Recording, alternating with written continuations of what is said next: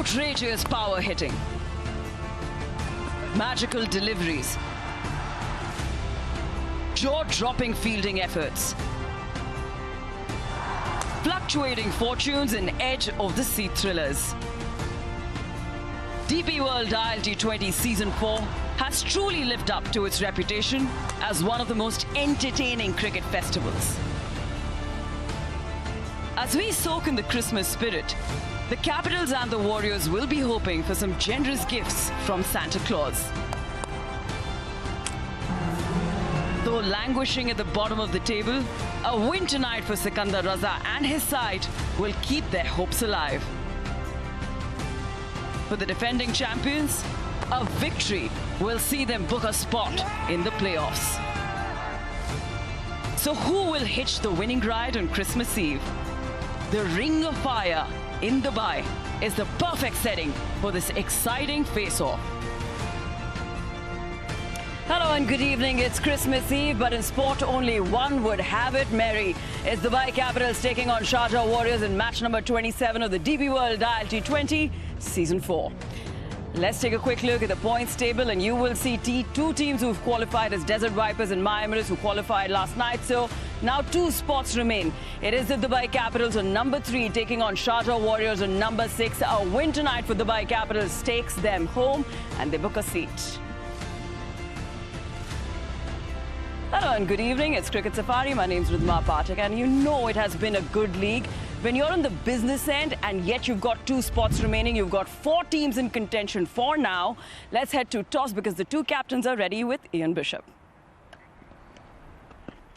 Yeah, here at the Ring of Fire, we've got a game that has great implications for both teams as we head towards that business phase of this tournament. And we arrive here with these gentlemen. To my left, Mohammed Nabi, Tim Southey is back, Simon Taufel, the match referee, and Mr. Atid Shah, who is the toss rep, who will hand the coin over. There you go, we need the coin. Give it a good spin, mate. Hit. Warriors are called ahead, and it's a tail. You're going to bowl first, okay. Mohammed, you've won the toss. What are you going to do and why? Bismillahirrahmanirrahim. Yeah, we will bowl first because the wicket is there is a little bit moisture in the wickets, but still it's look good.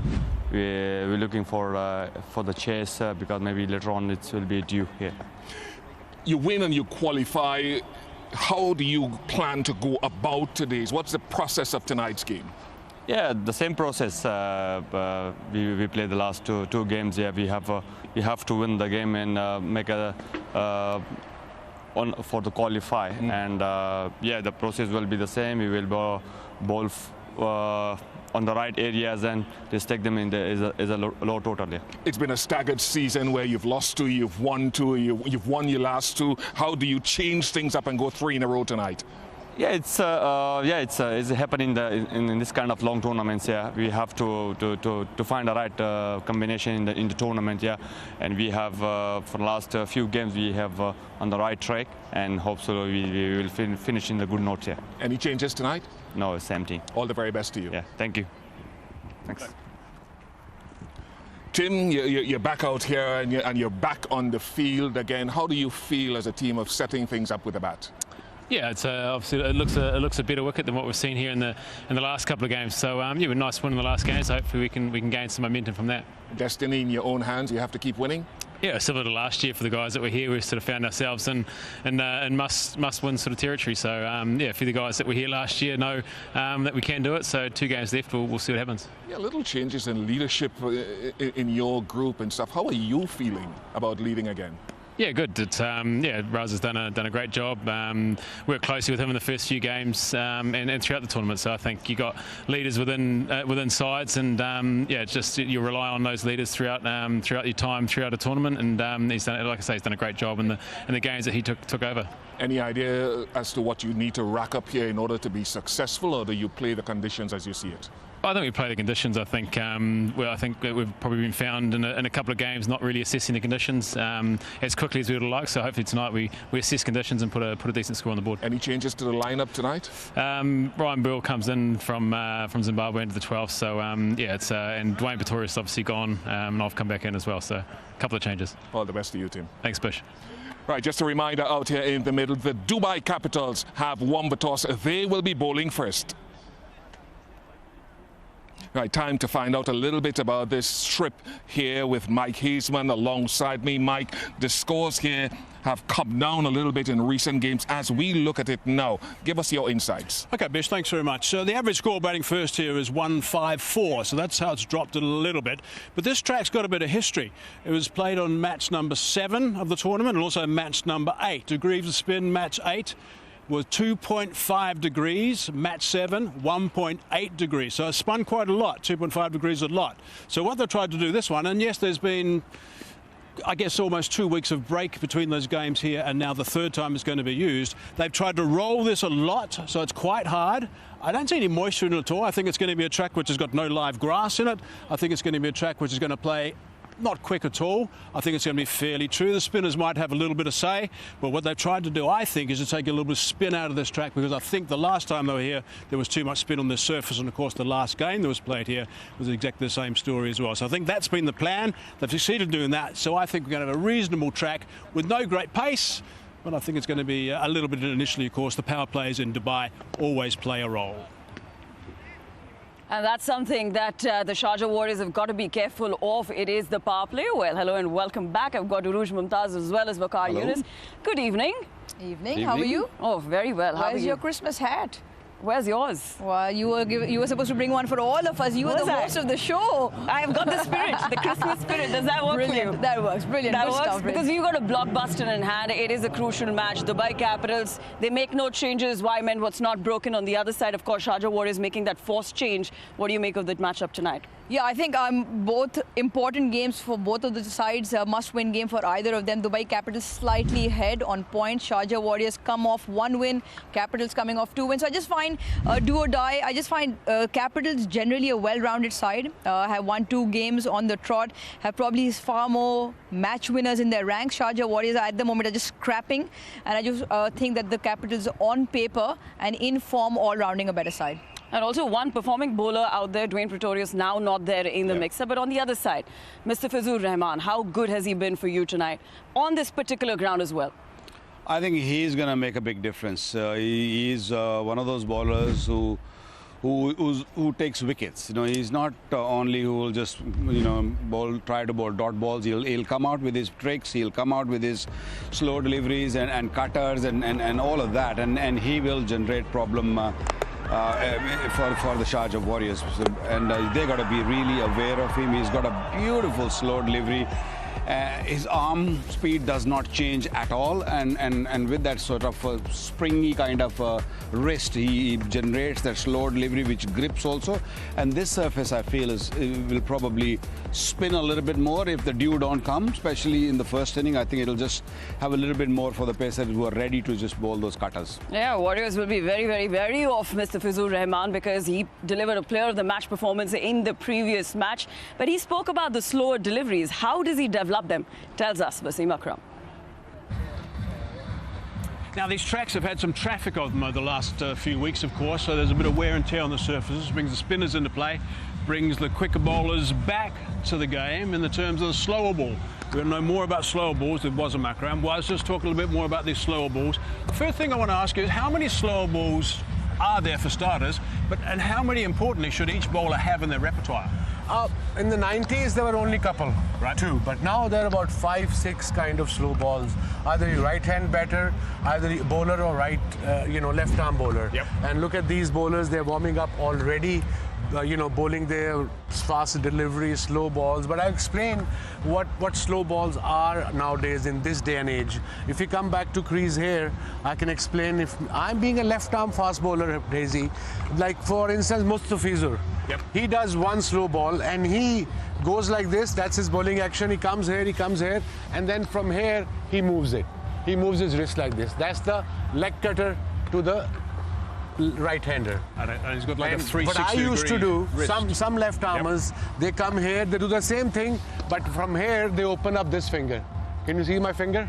Yep. So they open up this finger, and that's where you turn the ball as well. Right. So that way probably grips more. Yep. Depends on the pitch as well.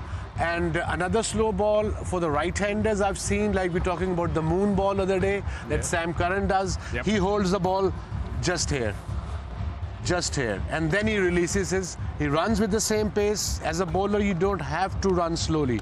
It means that batsman will know that you're bowling a slow ball. And some bowlers, if you talk to Sam, his brother, other Curran, Tom Curran, who's doing really well, he goes, and Chris Vokes, he goes right in there for the slow ball. And that's seam up.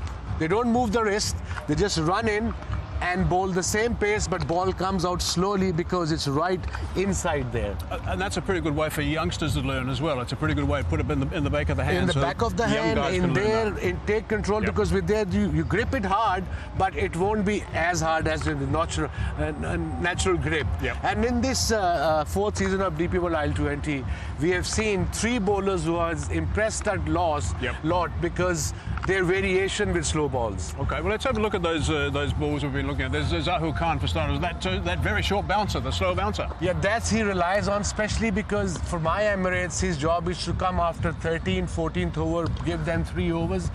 And if you go to Ajay Kumar, he bowls a different slow ball. Back of the hand. If I'm a left-hander, and then he goes back of the hand. I'll explain after this. And then you have Mustafizur. I explained already what he does with his slow ball. He doesn't change anything. He just moves his grip. Yep.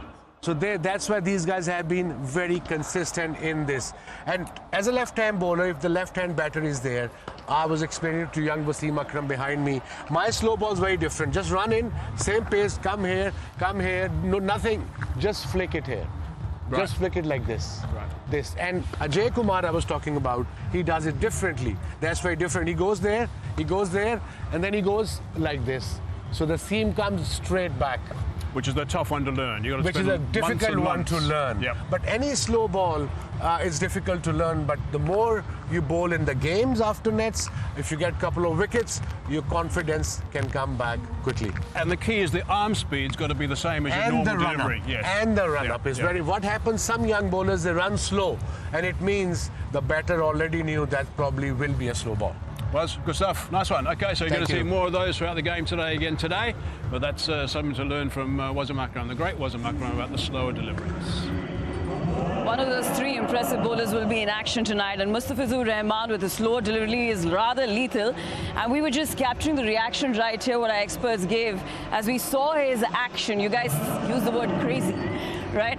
I mean, Vakar probably the better person to answer this question, but for the way the Fizz does it, it's not the cutter, the slider, the back of the hand, the back in the palm. It is almost like a Murli spin-off, where his wrist also goes and then the ball sort of cuts through the hand. I mean, I'm sure, Vakar, that has to be like almost crazy difficult. It seemed like that he's got a kind of elastic in his wrist, and he flicks it at the last second. And don't forget, he bowls a very same delivery with pace on also, and that is why he fox batters, because you can't tell, because as the guys explained that the run-ups, the actions, they all have to stay the same. The arm speed has to be the same, and that's what Mustafizur does. When there is a little bit of grip in the surface, he becomes too good for the batters to actually get what is coming at them. But Vakar, very quickly, what was your biggest weapon in your armory when you're playing days? Yorker.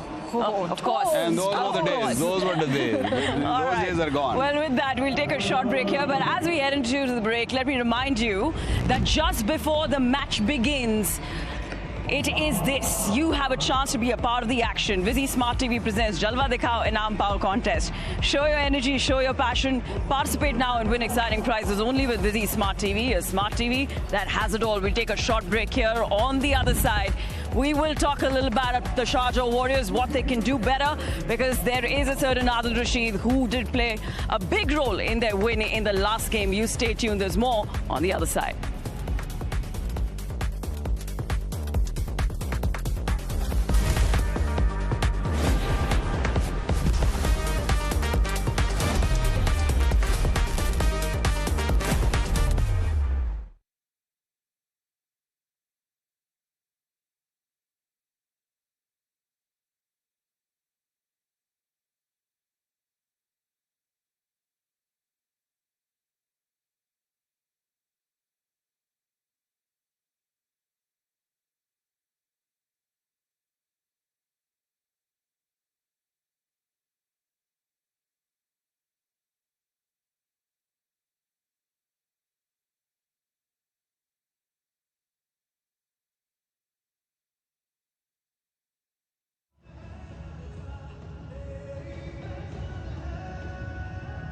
The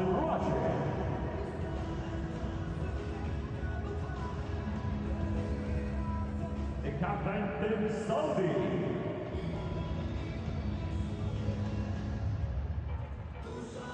Wasim Akram.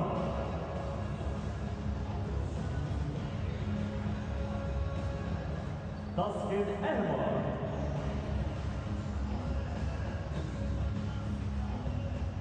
Everyone get ready for the match with them. The Wing Capitals and Sharjah Warriorz.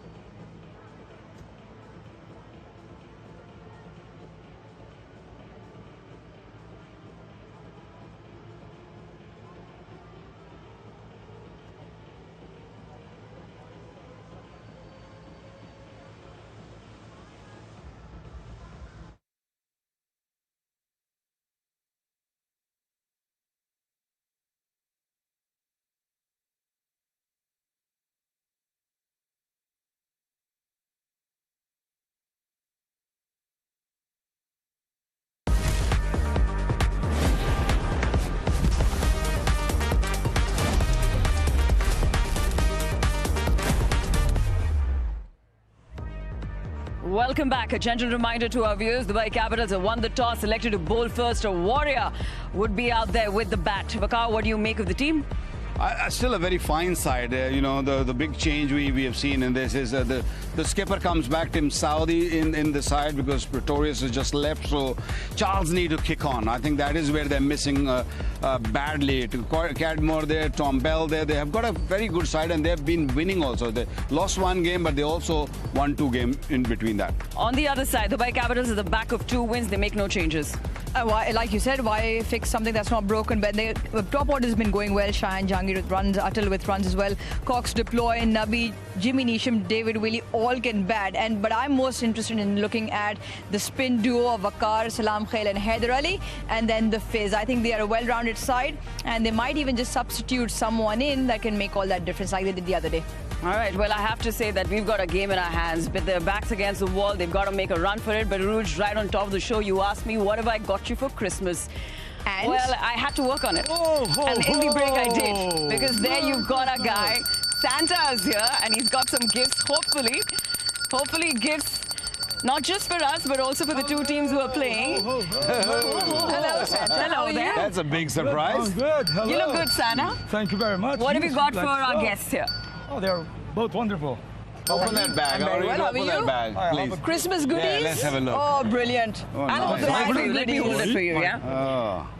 But Okay. as he opens his bag, let me ask you, Rouge, if you were in the Sharjah Warriors camp, what should you ask from Santa as a gift? 2 points. 2. Give me those 2 points. I mean, Sharjah Warriors are the only side along with ADKR who've been bowled out twice now. So that is one thing that they need to look at. They've been put into bat first, and Dubai's surface can be slightly tricky. Want to assess along the way, but they want to get good runs because the Capitals can chase them down. Forget about cricket. Let's get to All that. right. Sorry. Let's start. Yeah. Here. Oh, wow. Wow. He's actually got Thank you. Woohoo. Rouge, Wonderful. now you got no not for complaints me. from me, do you? Rids, Yeah. you are fantastic. Of course you well are. done. Me too, Vakar, guess please, what? come on. Here today. Well, Yeah, thank Vakar, you. very Thank you. quickly, if you were with the Dubai Capitals, what would you ask for? Same, I guess. Probably 2 points. I mean, they're both on the verge of either going this side or that side. So they probably want to win this game to get 2 points. And I think Capitals, as Aruj earlier said, that they have got a little edge.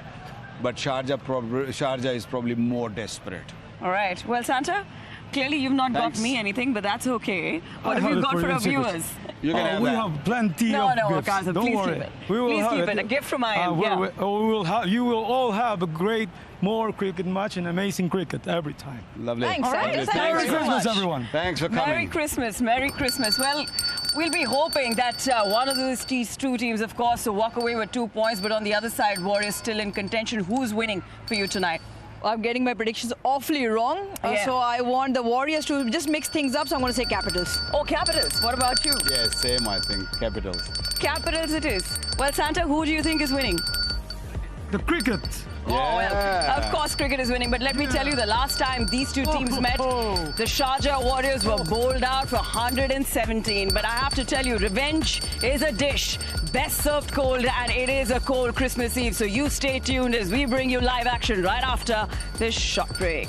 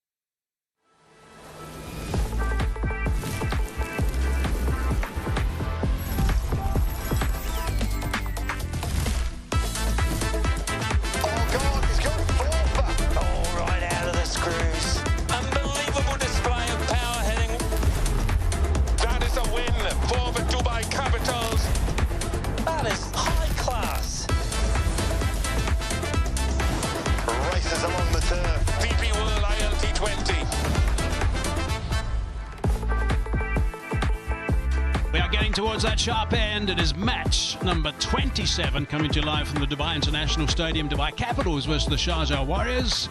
DP World ILT20. It's a beautiful evening at 22 degrees. Big game this one. There's lots on it. Let's look at the leaderboard at the moment. The Warriors are right at the bottom. Of course, they do need some points. The Capitals are in the focus right at the top because they're in third spot. If they win this game, they qualify for the finals. If the Sharjah Warriors happen to get up, then obviously they keep a few teams alive. Vipers and Emirates have qualified. Ian Bishop was with us at the toss. Nice to see Big Bish at the venue. There goes the coin. Capitals won the toss and they elected to bowl first. Let's look at the skippers, and you can see here Tim Southey's out there, so he's back as the captain again. Let's have a look at the Sharjah Warriors for starters. Johnson Charles at the top. We haven't seen the best of him. One knock of 77. Monak Patel's just played the one game before that. Tom Kohler-Cadmore hasn't hit the straps yet. Neither Tom Abel. A couple of handy knocks from him. Or Sikandar Raza. They've got a whole lot of blokes haven't been playing well with the bat. James Rue has done a good job. 21 years of age from the UK, and he's averaging over 50 now. And Rashid will be good, and Southey will join the run back in. Was Makram's lot beside me? Was? Good evening, Marky. Good evening, everyone. Dubai Capitals, good team as well. They're on the kind of a winning streak. Shaheen Jahangir, Sadiqullah Atal is back, Jordan Cox, Duploy, Mohammad Nabi, captain, Jimmy Neesham, an all-rounder, David Billy, another all-rounder, then Jawadullah, Haider Ali, Waqar Salam Khail, and Mustafizur Rahman, the fast bowler. Right, so Pretorius is not here, so Southey's back in the lineup and taking the lead as the captain. Right, here we go. It's the DP World Smart Truck delivering the match ball ahead of the start of the game. Get things underway for this match.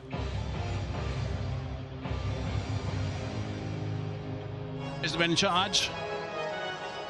That's a big goal. And that collected the ball with Wayne Knights. Both are in on the field. The TV umpire today from Barbados, Leslie Reefer, and Simon Taufor, the match referee.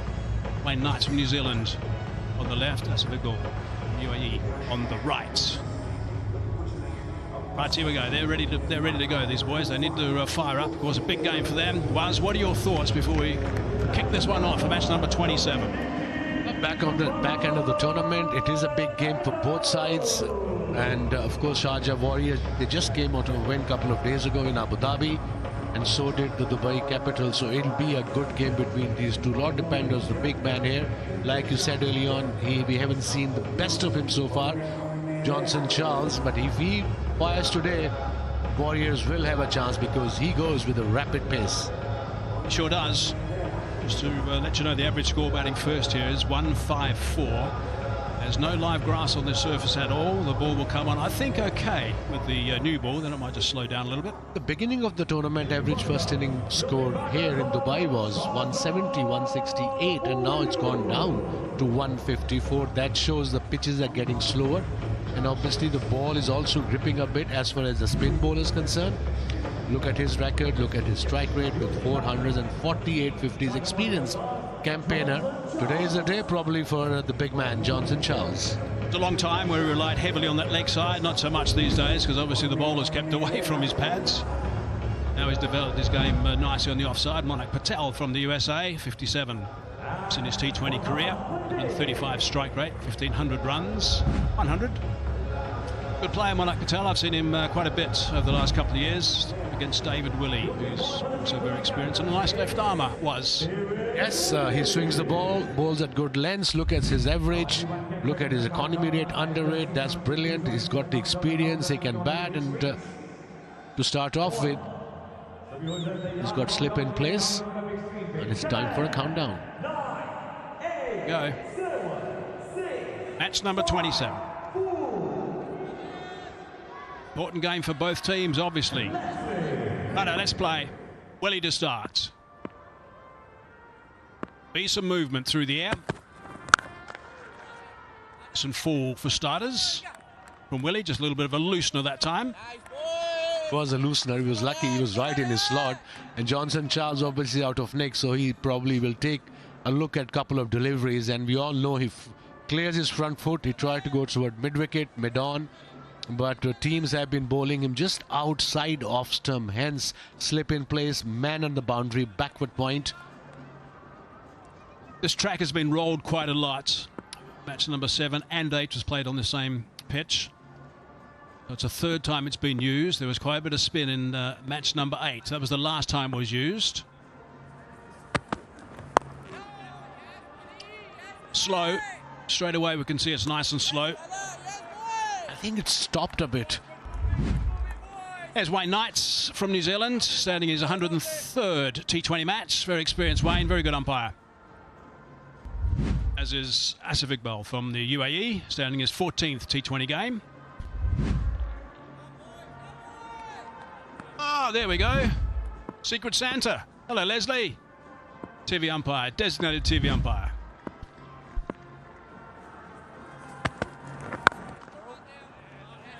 Three dot balls from Johnson Charles. A second ball he bowled. The pace was 125, and I think it's stopped a bit. Let's have a look. That will show how this wicket will behave. Let's have a look. Was it a cutter? No, it was a seam up delivery. It pitched, and then look at it. Got extra bounce. Maybe he was looking for an in swing. Ball was went just cross. So I think that's the plan against him, Mikey, just to go across him and outside off stump. Let him play across the line. Yeah, try and shut him down that way. Eyes on boundaries. And he's got one. A little bit too straight, a little bit leg side, just bread and butter for Johnson Charles. Poor delivery. I mean, fine leg was up in the circle. I can understand. He bowled 3 away swingers. Then he was looking for the in swing. You got to be precise. You got to be bang on in this format. Down leg side, clip the pad. That's number. Actually, it was a snick. So it's a boundary to Charles. That's number 577. Big ticket 4 of season 4. Play big, dream bigger. Particularly for Johnson Charles, you get that sort of delivery. You can dream a bit. Oh, that's a nice line, nice carry. That's a good carry with this pace. Only 127k, but it's the length he plays with beautifully, Willie. And let's have a look at that delivery. This is 6 to 8 meters length we talk about, going away from it. This is good carry. With this pace, that's something different. Looks dry, looks rock hard. Looks a good pitch overall, Mikey. I thought it was quite a good surface. I didn't think there was any great pace in it, and I think that's going to be the case. But they don't expect the spinners. I don't expect the spin to play a massive role. They'll get involved, of course, the spinners, because there's quality on both sides. But there won't be the turn that we had in the last game played here of 2.5 degrees. 5 for none, first over.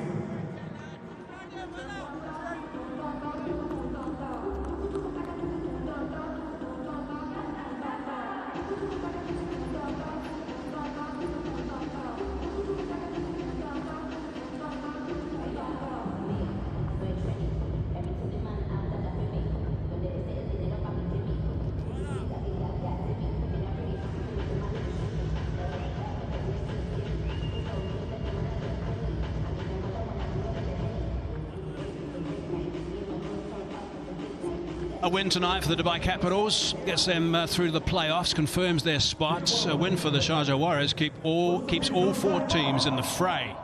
Capitals have got a very good net run rate also, so that's a benefit for them. Cox is a fine player, deploy as well. Things are heating up. Back out on the back end of the tournament, Mustafizur Rahman, look at his record. Very experienced, he's still very young. Almost 400 wickets, averaging under 22. Excellent economy rate, 7.45. A really good year too this year in T20s, the Fizz. See his work back to where he was a couple of years ago. Actually just dropped off a fraction, but he's back at his best. Well, that's what the plan is working for them against Johnson Charles. They're just going across and bowling outside off stump to him. And Johnson Charles taking his time, and rightly so. He's sort of a player who can change the course of the game in a matter of 2 overs. As long as he stays on the crease, assess the pitch, assess the pace in the pitch, and of course the bowlers. So tidy enough for that first over.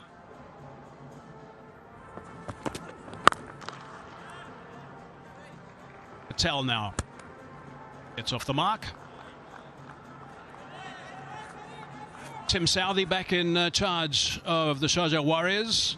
Sikandar Raza. In fact, it was Tim for the first 3 games, and then Sikandar Raza for the next 6, and now Tim back in charge.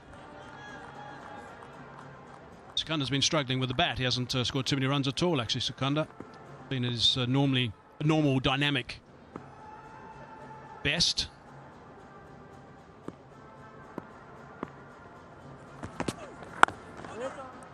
Nicely bowled by Mr. Fizzer. Yeah, Sikandar is out of nick a bit, but he's a very good player, as we all know. Very experienced campaigner. He's got 28 in the last game in a winning cause.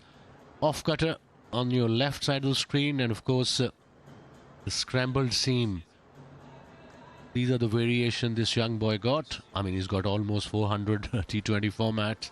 In T20 format, very experienced in these kind of conditions.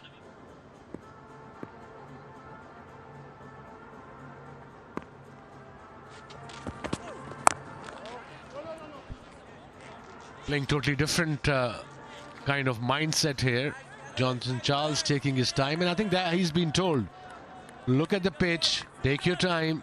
You got every shot. You will cover it up in a couple of overs, and so far he's doing okay, I think, according to the pitch, assessing the bowlers too.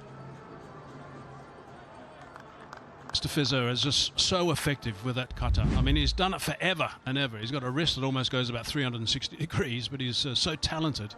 Guys, everyone knows it's coming, but they can't do much about it.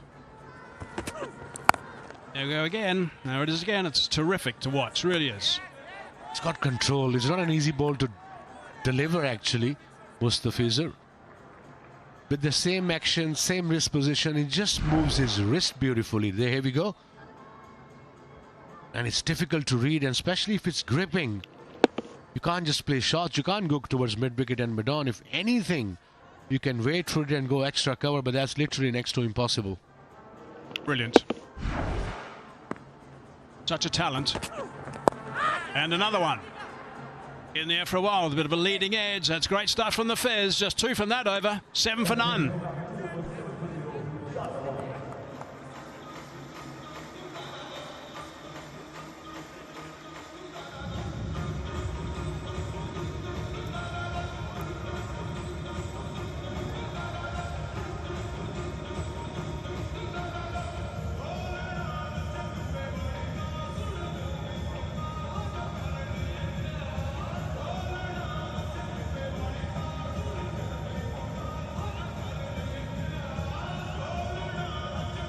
Two points obviously for every game. Capitals obviously if they get up today they get to 10, but their net run rate is good at 0.84. The Sharjah Warriors at minus 0.91 is not good with their net run rate nor their points. Kind of do or die game for Sharjah Warriors, although they have a game in hand. Down leg side, there's a fielder there. He'll probably go over it. Yes, the first boundary for the big man, and that too a 6. Well, that's a good shot. That's going to be a contender, I'm sure. The DP World dispatch of the day. That's right out of the screws from Monak Patel. Effortless. There was a man there, you're right. Definitely a contender. It was Monak Patel, beg your pardon, but that was a very good shot, and fielder was obviously 5 yards inside the circle. Fierce deploy out there. Oh, that's a beauty. That's a wonderful delivery. With this pace, there's no point bowling in swingers to the right-hander. I can understand as a bowler you take a risk, you might get a wicket, but line has to be bang on every time in this format. That 6 was obviously middle leg, he picked up beautifully, and then look at this beautiful subtle movement of the wrist.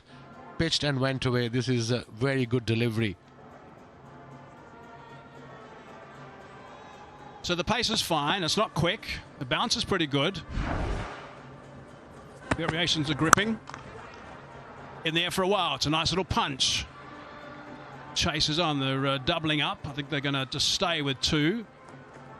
Tedekula chasing that.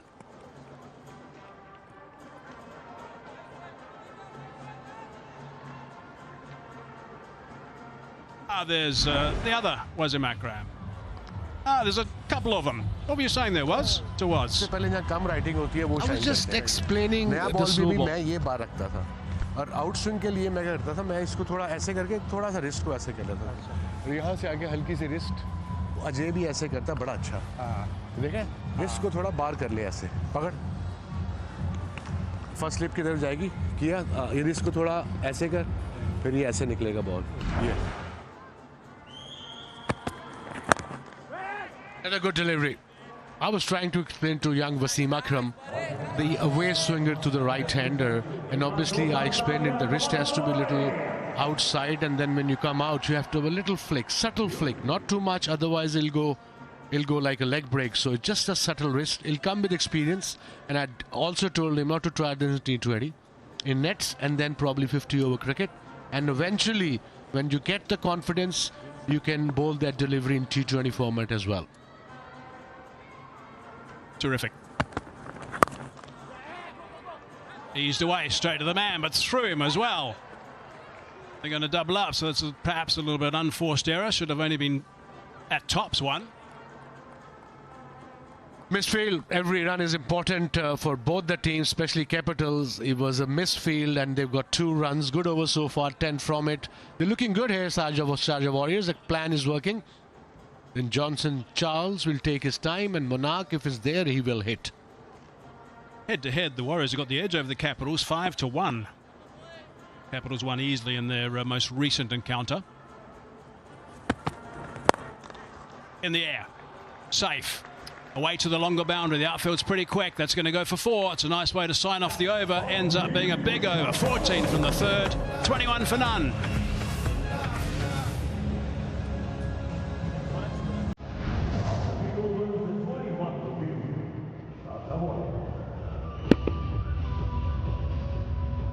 A good shot that from Monak Patel. It's in the pace of Willie. Out of the middle of that bit of timber.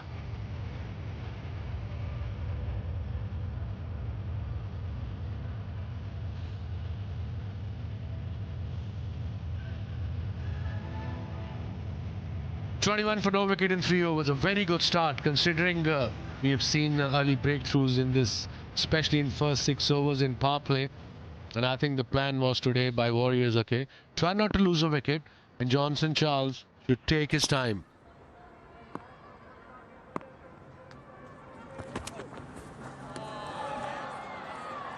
Wasn't a full-blooded shot, that one from Charles, just a little bit of a waft really. It's not the way it normally goes. Yeah, that's better.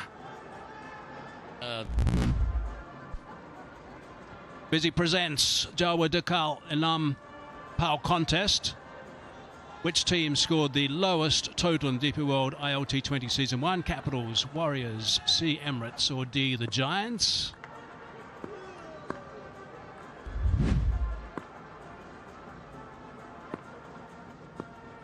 Mr. Fizzer again. Leg side, that'll be a bit of exercise.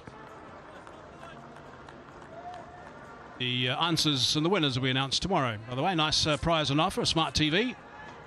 T's and C's apply.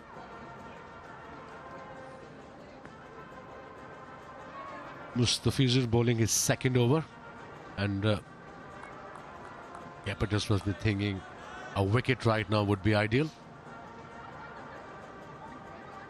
762 wickets between the opening bowlers of Capitals. Mustafizur has 395 wickets in this format, and Willie 367. So very experienced.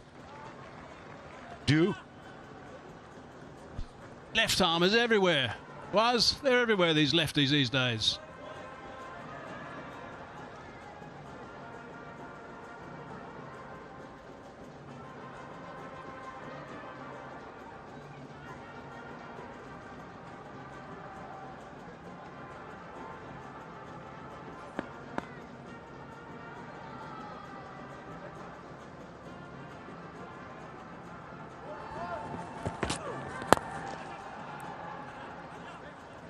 There it is again, can't do anything with it. It's coming, they all know it's coming. I've seen it for years and years and years, but they can't do anything with it. It's difficult to pick the way he bowls. That's why slow delivery is so important in this format, and he does it beautifully, very well disguised.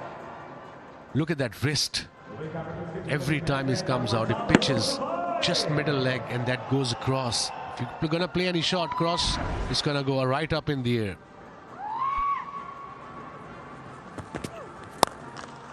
Good connection. That's a nice shot. That's just the one bounce and gone for 4. Well played from Monak Patel. Yeah, he was expecting a slow ball. That was his third in a row. So that's where you have to space the slow ball deliveries as well, especially with the new ball. And Monarch Patel is looking really, really good. 19 of 9. That was his second boundary with one massive 6. And not an easy shot to play, Mikey. Right. Very good shot. First 3 deliveries were, well, there's a wide involved, but quiet from the batting point of view. That'll just give him a nice little boost. Running that down for 1. And Charles' last 3 scores before tonight were 1, 3 and 4. So hence he's taking his time.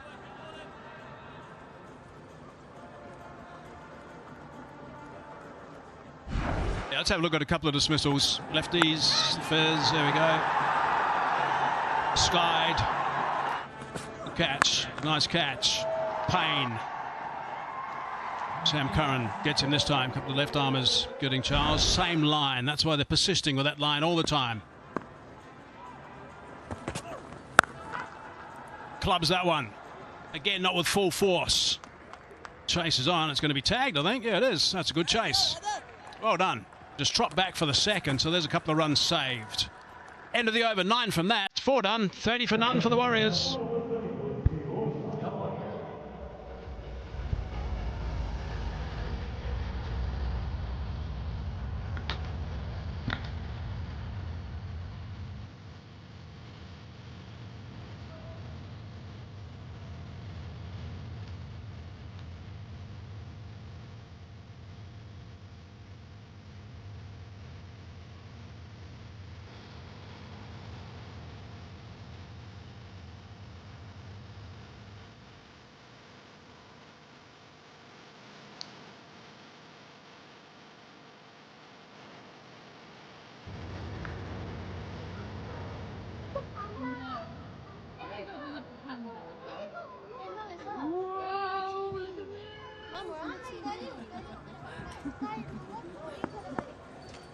Season's greetings to everyone.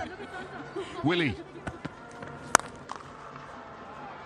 Patel has gone very well here. He's been striking the ball through the onside, now straight down the ground, while Johnson Charles is taking a while to get himself going. Hello to Waqar Yunus. Hello, Bish. Good to see you.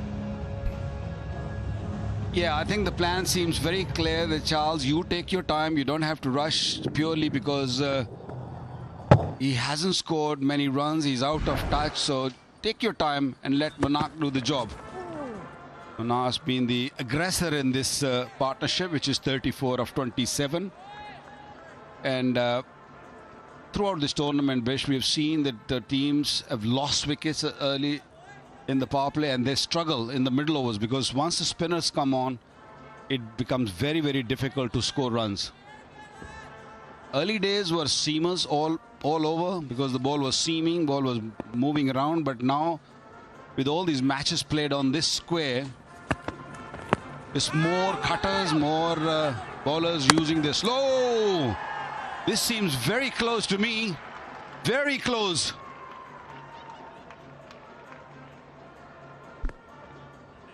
In fact, it's given on field straight away. Smart replay coming into play very, very quickly.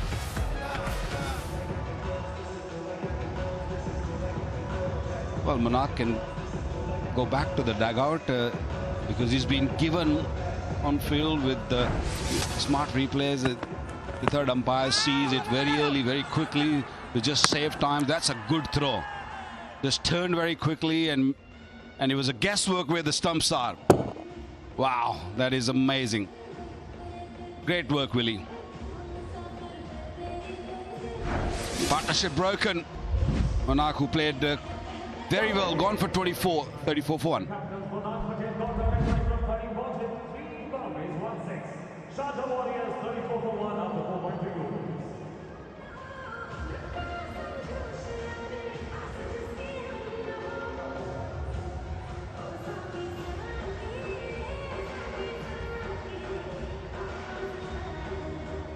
The new batter for the Sharjah Warriors is Tom Ibrahim.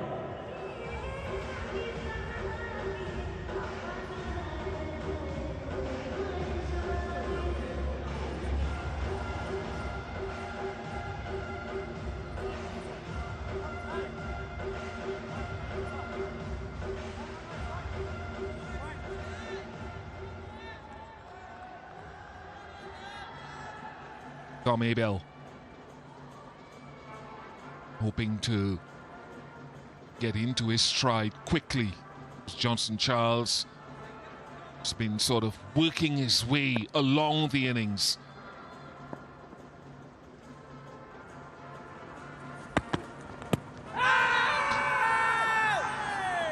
Questions about where it's pitched.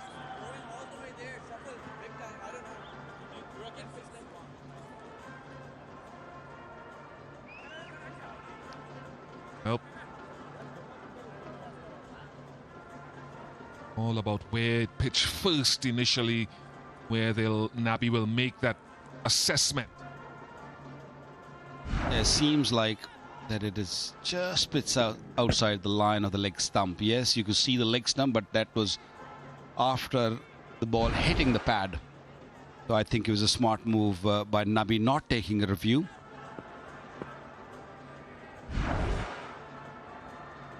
Yeah, well outside the line of the leg stump. Cannot be given LBW.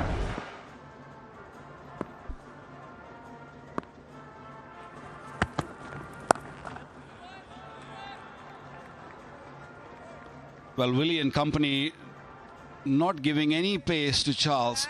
Charles is one of those batters who likes a bit of pace, likes the ball to come at him, little quicker pace. And that was a magnificent work from Willie in his follow-through. Had to really grab the ball and turn around. And look at the umpire. He's keeping a very close eye on where the batter was when the ball hit the stumps, and kind of easy for on-field umpire also to make that decision. Another cutter. End of the fifth over, a successful one. They've got one run out, 36 for 1.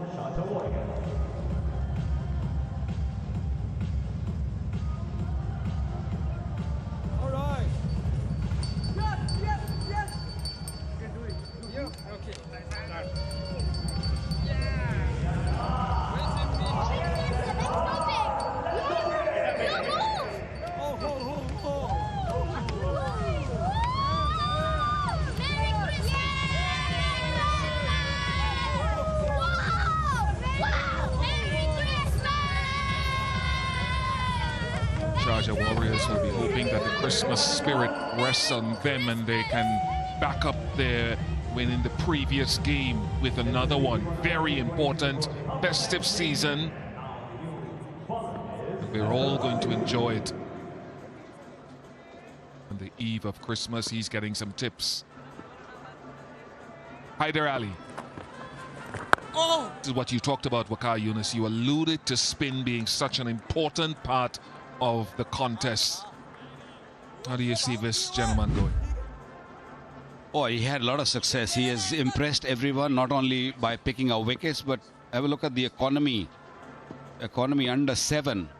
Although he's only picked up 2 for 19 is best, but 11 wickets, and he keeps things very tight. Doesn't give anything away easily. That's what he does. He varies his pace nicely. Look to spin the ball, and the odd quicker one also. He stays within the stumps. That's his strength. I think Charles was hitting the helmet, so the trainer will come out.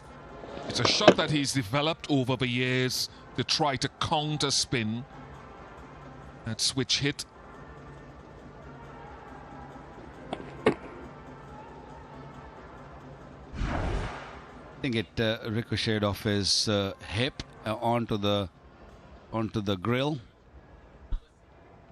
One expat power plays on while Charles gets looked after. This is a crucial time for both teams. Let's see who can gain an early advantage. There have been boundaries. Monang Patel, who's since been dismissed, has gone very well. Unfortunately, going by the run-out route. 5th run-out effected by Dubai Capitals this season, the most by any team. Warriors only getting to 50 once in the power play this season, the least. Yeah, that's why they made some changes in the batting order. Again, looking to do the same. They have struggled with their openers. Cadmo's gone down the order purely because he was also not getting runs and Charles was getting out. And they were having issues, and there are players just going in and out of the team also, you know, for their countries, for various reasons. So that the issue they've been having is their openers.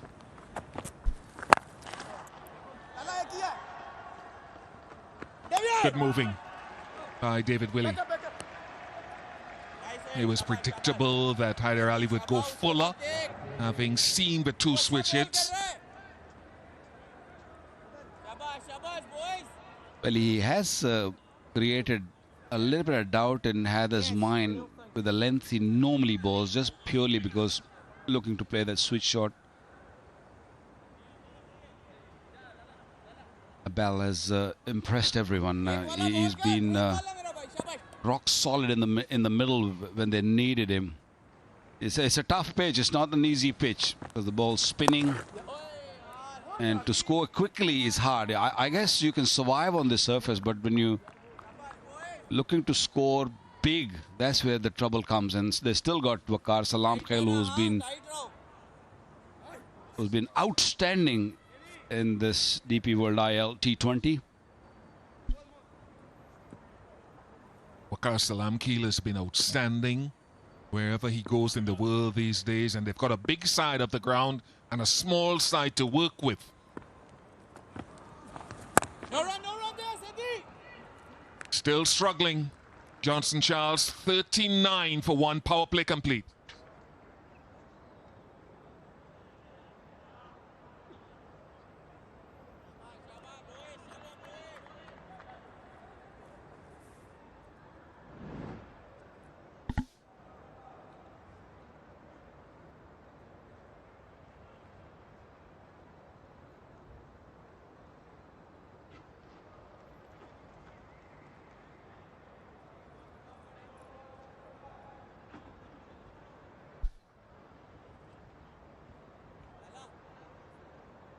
Another pretty moderate power play for the Sharjah Warriors.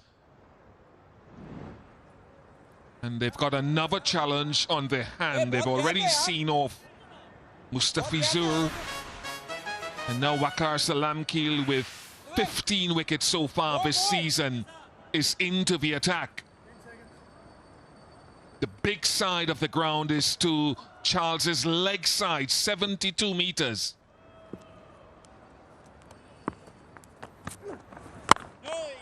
Waqar, how will that play in tactically from a fielding perspective? Because we know which side the batters will try to target.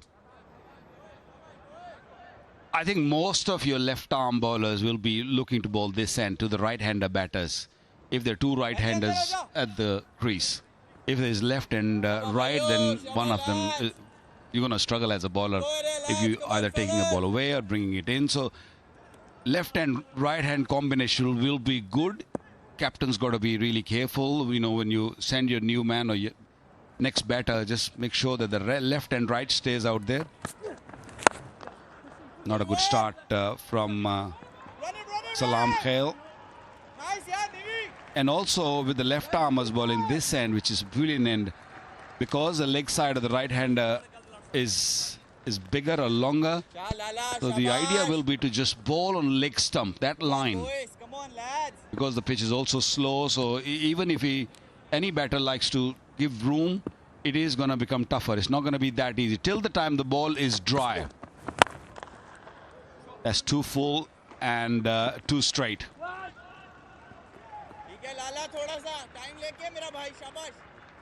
I'm sure the support staff, the coaching staff, the skippers, they must have sat down and spoke about all these dimensions of the ground, where we need fielders and which fielders do we need. That's also key, that your hot spots, you have to have your best fielders. Catching overall here at Ring of Fire has not been that great. We've seen lots of catches gone down, especially here at Dubai International. Well, one of the things Waqar Salam Khail can operate with is getting that googly that he bowls so well from leg stump. And he can bowl the one that turns from off to leg with some protection of that 72 meters on the leg side. If Charles will try that switch hit against him.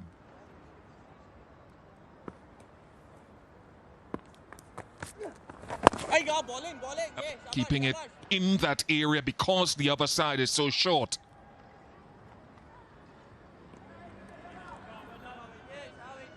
Playing a switch shot against Waqar Salam Khail might be a little dicey because he spins the ball both ways. So far in this over, he hasn't found the line yet, but once he gets it right and he gets his fingers moving, he can be real handful. Top wicket taker in this tournament. 7 gone, 45 for 1.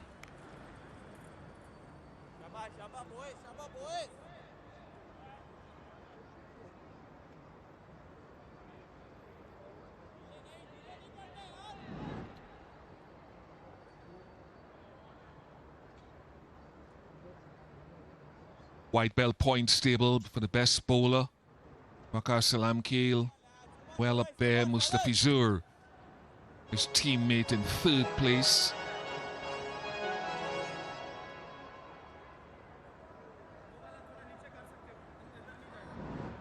Hormazai on the list for the white belt. Very ostentatious as well. Hyder Ali. Oh, is that close? Is that close?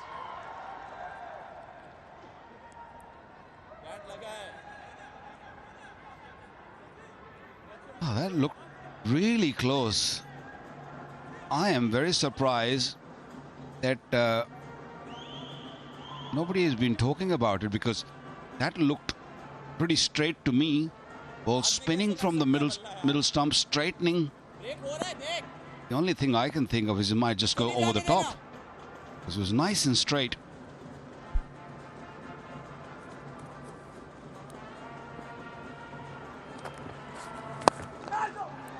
Top class shot. To get down the line of leg stump and open the face of the batters he did was classy. It's been a while that we've seen batter just using his feet and looking for a boundary. 19 deliveries, we have not witnessed any boundary, and this will really ease some pressure of the Sharjah Warriors batters.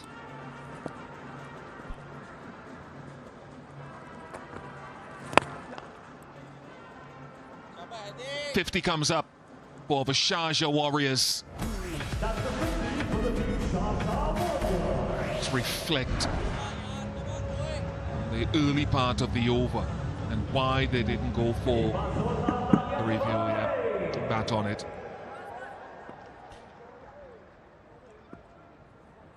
Yeah, that's what that was the only thing could have saved him. Very good delivery, right there on that off stump line. Charles still searching for a rhythm in his batting. 15 of 24 deliveries, 1 boundary. That's very unlike Johnson Charles.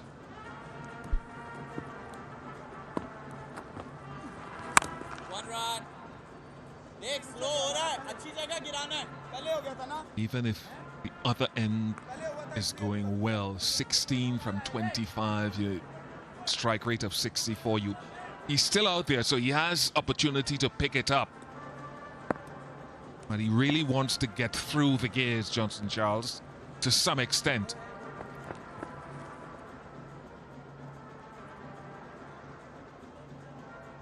The problem is that when you consume these many deliveries, and if you get out, then the team gets in a real trouble.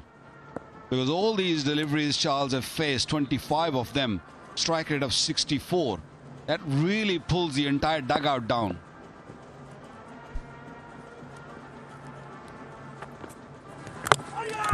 Very good. Much more pace on it. He has silenced the opposition. Good, quicker one.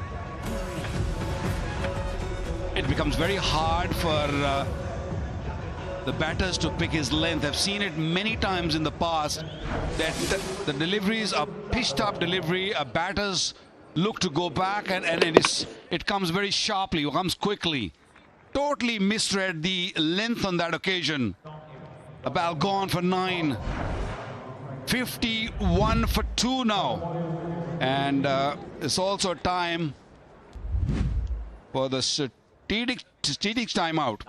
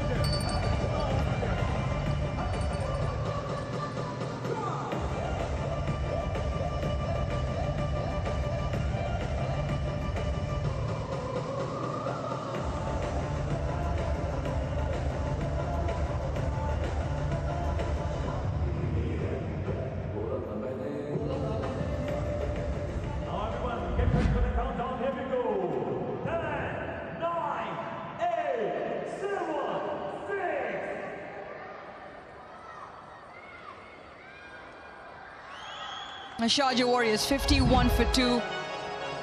We're just making our way out of the first timeout. And Tom Kohler Cadmore at the crease, 6,686 runs. Hasn't had the best of run in the tournament so far. One run. Heading out. Should look for 2. We'll come back comfortably. Johnson Charles is on 18 now. He's taking his sweet time for sure. He's a dangerous player. There was a wicket. Last wicket of Abel. Bowled Heather, beautifully bowled. He's been bowling really well in this tournament. Within the stumps, a bit of variation with his pace in general. Where he's impressed us all here in this season 4 of DP World ILT20. Another good delivery. Single. He's on 19 of 27, strike rate of 70. You very rarely see Johnson Charles to play that long. The couple of dismissals, the teams have realized early on, just go outside off stump, and because he clears his front leg, and every time he didn't middle it. And obviously, I've been saying, the commentators have been saying, take your time. He literally took us seriously. He's taking his time, all right. 19 of 27. Well, there are some legends around in the commentary box. He ought to listen to you guys. I doubt these players listen to commentary. The cricket game is going on. The television is most of the time is mute. Especially when I was a cricket director in PSL, I made sure that it's on mute. No offense to any commentator. Love you guys a lot. Oh, brilliant stuff. Bowling ये ball है ठीक है यार Well, he's had his fair share of trouble even in this inning so far. 20 of 28. There's been a few plays and misses, a few that have just held into the surface, a few that found sort of missed the outside edge. So he hasn't listened to you completely. He still tried a few. He did. But I think to start off with, he was trying to block. So that's a good sign.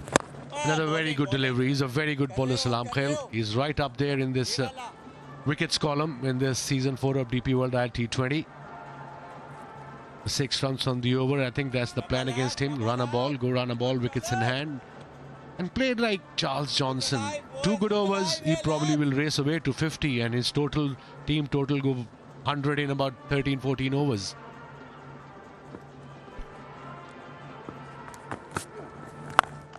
Tries the big shot and has found the distance. It was called next to me by Wasim Akram that it can change around in a matter of a few deliveries, and it does. 9 done, 63 for 2.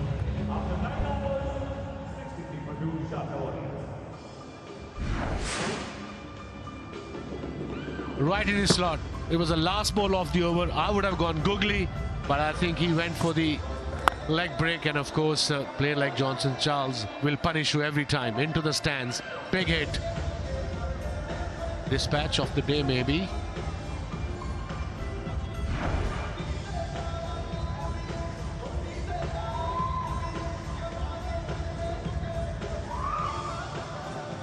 Yellow take on the red. Must-win game for either side. Capitals sitting at number 3, 8 points. The Warriors right at the bottom of the table. Both teams can still qualify. If the Capitals win tonight, they go through for sure. Look to go at more than 7 runs and over. That is what they are going at the moment. 63 for 2 in the 9 overs. The plus is they have 8 wickets in hand.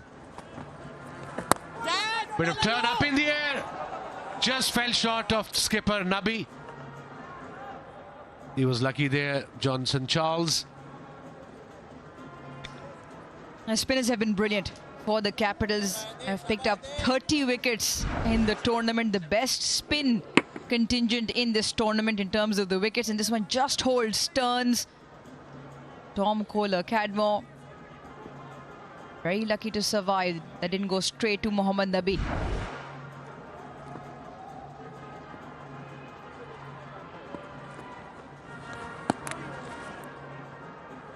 He's been brilliant for the Capitals. Variations of pace, the turn, the ability to bowl in the power play. He's been used at the death as well and controls the game nicely. And certain variation is pace. The first delivery was a 90 kilometer. This one was 83.5 kilometer. Hence it turned and bounced a lot more. Bit of turn from the pitch too. Flatted delivery, nicely played. It was set up to Tom Abel, where he varied his pace and eventually got him with the one that was quicker. 88.2. Abel dances down the track. Slightly slower, a little bit more flight.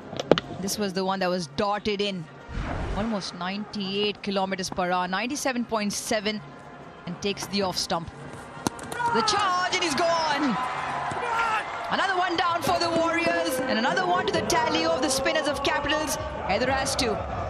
What a spell from this young man, Haider Ali from UAE. Second wicket, beautifully bowled, a perfect left arm spinner delivery. Couple of quick ones. This was slightly quicker than the previous one.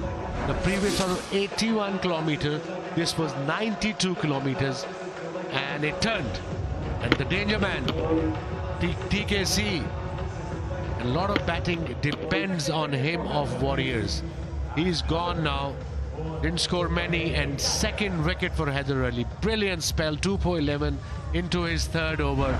And the celebration, TKC departs for 3, Warriors 65 for 3 now.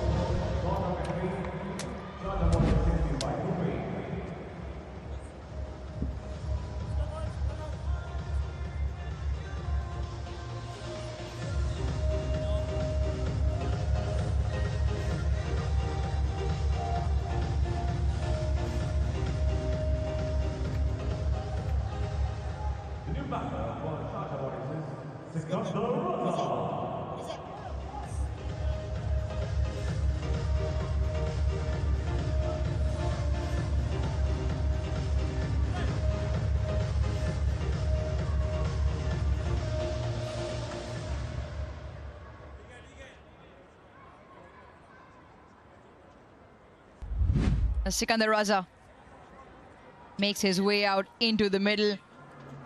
Has been relieved of captaincy duties with Tim Southee back under the captaincy lid. 65 for 3. Haider Ali with a couple of wickets and now with the slip in place. Oh, yeah! And he's definitely getting the ball to talk off the surface. He's bowling beautifully with control, with confidence, hitting the right lines, the right lengths. And of course, the subtle variation in his pace actually is doing the trick. 64 runs this season, highest by Sikandar Raza. So yeah, coming back to Haider Ali, what a moment he's having in this game. 2 wickets already.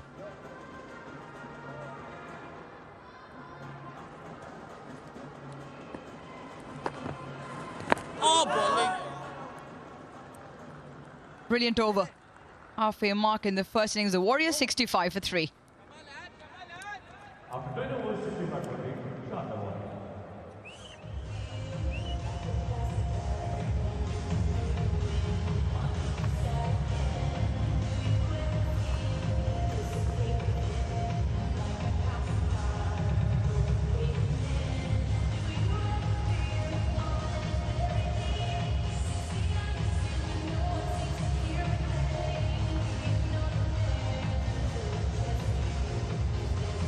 The 61 for 3. 4 bowlers have been used so far. Willie, 3 overs, 24 runs, no wicket. Mustafizu, 2 overs, 11. Haider, pick off the bowlers, 3 overs, 10 dot balls, 11 for 2. And so far, 31 wickets have been taken by the spinners from Capital. Skipper is here. Off spinner, they probably will have a go at him. Both the right-handers. Lot depends on these two, Charles and Sikandar for Warriors. That was the second off the lot. And a turn. The length is ideal. Drags TKC out of the crease. And he's missed that by a mile. Now you mentioned the Capital spinners have been on top of their game. They've bowled the most in terms of spin overs. Slashed away and will be 4. That is nicely punched by Sikandar to get off the mark. What a shot from Sikandar Raza. It was slightly short, but he's a back foot player, as we all know. Let's have a look at that shot. Quick delivery, rocked on a back foot, played it beautifully, in control. There was a fielder there who had no chance. Boundary on the first ball, second ball.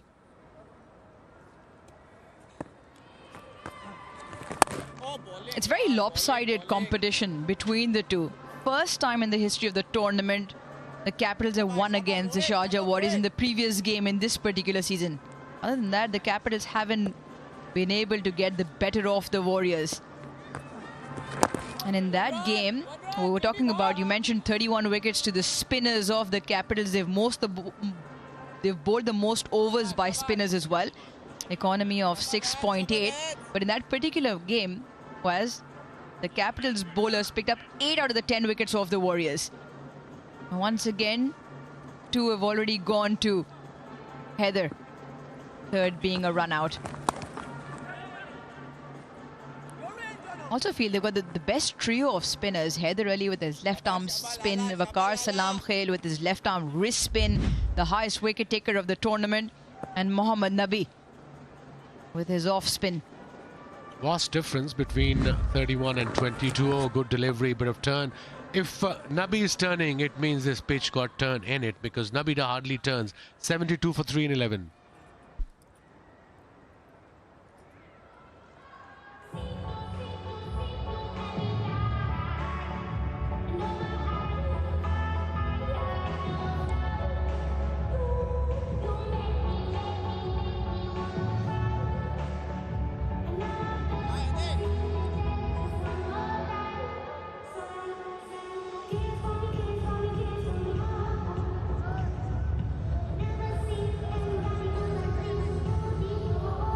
The spin in tandem doing the trick for the Capitals. And it's just plugging the scoring rate of the Sharjah Warriors. It's dropped to 6.55. If they keep going at that, they only get 130. Heather is back for his third. Oh, bowling, Eddie. They're still doing okay. They lost 3 wickets, and I think the plan should be get to 140 somehow. And that will happen only if you have wickets in hand, and that the big man on the screen, Johnson Charles, will have a go. Maybe after 14 overs, one of them got a go. But then they get to 140, 150. That'll be a good total to defend on this pitch. And he's drenched. It's not that hot outside. A big heave. And the turn from Haider Ali. Once again, causing that false shot. Very lucky, doesn't cannon into off stump. Again, subtle variation. It's so important. The first delivery, I can explain you, 90 kilometers an hour, 90.1, and the second ball was 86.6. So little subtle variation in pace on a turning track can do wonders.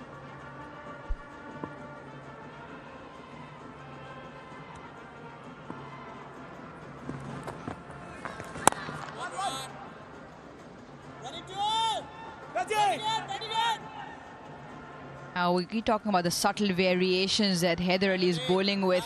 Yes, he's getting the ball to turn, but it's his speed variations.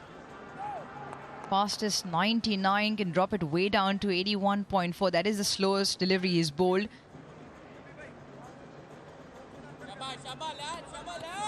Talking about the Sharjah Warriors batting lineup. James Root to come in. He's batted in that top 6, has been floated around a bit, batted at 3 on a few occasions.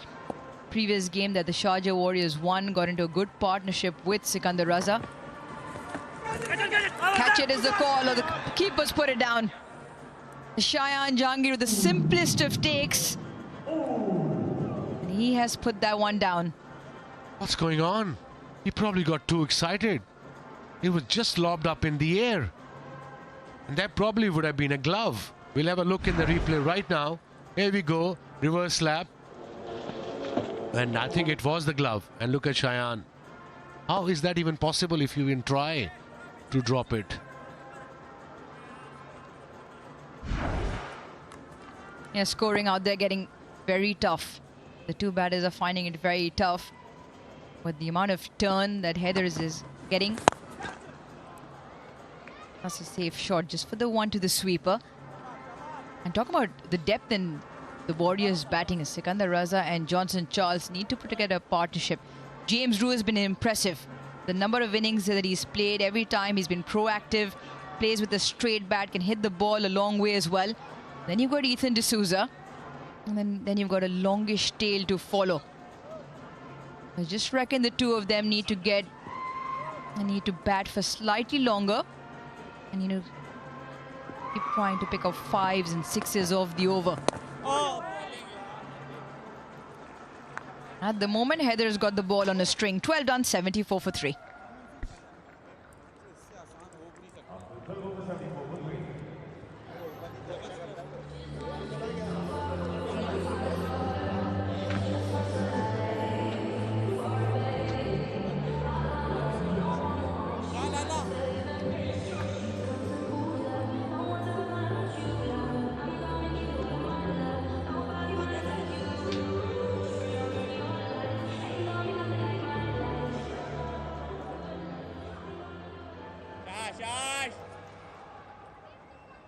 Run rate at 6.17, 12 overs done, 74 for 3 at the moment.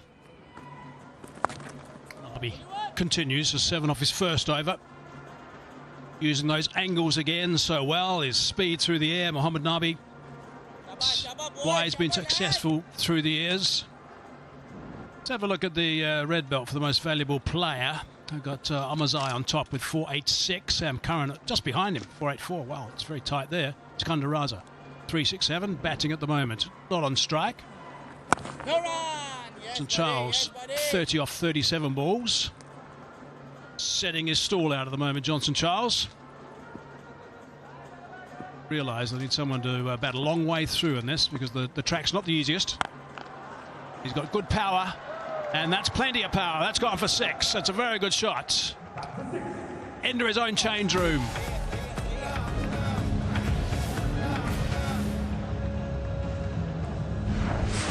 There's no doubt he'll try to take on what he sees as his matchup in the off-spinner.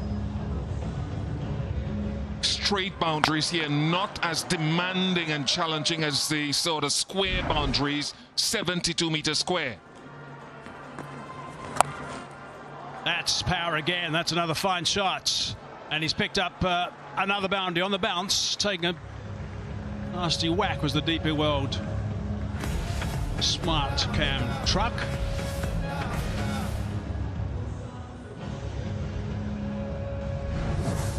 We often talk in the Caribbean over the last 3 or 4 years of how Charles has evolved with that shot at a late stage in his career. 10 off the last 2. It's going to be wide.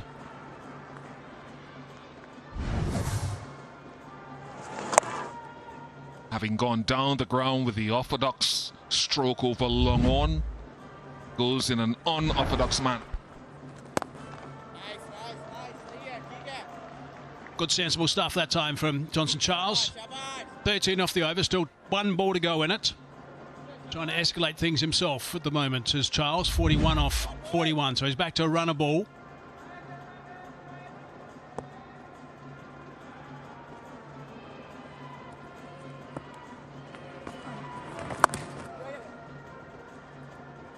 Raza just easing that for a single to retain the strike as well. 14 off it, 88 for 3, 13 done.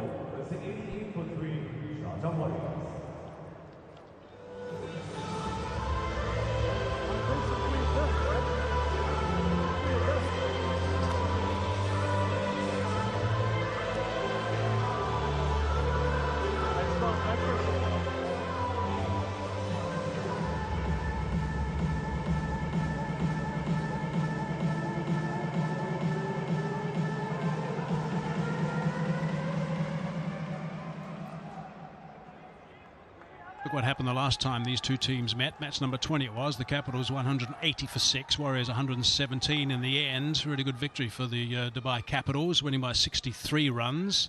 Seti Kulla 66 off 44. Rue 47. Top scorer for the Warriors. Salam Kill picked up 3 for 22.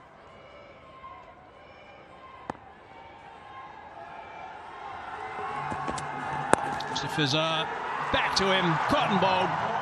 First ball back, wicket, straight away. Easy as that for Mr. Fizzer. He's very good in angling the ball from leg to off. He is now the joint leading wicket taker in the tournament with his teammate Salam Keel.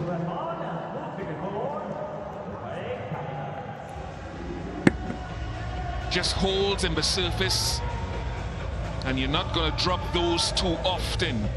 The value of having a left-arm seamer who can produce that angle for you. Sikandar Raza goes for 8, 88 for 4.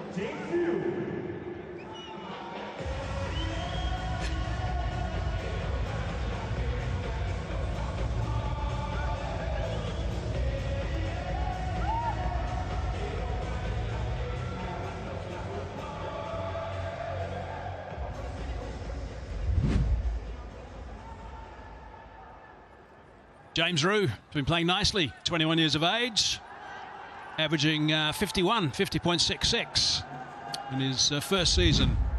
DP World ILT20, likes to play square the wickets against the spin.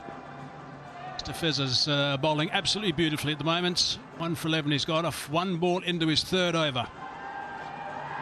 This will be a little test for him. In the pace, running that off the blade to get ticking. Root. He's fabulous, Mustafizu, when he's in form and unsung. Keep an eye on the seam position. Yeah, a little cutter.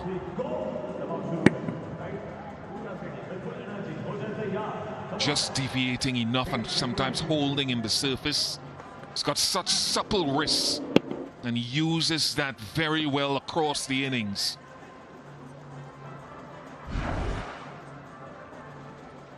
I mentioned earlier he's had such a great year this year, T20s. His economy is 6.79. Last year was 8.78. Terrific seam bowling so well. Hard to get hold of, that's a half stop. Thinking about doubling up, but decide against. Infielder Cox. The key also when you've got these skills that you don't see it on the screen, but there's a deep backward point for the right-handed batters in addition to cover and long off. So he has to look to push that ball across the right-handers quite often, or at least from leg to off.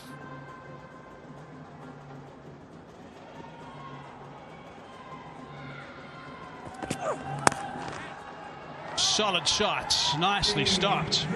Mid wicket region. He has to play, does well.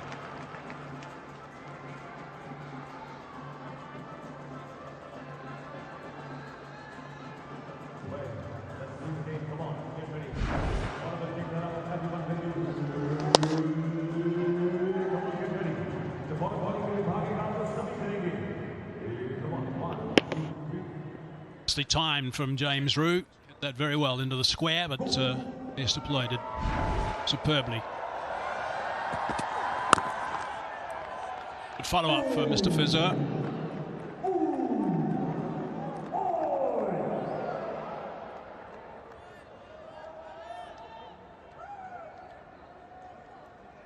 You know, just about to say that because Rue was new to the crease, Capitals drew one extra fielder inside the circle, and now for the last ball they've pushed him out. So theoretically good captaincy.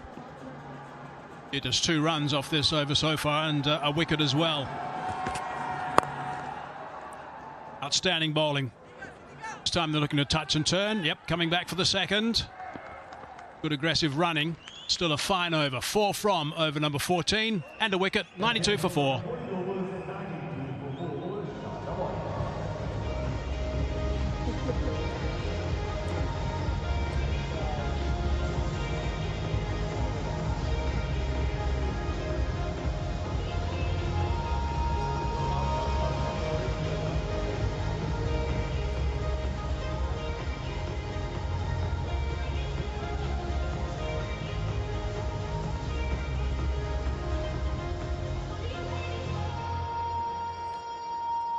Match in Dubai this season. The last 2 first innings totals 124 for 7 and 90 all outs. Average score batting first in Dubai is 154, so it's dropping what it was at the start of the season.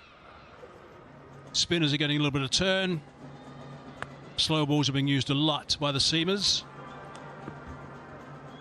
Third time this track's been used. Nabi again.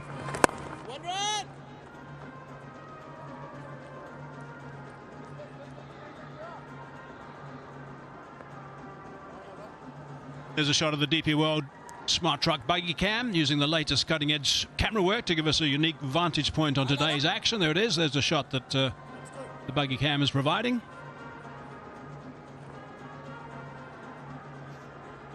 DP World uses the latest technology also, of course, to keep trade flowing. We'll see how he goes. Nabi against James Rue. Expect the use of the crease. Release points will be a little bit different from time to time. His speeds will be a little bit quicker. He won't rush either. He'll get James Rue just to have a bit of think about what he's going to come up with.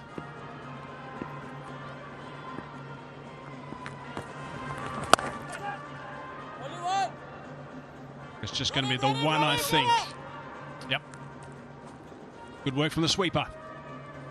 Mentioned thinking, last ball, previous over, just a touch from James Root. He understands the bigger side of the ground is leg side, so instead of trying to muscle it when it's not there, he weights it into the leg side and gets a couple low-risk runs.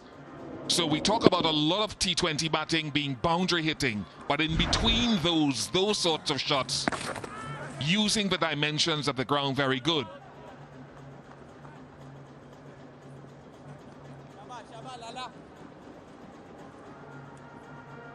Shake of the head there from Johnson Charles. That one just died a little bit and turned a fraction into the pad. Doesn't get frustrated. There's still plenty of time for him to get himself a nice little total, which of course will boost his team quite a lot. The fine strike of the ball when he gets going, Johnson Charles. That's going to be the challenge, of course, on the surface. Oh, that's off middle stump. Side edge of the bat too from Rue, but he gets down the other end. I think that look tells the story. Charles, it's something of a little boost. We'll find out a little bit more about his total by the end of the game, but it is his second highest score of the season. Got a half century and I think a 33.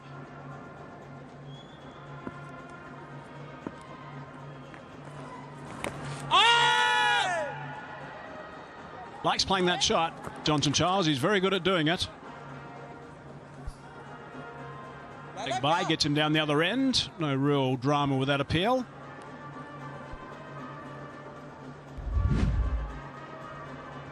As it told me, I robbed him of 3 runs. It was 36. That was his second highest score of the season. Last 5 games, though, the runs had dried up.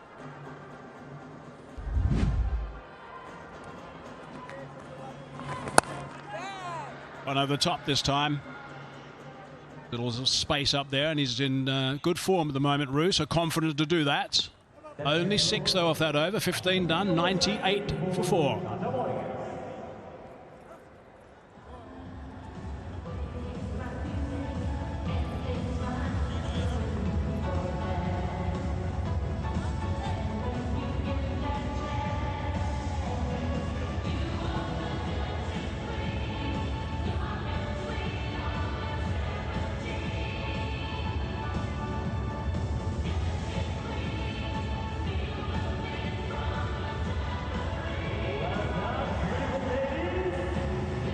Run rate is just at 6.5 at the moment. Continue at this rate, they'll get to the 130 mark, which is not a particularly big total, but it's not the easiest track to bat on. It's on the slow side. New ball was coming on okay.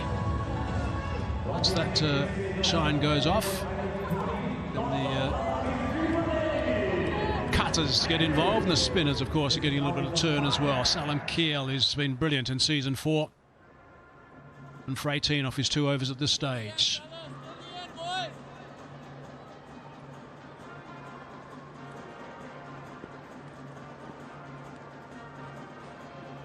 $59 for 3 and overs 7 for 15. As he played, he got down, realised the lack of bounce. Good connection to Leas to play. Only the single though.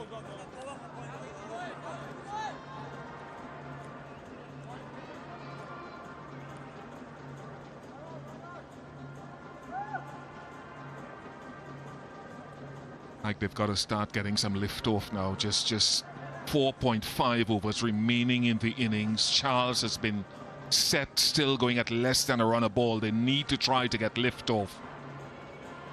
They need to get probably close to the 150 mark, which is going to be some going from here. He's not happy with that. May well be out. It's a good catch in the end. Dropped. Will he take the catch? Dropped at the last minute to Willie, so it's a good grab from him. Johnson Charles sort of gave it away once he played that shot. He realised it wasn't going all the way. A little bit of a frustrating knock, I think, from Johnson Charles. Not his fluent best. Perhaps the surface is not suiting him as much as he would like. It's another wicket, though.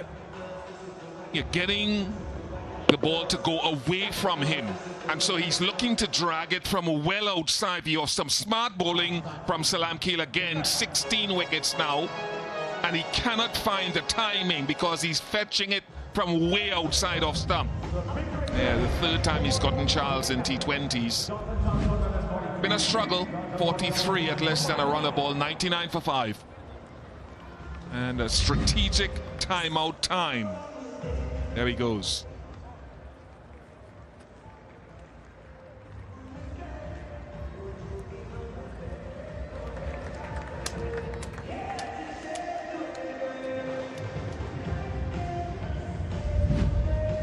Okay, guys, it's a Christmas Eve.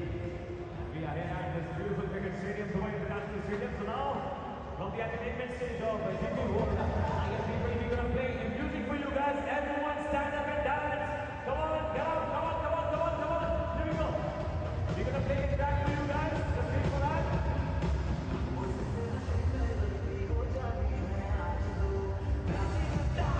Come on, yes.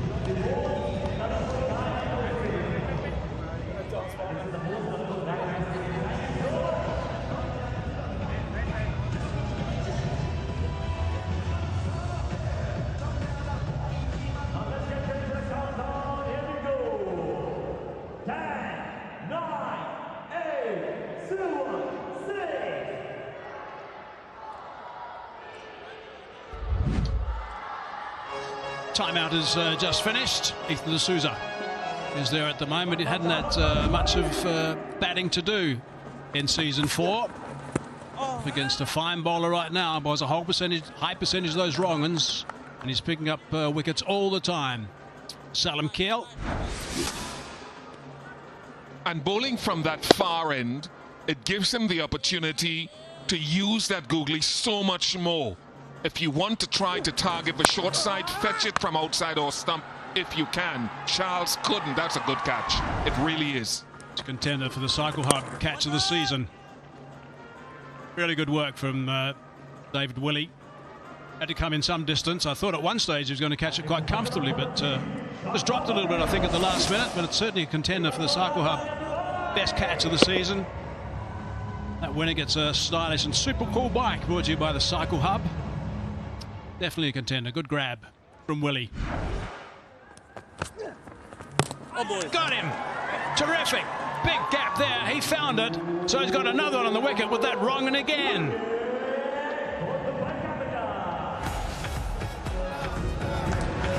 He is great value, as most wrist spinners are in this form of the game. Pick which way it's going. Misread it at your peril. This change of ends has brought a change of fortunes in this match for Salam Keel. Mike said the googly going to work again, so just as they're trying to accelerate, they keep losing more wickets. D'Souza goes without scoring, 101 for 6.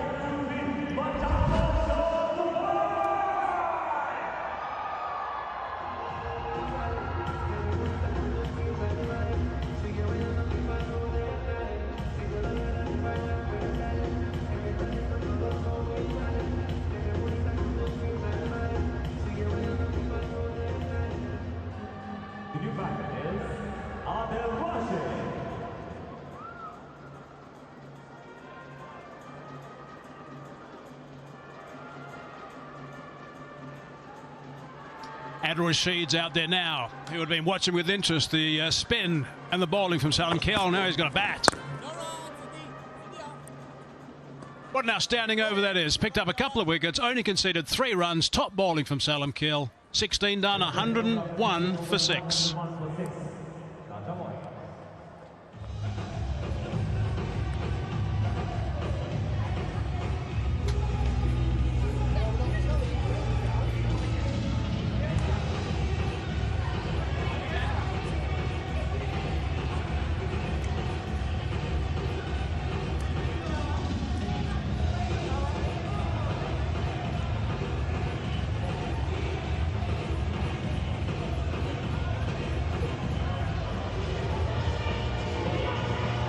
It is festive season, young and old all enjoying themselves.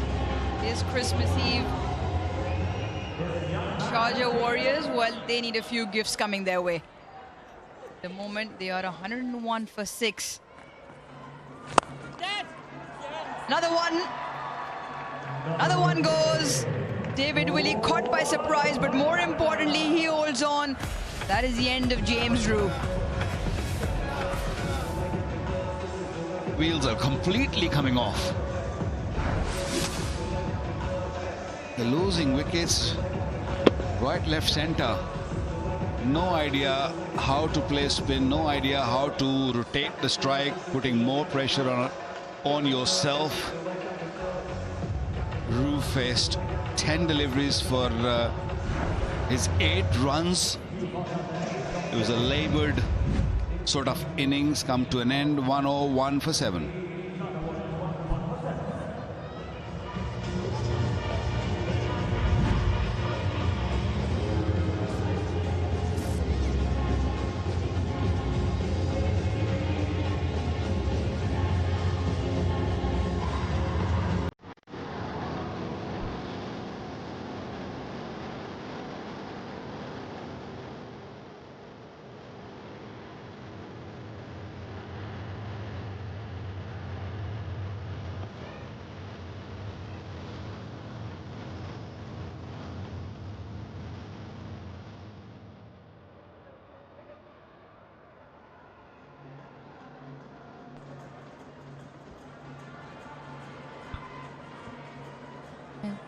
Signal for the super sub. Johnson Charles has been subbed out for Harmeet Singh. He's out there to face the music. The capital spinners have the ball on a string at the moment. 101 for 7.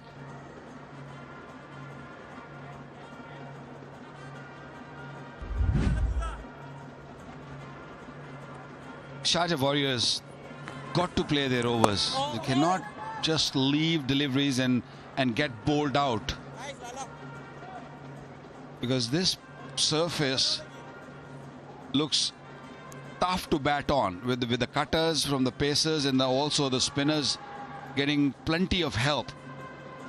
So don't lose hope. Just at least what they need to do is rotate strike. By just blocking deliveries is not gonna really work, because the runs are totally dried up. They were at one stage 88 for 3, and they're 101 for 4 wickets. They've lost in 13 runs. All looking to play big shots. No idea which way the ball's gonna react.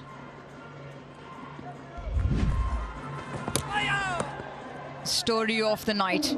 That has been the story of the night. The spinners have bowled extremely well in tandem. Started with Heather, then Waqar Salam Khail took over, and now Mohammad Nabi. Mohammad Nabi now has 399 T20 wickets. 5 of the 7 wickets tonight as well have gone to the spin. I mentioned this earlier. The first game in this season the two teams played, Warriors lost 8 out of the 10 to their spinners. And that one's the straight, and the finger goes up as well. 400 T20 wickets for the president. But we'll just have to wait and see, because this has been reviewed.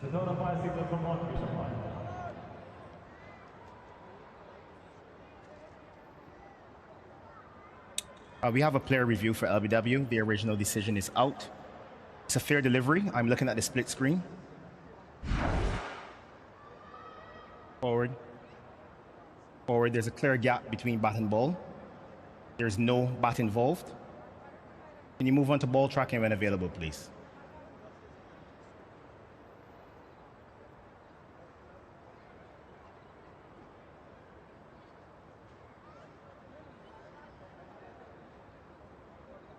Ball tracking coming up. Pitching in line, impacting in line. Wickets missing, review retain. Can you go back on field to win? Knight C, I'll have to ask you to change your out decision to not out. You are on screen, make your signal. Leslie Reefer confirming. And Wayne Knight has to revert his decision. So a good review taken.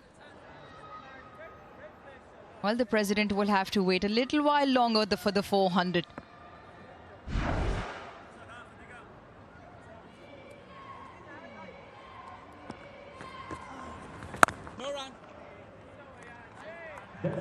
That is now the first maiden over by the Capitals. It's a wicket maiden, 17.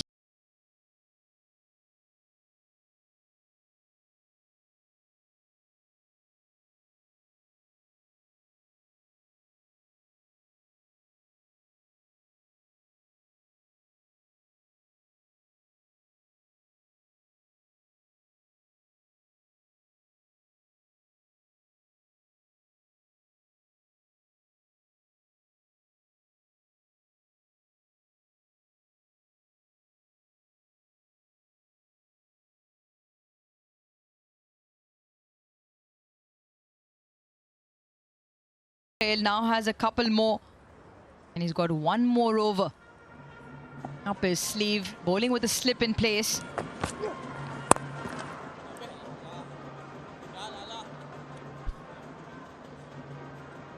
Sharjah Warriors should just look to rotate the strike. Even 18 runs from here on will get them to 120. That is at least a fighting total. That's the last wicket. Going Jim Rue was the batter.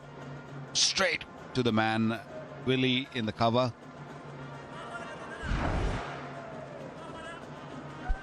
It's about understanding what is the best way that the Sharjah Warriors can pick up runs.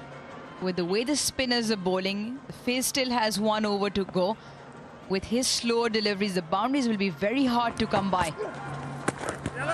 I completely agree with you, Vakar. The extravagant shot will be too high a risk. There are plenty of vacant areas to try and get twos off. At the moment, they're finding it very difficult to read it off the hand. That is why the scoring is extremely difficult. It was a wrong one. Beautiful flight, deceives him in the air, and through the gate, clips off stump. He loves bowling against the left-handers, doesn't go for many.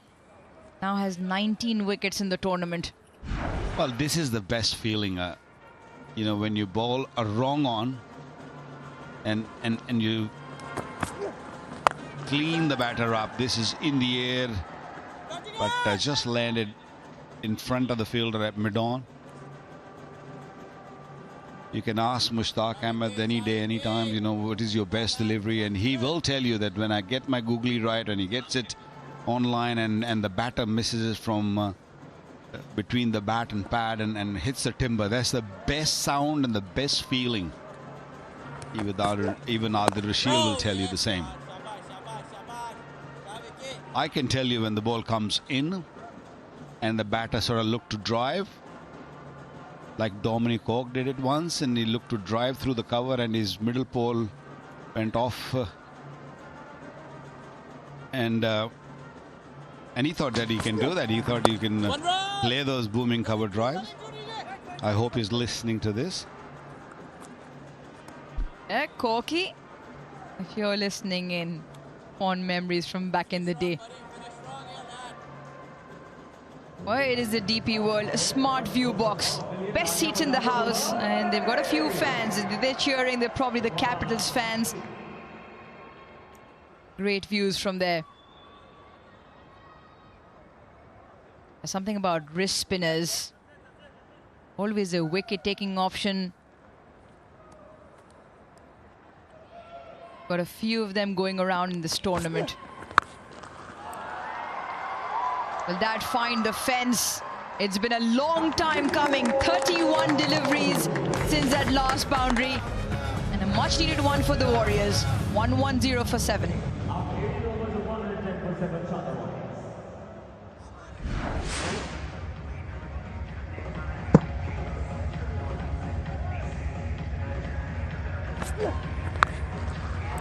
Yeah, got under the ball nicely.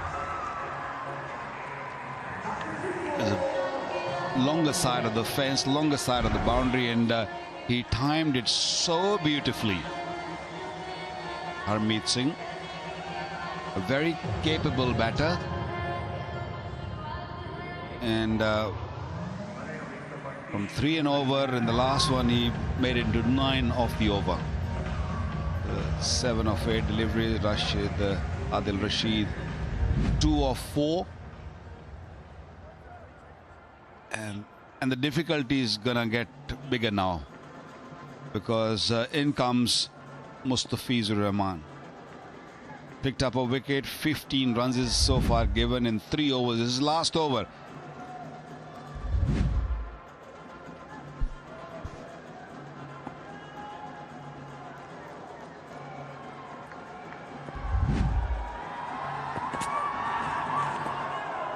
The one that goes across.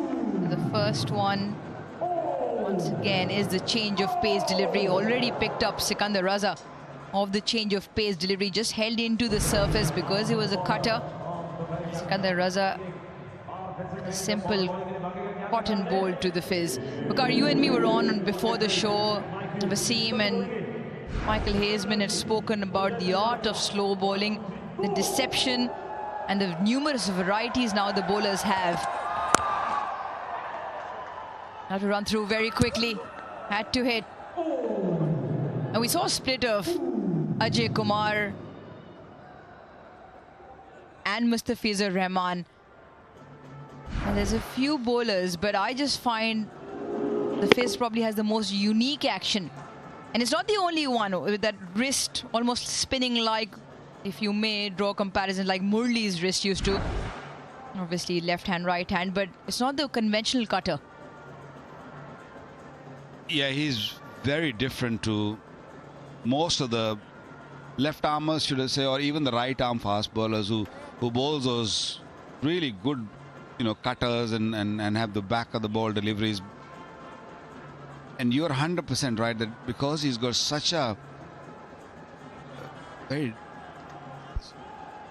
unique kind of action, and he's also, his wrist is so kind of springy, then he can just flick the ball out of the wrist, and that is why it is hard to pick. And he bowls a quicker delivery of the very same action, and that is the most difficult part. Then you don't know which way to go. Should I just play him as a slow delivery, or should I just go pick up as a pacer, because he mess up with your technique.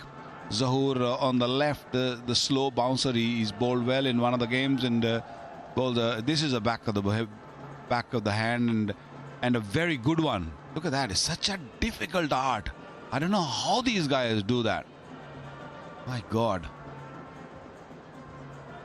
If I would have tried in my younger age, I would have broken my shoulders or maybe my wrist, because these guys are so unique. A slap straight back pass. That's a great strike from Harmeet Singh. Follows up his 6 off the previous over with now a boundary to the Fizz. Important runs, all of these for the Warriors towards the back end of the first innings here. That's a real good shot.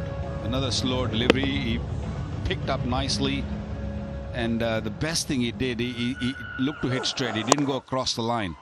Because going across the line means you're giving opportunity, you're giving chance to the bowler to get your top edge. Mid-off still in the circle.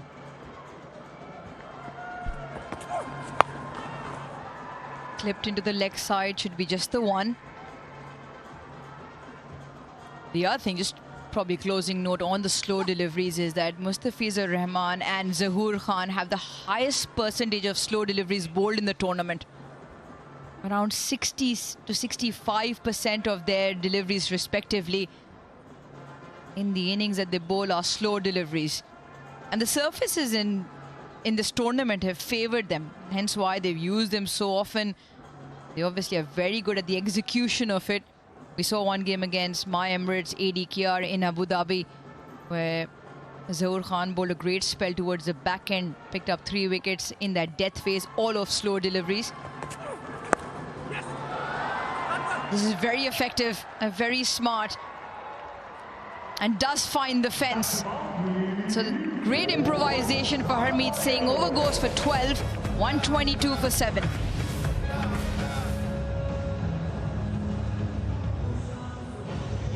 Couple of good overs for Sharjah Warriors, giving them some sort of hope. That was Adil Rashid just playing that ramp shot, getting in position early, and then playing it over the wicketkeeper's head. Very good partnership. 21 of 17.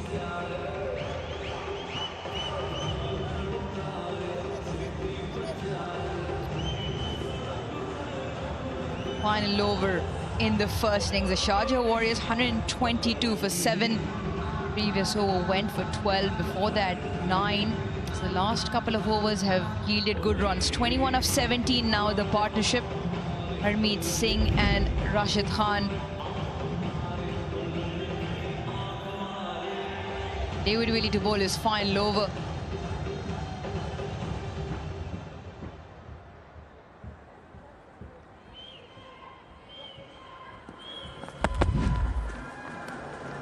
Into the surface, following Harmeet, who's just trying to give himself a little bit of room.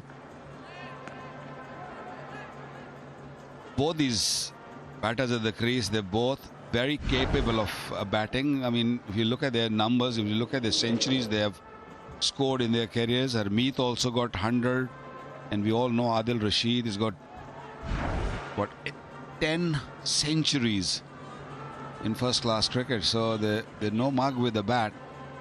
Can they just get another 10 runs off this over?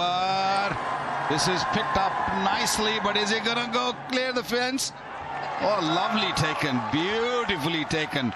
Yes, the ball has given enough time to the fielder to get under it, sight it nicely. Had to dive right at the end, but beautifully taken. Elias deploy with an absolute specky. It was in the air for a long, long time. It is the longer fence that Harmeet Singh is trying to clear. And Elias deploy had to go a long way to his right, and he's grabbed on. He's already in the contender for the catch of the season, and I'm sure that might just make its way into the top 5 as well. And David really likes it, appreciates it. Harmeet Singh has to go for 14. The Warriors 122 for 8.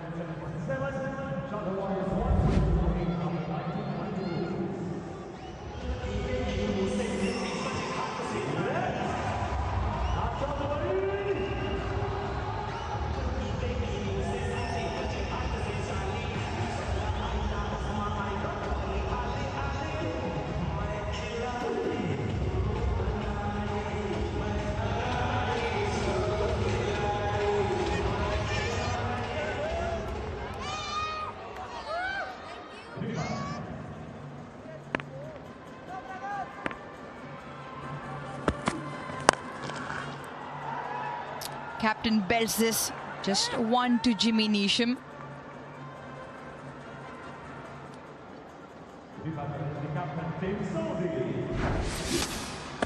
Could have been a 6 on the other side, because the boundary on the other side was a lot shorter than that mid-wicket. That's lovely. Great hands from Deploy. They both came together and allowed Deploy to take a bit of chance and pick up that catch. Small partnership building, and now they lost that. What about this one? Is it going to be caught again, or is cleared this time? Handy 6. Yeah, another great one from Adil Rashid. He's already improvised, played a lap over the keeper, and this time targets the shorter fence and gets enough of it. A bit of a teaser for the fielder on the boundary. Just manages to clear Mohammad Nabi. Outstretched left hand. Adil Rashid has just got enough. Important runs. Should be just the one.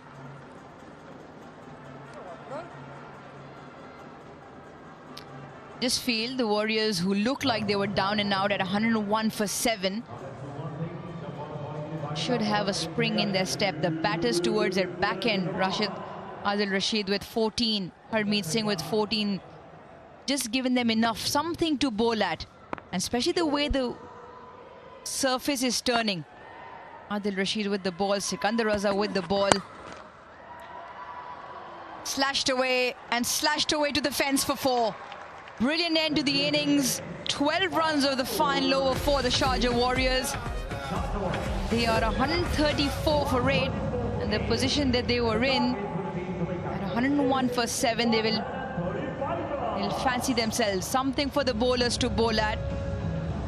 12 over 4 this last partnership. Saudi hits one to the fence. Although they've lost 4 wickets in the last 5 overs, they got 36 runs, 33 in the last 3 overs, so they've just got the momentum in their way. Sharjah Warriors 134 for 8. This pitch is not that easy. It's a hard work. They got runs on the boards, that matters, and now they have to come out and bowl smartly. They've seen the Capitals, how they bowl, and Tim Saudi will be hoping and praying that there will be no dew. If there is no dew, it's going to be a hard work for the batters even to get to 135. That's the target. JP Duminy with his hands on the shoulders of Sikandar Raza. They do have the bowling stocks. It's a matter of whether they can deliver or not. Great effort with the ball. The first half by the Dubai Capitals, who managed to restrict Sharjah Warriors to 134 for 8. Especially the way the surface provided assistance to the seamers in terms of the slower change of pace deliveries, and particularly to the spinners. Charles up front got 43, Monank with 24. Not sorry looking scorecard after that until Adil Rashid and Harmeet Singh put together runs, getting them to 134 for 8 in their set of 20 overs. Partnerships, there were a few, but not the really big ones. None of them being able to convert. 34 of 28 right up the order. Then 23 between Charles and Sikandar Raza. 21 of 19 and 12 of 4 between Adil Rashid and Harmeet. And then Adil Rashid and Saudi towards the back end. The spinners, they had a field day once again. Haider Ali with a couple, Waqar Salam Khail with a couple, leading wicket taker of the tournament, Mohammad Nabi with 1, and 1 for both seamers apiece.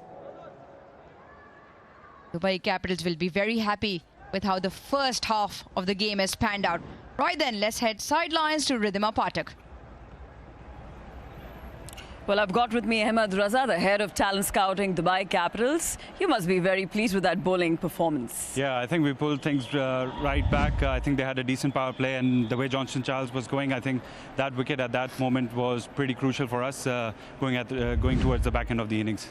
You got some names in that bowling outlet which have really, really impressed us. Let's talk about Haider Ali. How special is he? Oh, he's very good. The kind of year he had for UAE in international cricket as well, shows volume of his talent, and obviously performing here for Dubai Capitals as well. It's very pleasing to see that. And what about Waqar Salam Khail? Yeah, another talent. It's so good to see him doing so well, and so hard for him to break into the Afghanistan team, obviously because of the spinners they've had. But he just turns up every day and performs the way he does for us. And just your thoughts about the track, because we thought it spun a lot tonight.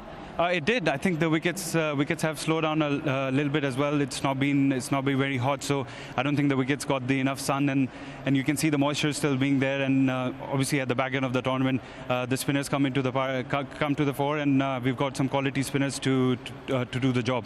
And what do you make of the total? Probably 10 extra, so we gotta dig in deep, hit the sweepers hard, run well, and bat with cricket smartness. All right, I wish you the best for the chase.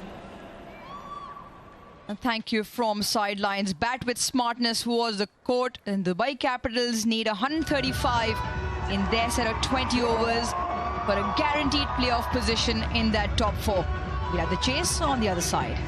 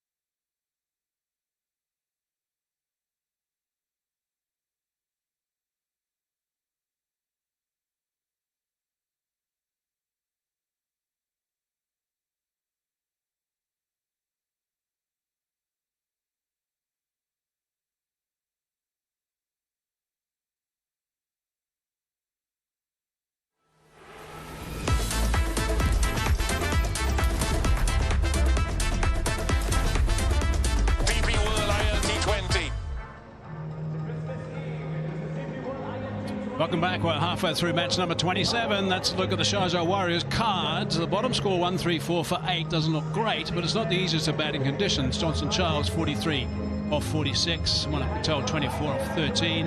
The guys that really got going, Rashid 14 not out, and Saudi just a flutter at the end. And the spinners had their fair share of say, with 5 wickets between Heather and Salam Hill picking up a couple each, and Nabi pitching in with 1. And seamers up the order as well were really good. So all around a great bowling effort by the Dubai Capitals. Right, let's have a look at the highlights. Charles and Monak Patel opening the batting. They put on a pretty good opening stand, actually, all things considered. The 34-run opening stand it was, a couple of lusty blows. Patel played very nicely. Johnson Charles just waiting for a bit leg side. He was sent back. Well, he did really nicely. hard throw at the stumps, and he was out by a couple of inches. That's all. That was the next wicket to go. That was Tom Abel, who didn't last very long. He was bowled by Haider Ali, and Tom Kohler-Cadmore was gone very, very quickly indeed. And wickets were tumbling and consistently at this stage. Johnson continued batting nicely at the other end. A couple of powerful shots from him. It is a fine play. He likes the ball coming on more than not. That was Secunda Raza, bright and breezy. Mr. Fazur picked up that wicket. And then came Waqar Salam Khel and very quickly picked up Johnson Charles, who was looking good up until that point. And this was an absolute peach. Peach for Waqar Salam Khel, the wrong one to dismiss Ethan D'Souza. This one found David Willey very close in at the cover fielding position for Nabi. And then Harmeet Singh, who was subbed in along with Adil Rashid, got a few runs flowing. Improvisation, a few found the fence. Much needed runs until Elias Deploy took a spectacular catch running in towards the boundary. He's been phenomenal in the catching in this tournament so far. And one more hit found the fence, and then Tim Southee, the captain tonight for the Warriors, slashed one to the boundary to end the innings, which meant that the Dubai Capitals require 135 for a guaranteed spot in that top 4. Yeah, there's lots on this game, of course. Let's have a look at some of the catches that have been taken so far. Oh, correction, the dispatches, the DP World dispatch of the season. Liam Livingston, watch him smile. There he is, one-handed shot. That was blasted by Gabaz. That was into the upper tier. That was a fine dispatch from him. This was nice from Rodman Powell. We expect to see him batting shortly here. Gave that everything, the big fella. Look at that blast off his blade. Went a long way, that. And this is Jordan Cox, also will be important in this innings. That was a fine shot from Jordan Cox. Improvisation, using the pace of the ball. Nasanka, who batted so beautifully before he left the UAE, had a couple of nice shots. It was very clever from Nasanka. Let's look at the lineup of the dispatch of the season, the DP World dispatch of the season. Nasanka, Jordan Cox, Rodman Powell, Gabaz, and Liam Livingston. They're the top ones at this stage. From the dispatches, we move on to the catches of the season. The top 5 in no particular order. It is Elias Deploy once again, a stunner of a grab in that slip cordon. It was slashed, it was going fast, and he took it horizontally to his left. Once again, a good one. Naveen ul Haq, this is in the same game, a return favor of the outside edge. A low catch to his left, and managed to keep it in his hand. Then it was Qais Ahmed, flying at that point region, backward point, very effective in that catching.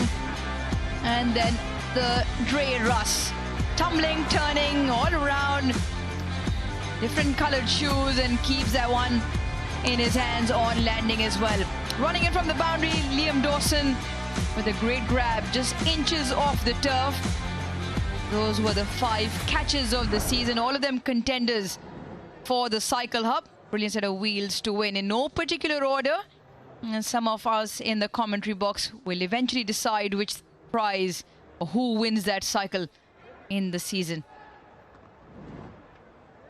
All right, let's just check out the points table so you know exactly where you are halfway through match number 27. The Desert Vipers qualified, of course. Emirates also have qualified. The Vipers have qualified for the top 2. Capitals, number 3 at the stage. They win this, they'd also qualify for the playoffs. They'll have a Q alongside their name. Golf Giants 4. And the Night Riders, then Warriors at 6. Warriors get up today. That keeps the other teams alive as well. So there's plenty on this one. Now, it's a big game again tomorrow. In fact, there's going to be Sharjah Warriors. It's the day after, actually, on the 26th. Sharjah Warriors against the Desert Vipers from the Sharjah Cricket Stadium. Match 28 on the 26th of Jan. It's a night game in Sharjah.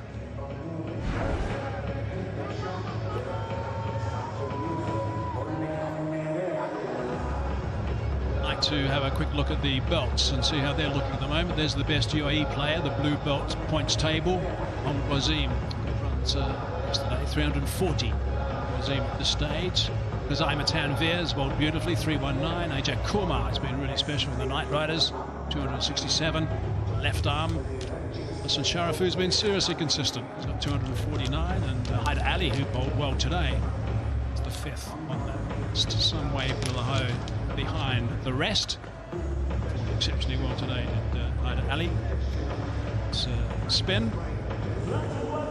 2 for 13 off his 4 overs. Right, so this is a big game now. From here for the Sharjah Warriors, they've got to make sure they keep chipping away. I think there'll be a couple of their spinners who'll be been watching closely and be quite excited to get into this one. As one, Adil Rashid, picking up all the wickets with his slider throughout season 4 of the DP World ILT20. There's a background alongside me. What do you reckon? Mikey, they got runs on the board. We have seen about a week and a half ago my Emirates defending 137, and they do have very good spinners in their playing 11. Shah Warriors is a very important game for both the sides.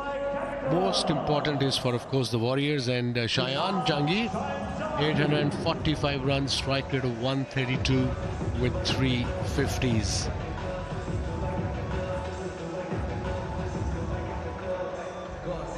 They do have 3 of the top 10 run getters by Capitals. Yeah, Jordan Cox and also Rodman. Tedekilla Atal. His numbers, strike rate of 135. He's nice and aggressive to get after the bowling straight away. Ball's not going to be coming on throughout the innings. It'll come on more when the quicker bowlers are bowling when the ball's nice and new. But Sikandar Raza is going to be starting proceedings. Talk about matchups, and of course Sikandar Raza will take the new ball. He's got slip in place. Tim Sadhi is the captain today. He's back in the playing 11. Sadiqullah Atul, a very talented youngster. We go. Wide. First delivery. A little bit of turn with that new ball first up. That saved him the turn. Otherwise he was short, he was wide. Could have gone anywhere through extra cover. What went straight to the fielder, he didn't middle it. Sadiqullah. An outsider, a deep mid-wicket and a long off. So circle that is. A power play, only 2 allowed outside the circle in the power play.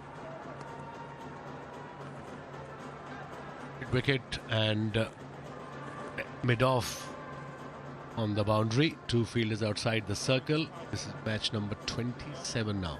Lot depends on this guy, Shayan. He starts off well every time, then he throws his wicket away. Today is the day. It's now a deep mid-wicket and a long on, of course, with Sikandar Raza turning mostly in. Okay. Right on the money. Outside off stump, bit of flight, 86 kilometers an hour. A turn, it's gripping, absolutely.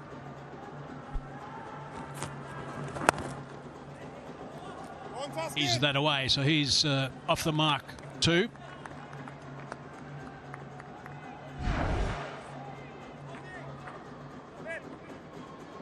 Work that Sikandar Raza does. It's an off spinner. He just does a lot of the hiding the ball behind his back just to provide some extra guesswork. There we go. What's he's got up his sleeve this time? Looks like an off break. But of course, he changes the grip of the delivery at the last ball before release. Oh, what a delivery. Beautifully bowled. Perfect off break from around the wicket. Just missed the middle stump. Extra bounce, I think, saved Sadiqullah. Another sticker on that off stump, but might have knocked it. Oh, my goodness, that's a very good delivery.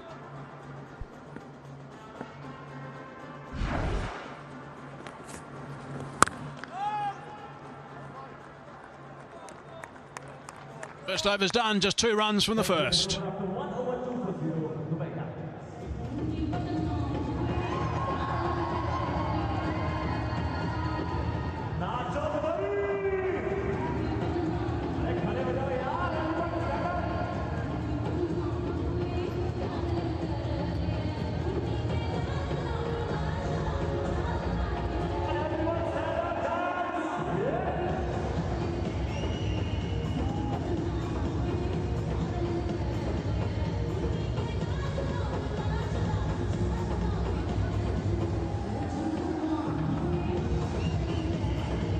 The big seamer from Bangladesh going to be bowling over number 2.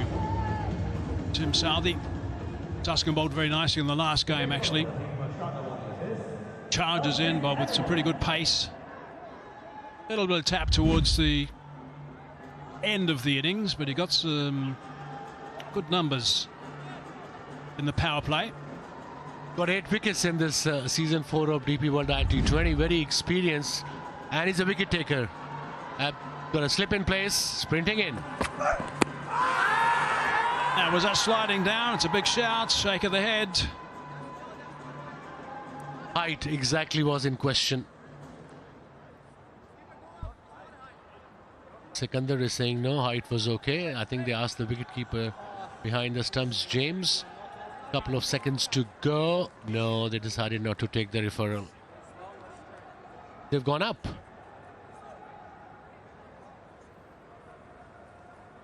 We have a player review for LBW. The original decision is not out. It's a fair delivery. I'm looking at the split screen at the moment.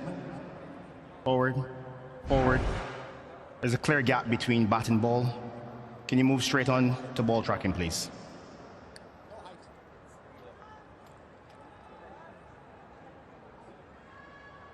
Ball tracking coming up. Pitching outside off, impact in line. Wickets missing, review lost. Can you go back on field to Asif? Asif, you can stay with your original not out decision. Make your signal. Good decision from the umpire. Did nicely. Santa, TV umpire today. Big start from Tashkin Ahmed. He's got 8 wickets in this tournament so far, and 6 out of 8 were taken in the power play. So it's very important for Warriors to get a wicket with the new ball. He has been very consistent with the new ball, hits the right areas. The first ball was perfect, length, just nipped back. Asif Iqbal, the umpire from the UAE. Good early call in this innings, correct. A little bit leg side, that's been whipped away. That's going to go for 4. One bounce, skims away for a boundary. That's right out of the middle, that one. Too full. You got a ball just between 4 meters and 6 meters early on with the new ball, because you're defending low total, and that was a very good shot from Shayan. He does play some excellent shots, no doubt. Talent is very much there. It's number 586, big ticket 4 of the tournament. Play big, dream bigger. Really good, strong one too.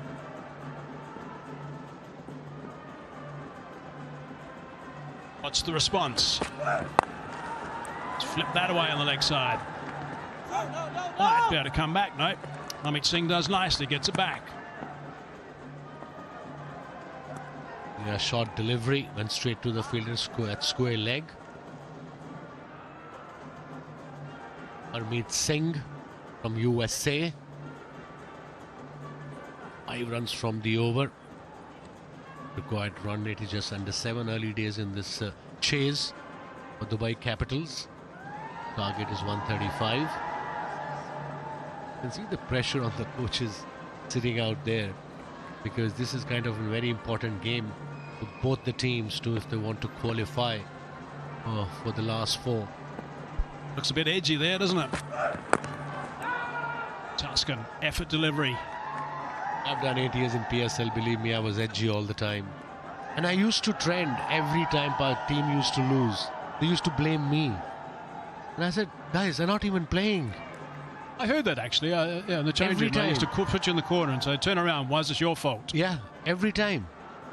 Just common sense never prevails. Okay, as a coach, as a mentor, you give them the plan. You have meetings, bowlers meeting, batters meeting, combined meeting. There's so many meetings. And then if they don't play well, what can you do? Can't do everything, that's for sure. Players have got to take responsibility once they get on the park. Bottom edge onto the pad. Interesting pitches here in Dubai or in Abu Dhabi as well. And from the last, I think, week or so, when you go to the pitch, it looks great. You know, dry, rock hard. Once they start playing, it turns, it seems, sometimes it just stops as well. Let's have a look. With the naked eye, when you go there and when you knock the pitch or touch it, it's rock hard, there's no grass. If the pitch like this in our part of the world will be flat as a pancake. Unfortunately, in Dubai, it's difficult for batters. For once, I'm all for it.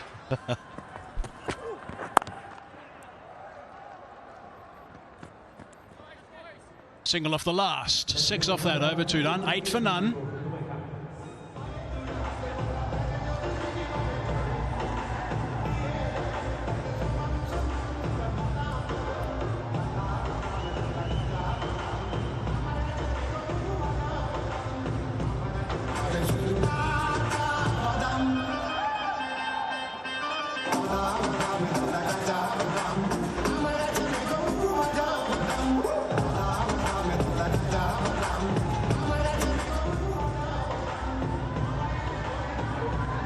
It's all about just getting a little bit of a partnership going, not worried too much about the big boundaries, not stepping on the gas too much at the top.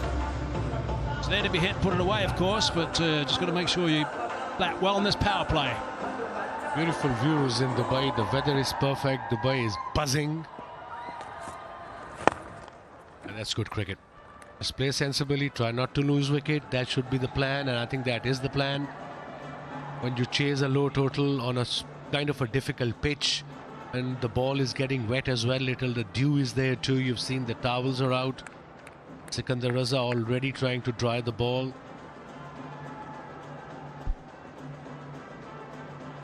Let's look at the turn on match 7. Same pitch. It was 7 and 8. This match also on the same track. So pitch number 7, match number 7, it was 1.8 degrees. 2.5 degrees the turn for the very next match here, which is match number 8, and now this one is going at 3.2, so that's plenty. There it is, confirmation of that. 3.2 degrees in this match from the spinners. That's a lot. 2.5 is enough.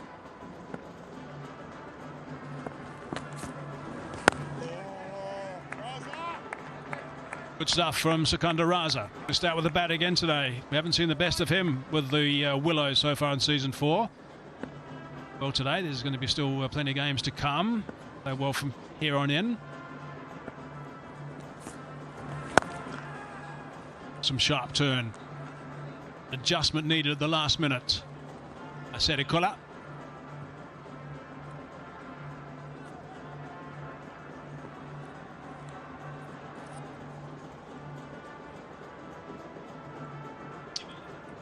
So they have an option, Dubai Capital, for super sub. Instead of Salam Khail, they probably get Rovman Powell, who is a very, very good player. And he's good nick. Right man to have. And also, when he's got runs, they've won. Beautifully here in one of the earlier games. At 96 he got, actually. It was a terrific knock. Slightly short, going with the spin. They want to come back for 2, that's not there. It's good fielding. The D'Souza out there. 12 for none.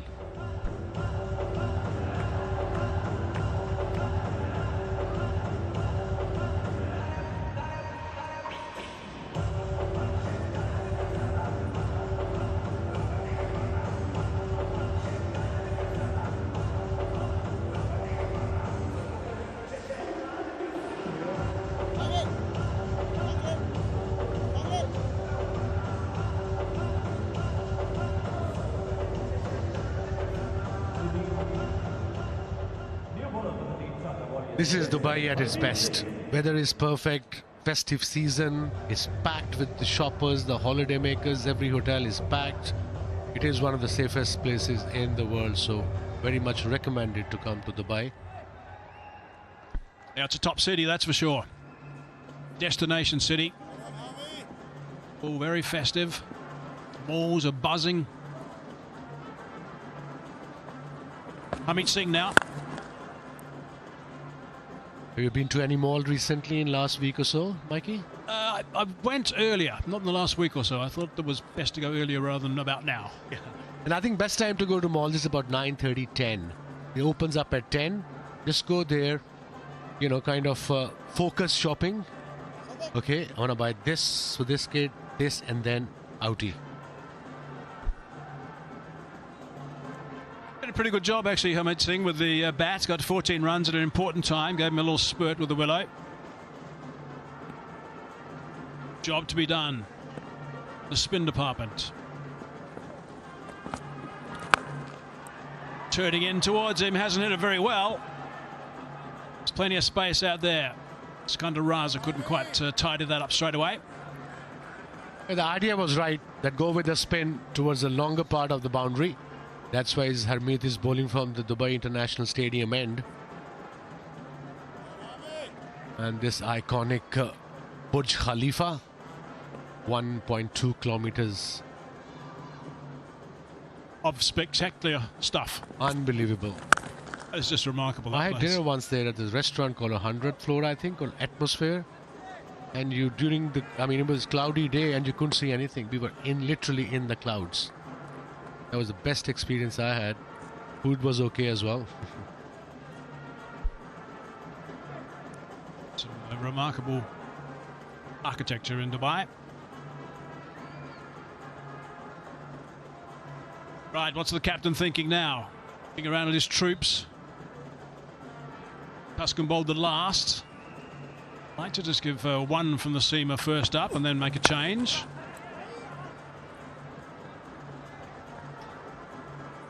Scamper through for one.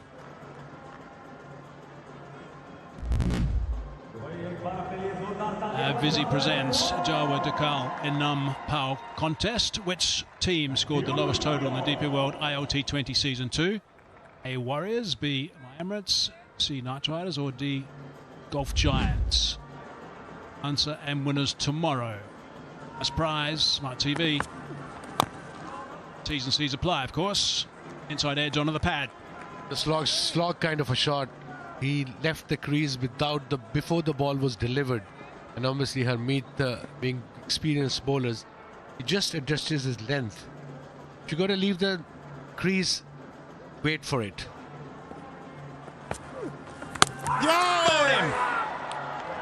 He's happy with that, Harmeet Singh. You could see he'd been thinking about that for some time. Knew exactly what he wanted to do, and he's just knocked back those pegs.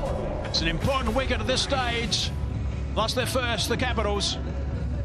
Very good delivery, the quickest of the lot in this over, almost 99 kilometers an hour. Let's have a look. Middle leg, bit of turn, and he just exposed his stumps. And he clipped the leg stump, and look at Harmeet, he's very excited. He's got his first wicket for his team and his wicket. Sadiqullah Atul departs for 17 for 1 Capitals.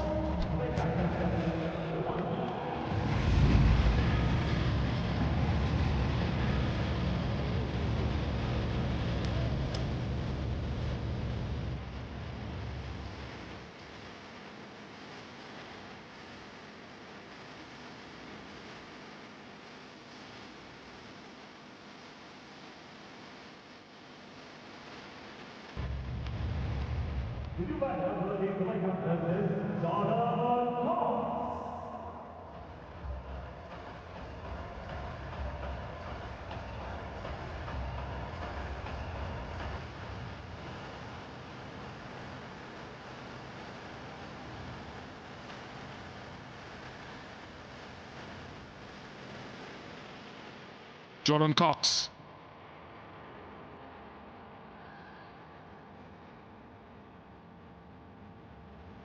Batting can be challenging on this surface, particularly when there's pace off the ball. Not exclusively. Tim Southey, today's captain for the Sharjah Warriors, into the attack. That's a top shot. It wasn't that short. And so to punch it back down the ground with almost a horizontal bat brings a smile. Shayan Jahangir has been certainly a find of the tournament, especially against the Pacers. A slow delivery, always looking to hit it straight. Change of pace from Saudi and finds the fence.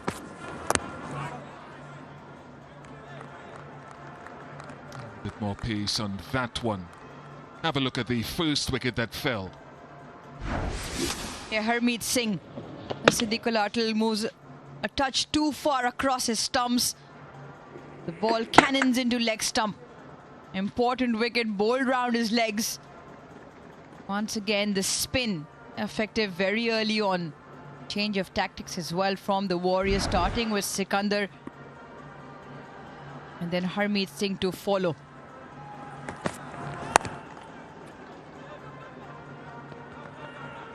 One of the things you have to do in this run chase, and it's important in every aspect of the game, but more so when you've got such a huge leg side boundary. Guys will look to take it on. It is a necessity in the game, but if you can weight the shot into that leg side, you can get multiple runs, a couple of runs, but you have to be prepared to run hard. So let's focus on the leg side now. Just direct our cameras to that leg side field, and you'll see a huge gap in the mid-wicket area.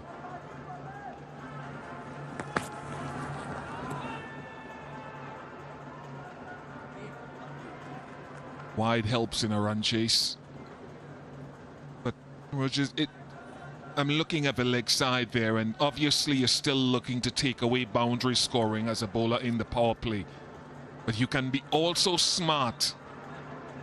And people say batters are the smartest component of the game. I can debate that for all to come.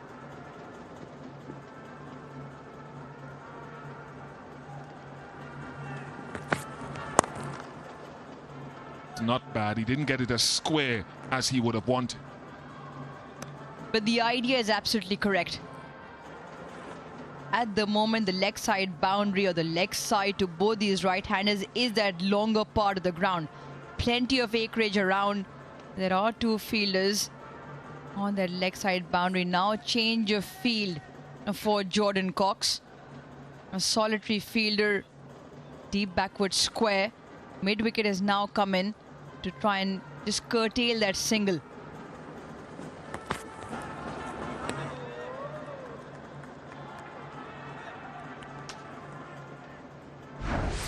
Of course, the 1xBat power play is on and is such a crucial part of the game. And you're talking about that from the perspective of both teams. Time to find out who can take advantage of it, because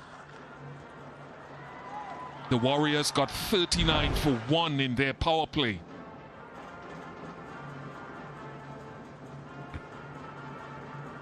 The field now protection, 2 men on that leg side boundary. Ring of fielders on the offside.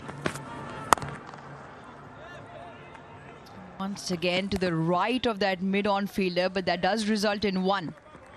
Just like that with a boundary pick up 9 of the over, 26 for 1.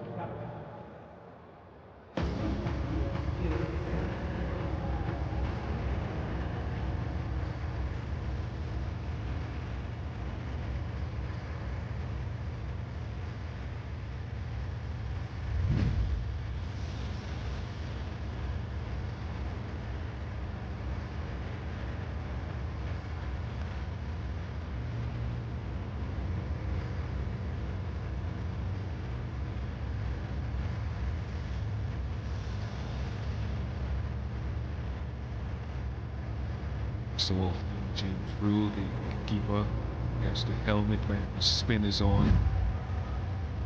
Some repairs. Cox. And wicket keeping is going to be very, very important, more so when the ball is spinning. Actually looking forward to seeing his little brother, actually, who's captaining England in the Under-19 World Cup next month. He looks a good touch player. Looking forward to see how his little brother develops in the game, being a leader now of that national team. Goodness knows they need leadership at the moment.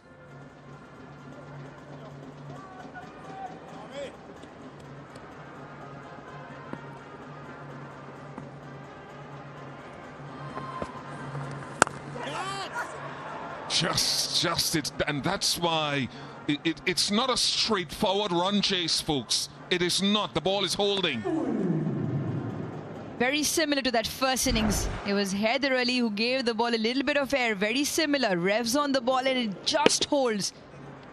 TKC in the first innings played one that fell just in short of that man. This time from Jordan Cox, away from Adil Rashid.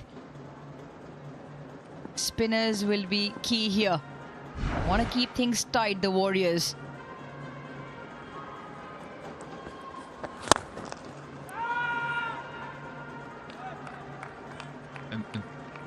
rotation of strike is going to be very important, isn't it? You're looking for boundaries, but when you've got guys to come into bowl like Adil Rashid, it could get very tough in the middle overs.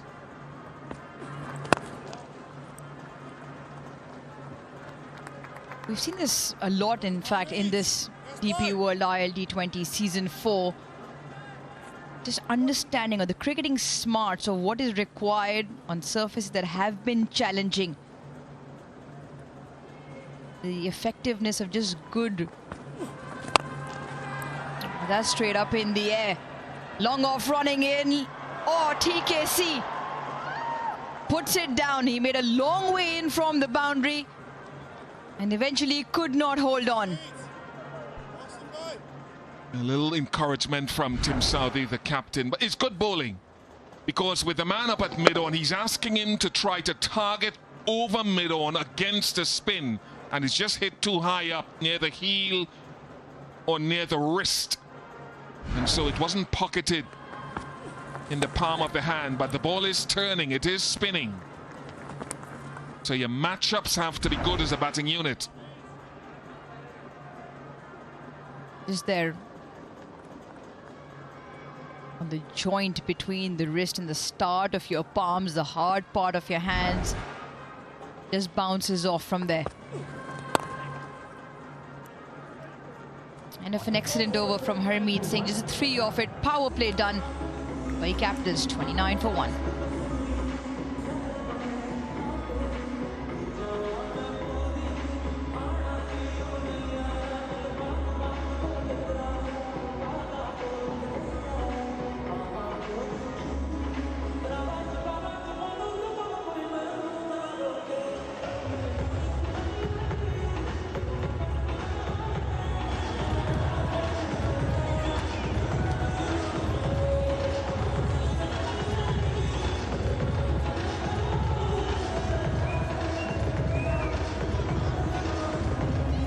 Capitals fan army happy at the moment because their team are chasing 135 to win, but it won't be easy. Here comes the veteran, the wily, skillful Adil Rashid, and he should get the ball to grip on this surface. Usually gets one out of the front of the hand to start spells sometimes. Target. He was extremely effective down in Abu Dhabi a couple of nights ago and bowled to the likes of Jason Holder and Dre Russ, who were going some guns, and bowled the 18th and the 20th over.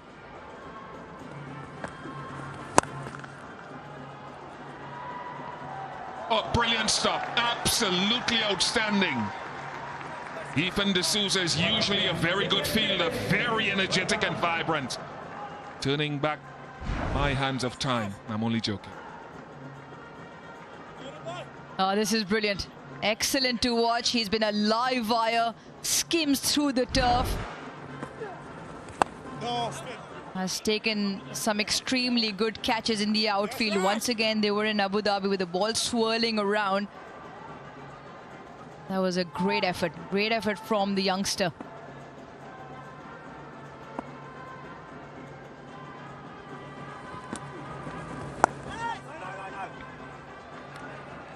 That was an opportunity. Opportunity gone a-begging. A long way down was Shayan Jahangir. And there was no way he could have gotten back had the fielder collected that.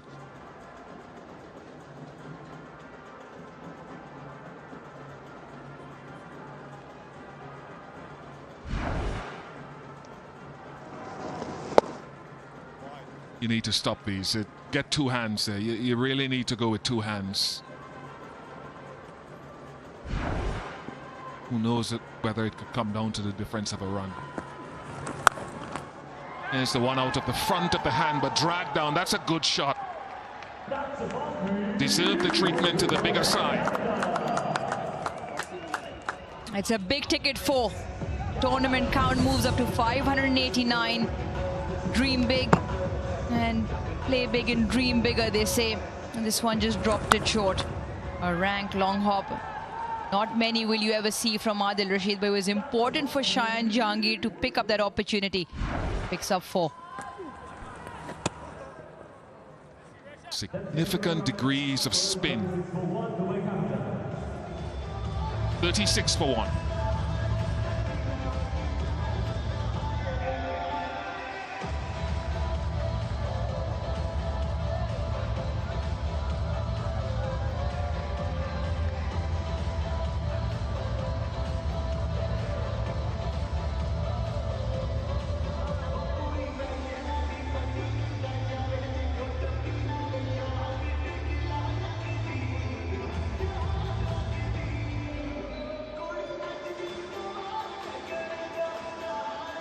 Power play was won by the Warriors, getting 39 in their power play. Capitals with 36 after 7 overs, 29 in their power play. But chasing, you have a good idea of, in theory, when you need to accelerate. Doesn't guarantee you anything. The impressive Harmeet. Turn again. Absolutely right. Doesn't guarantee you anything, especially with the way Adil Rashid has been bowling. Mentioned a couple of days ago, and it was a drop in pace. Even the previous over from 90 Ks drops it straight down to 70 Ks. Is not afraid to give the ball air as well. Just throw it above the batter's eye line.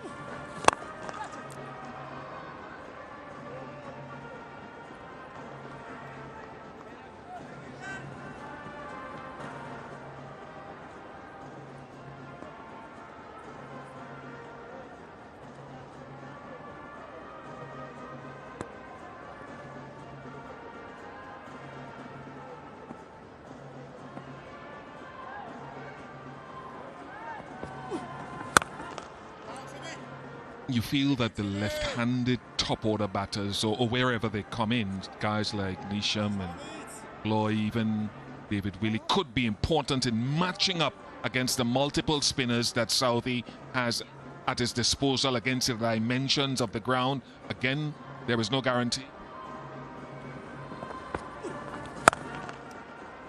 Because the ball turning away from the eye line of Shayan and Cox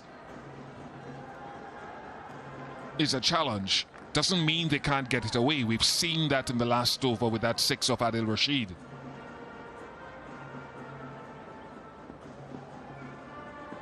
Just adds to the different options available from a batting point of view. That one batter always has access to, in terms of favor off the spin, as well as a shorter boundary.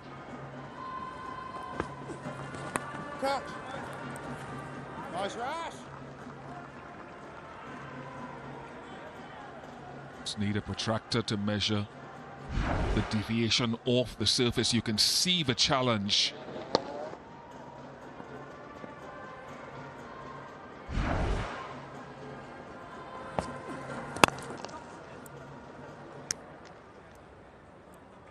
Good over from Harmeet. 40 for 1 after 8 overs, so the innings not flying yet. In time for strategic timeout.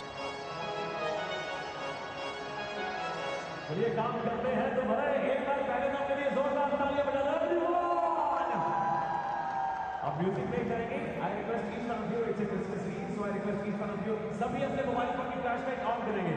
Everyone, please turn on the flashlights on your mobile phones. Everyone, hands up in the air. Come on, come on, come on, come on, come on. Everyone, I request each one of you, सभी अपने mobile phone की flashlight on करेंगे। हाथ ऊपर। Everyone, everyone, everyone, everyone, everyone, everyone, everyone, come on, come on, come on, come on.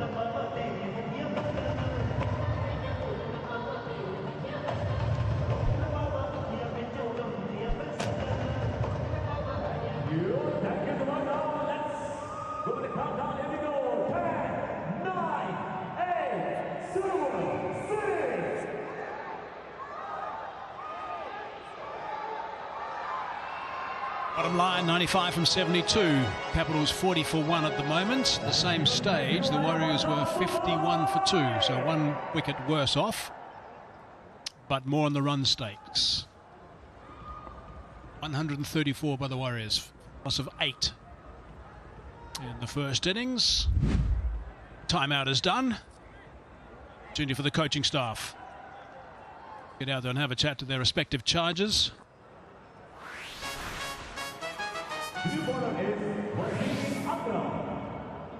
And Wazim Akram is into the attack. On the rate of 8.5. 5 wickets he's picked up throughout his T20 career. Best of 3 for 34. Long conversations with our Wazim Akram before the start of play today about the slower ball.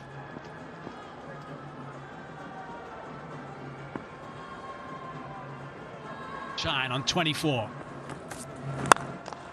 Solid shot first up. It's a nice good drive. They're trying to turn those into 2s. Not to be though. Nicely fielded.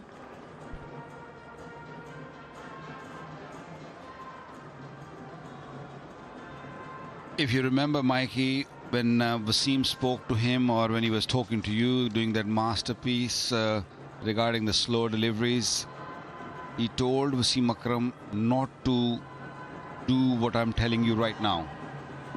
So whatever he has told you, just don't experiment out there. Do your best at this stage, because you don't want to confuse yourself. This will be wide. Oh, no ball. A 6-footer as well. It's a big no ball by the sounds of things. Overstepped by some distance, I hear. Smart Replay's had a look at that already. Oh, it's a very big one too.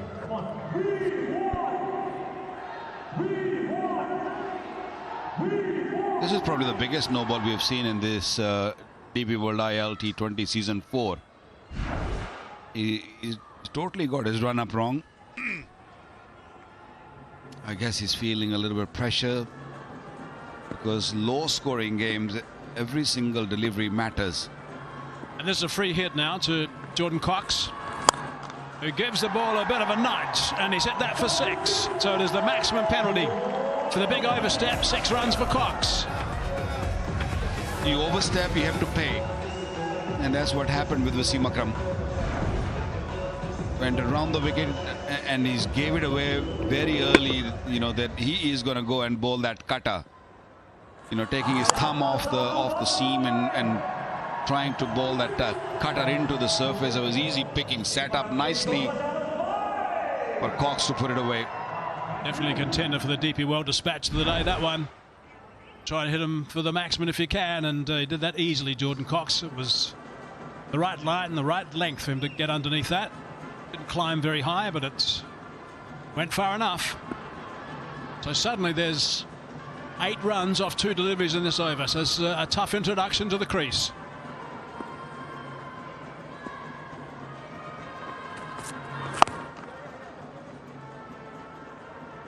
I don't think he's very comfortable with bowling those cutters. He's more of a seam up bowler, because he doesn't have much experience, and from his hand you can easily pick it. And that one went far, only 19 meters height it just took. 94 meters, 84 meters, beg your pardon, it went, but the height was only 19 meters. Here come the 3 tough deliveries. 9 off half the over. He's got to try and shut this down if he can. It's nicely bowled. Scampering through for 1 only. That's a 50 for the team. 33 runs partnership of 30 deliveries. They took their time, and now they're well set. They're rotating the strike nicely. Running between the wicket has been really good. 85 required of 68. It's just the wicket which Sharjah Warriors need. And for a new batter, I think, Mikey, will not that be easy. The spinners have plenty of overs left. I think that's what they're just waiting. They're waiting the opening from one end, and they can attack. not given as a wide. Jordan Cox is a little bit bemused by that. Haven't ever seen an umpire change their mind, actually, when a batsman's suggested it should be called a wide. Have you? Never. Never ever. Once they made up their mind, that's it. Can't change that. That is definitely not wide, because when the ball crossed that blue line, it was still inside that blue line area.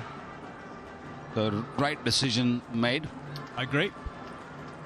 Right, so 10 off the over. Last ball coming up in this one. 50 on the board for the Capitals. Just needs a couple of big overs like this to give them a real kick into that total. That one will be called.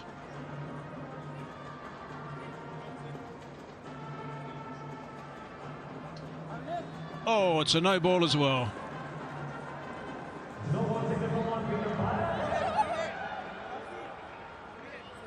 Well, that's a disaster for Sharjah Warriors. Again, over the line, stepping, and that's not really helping the cause. Sharjah Warriors need to win this game. They're literally hanging on the cliffhanger, so they need to make sure that you ball dot deliveries, look for a wicket, build pressure. It's not happening at this stage. See Tim Southey have a bit of a chat to Wasim, because this is tough now. It's a free hit. Going for 11 this over. Trying to work out some strategy for this free hit. Get hold of that. Trying to launch on the leg side. It's just going to be a single. He's going to retain the strike. He's disappointed with that non-connection, really. 9 done. 12 off the over. 52 for 1.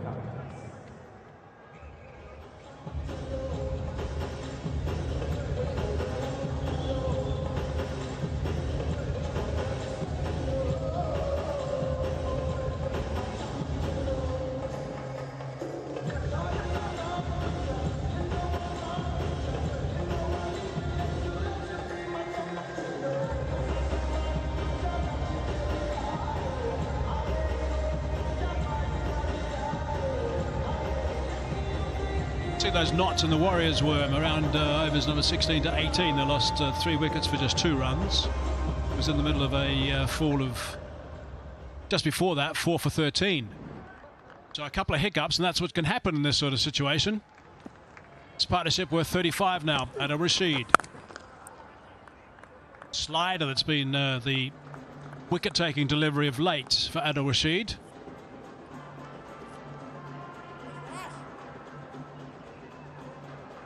He's bowled some deliveries very slowly indeed, Adil Rashid. Look at that. 78.7. Average. The others, 90.3. Floated that one up.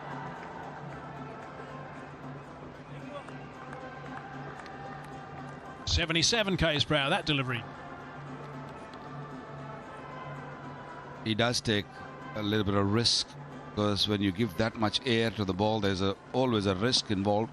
But because he gets that drift, makes it easy. Good delivery. Wickets. Sharjah require wickets. Nice little head-to-head, actually. Rashid versus Cox.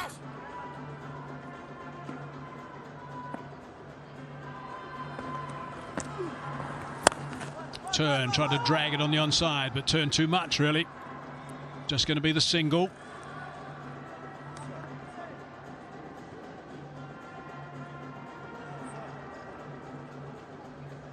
Such a long batting lineup still to come. Deploy Nabi, Nisham, Willie can bat, and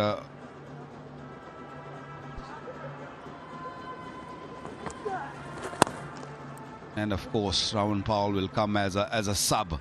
So they have got plenty of batters to come. It's going to be a classic scenario. So the guys in possession are going to try and make sure that they do the job. Cox is a fine player. Partnership is good. Run a ball for 39. Jahangar's on 28 off 27. So these guys have been there for a while now. They've got to try and do the job here and stay in this game for the Capitals. Of course, you know, if the Capitals get up, they qualify for the playoffs. Strong down the ground. That's a good shot. That's gone for 4. That's an important boundary as well. 8 off the over. Halfway mark. 60 for 1.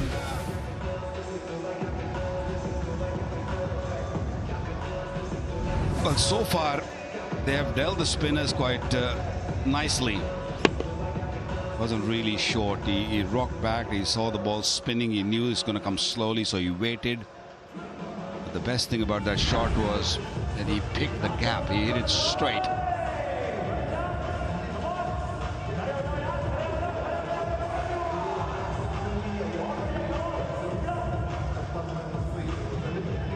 Look at the match summary at the moment. Warriorz 134 for 8. Charles 43, the top scorer 46. It's the normal fluid innings on a track which is not ideal for him, but he worked hard. Johnson Charles, Manu Patel 24, and Ali bowled beautifully for his 2 for 13 off 4. Salam Keel in the wickets again, 2 for 29. The Capitals now 60 for 1. Sharjah 28 for 27, and Cox run of ball for his 22. They need 75 from 60. Pretty cool out there tonight. It's about 20 degrees Celsius in Dubai. Taskan Ahmed now.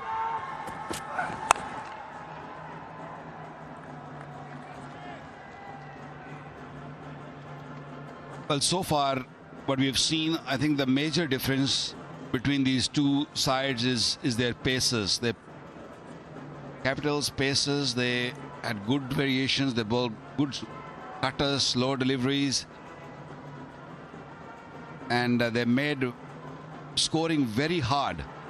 But when you look at the Sharjah Warriors, the pacers in likes of Saudi bowled 1 over, went for 9. Wasim Akram went for 12 in his first. They're looking to bowl slow deliveries, but it's not as effective as Fizz we saw. Mr. Fazir bowled absolutely beautifully. Really did bowl superbly. Ended up with just the 1 wicket, but gee, he kept him nice and quiet.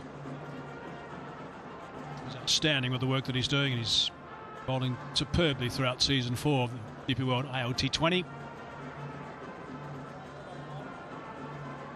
See him close to back to his very best, actually. Economy rates been outstanding in 2025.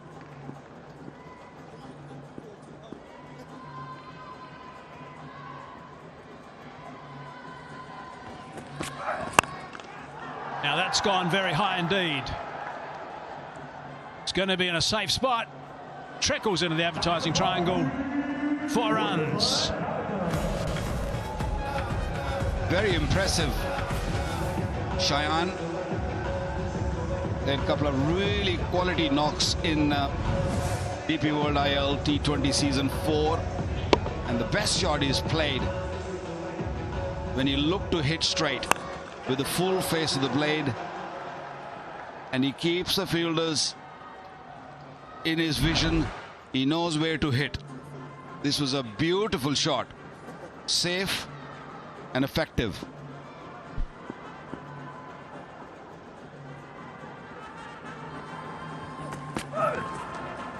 Swing and a miss that time. It is numbers, Shine Yahengar. 48-1, 34-7, 99. Now he's 32 not out in tough situations.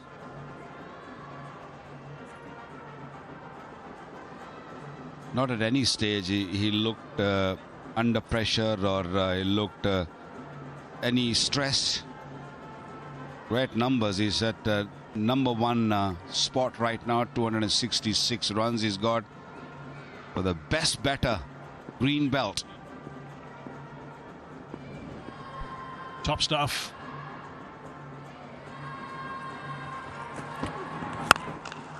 He's hit that nicely. That's a wonderful shot. That's outstanding work. That's going to go for 4. A lot of power behind that slower delivery. Class written all over on that shot. 51 run partnership after this shot. Now look at that, how close he took that ball and played it into the gap. Classical cover drive on the up. Rolled very, very quickly because his timing was great.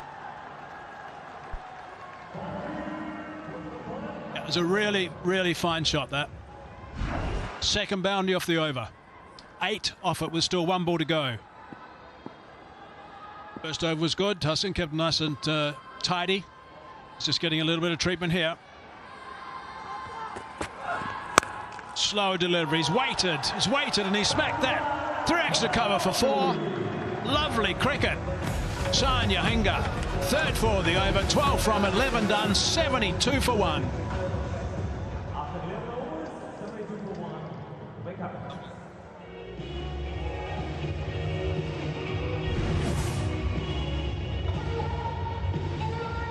Back of the hand, slow delivery, disappeared. Just belted that one. What a fine shot.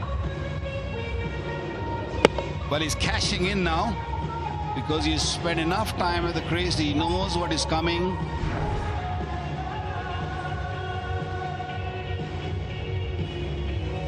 This might be a match-winning partnership. 45 balls, 55 runs, and they're both still there. They're not done yet. Last 3 overs, 32 runs. So, well, they've gone of late. Cheyenne, 40 off 33 now. So he's put his foot down. 6 fours in that 40. Amit Singh back into the attack. Nicely bowled, nice start. Sloppy. Yeah, on a couple of occasions we've seen, that singles just been just gifted. And when you have this sort of total, you want to save every run.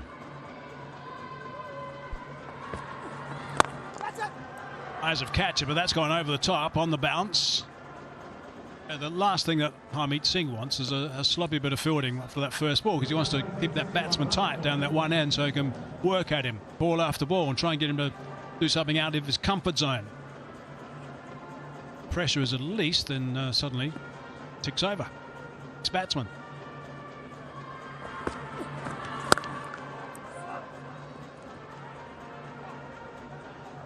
Well, both these batters now putting pressure on the bowlers. The spin, the turn we saw earlier, it's gone.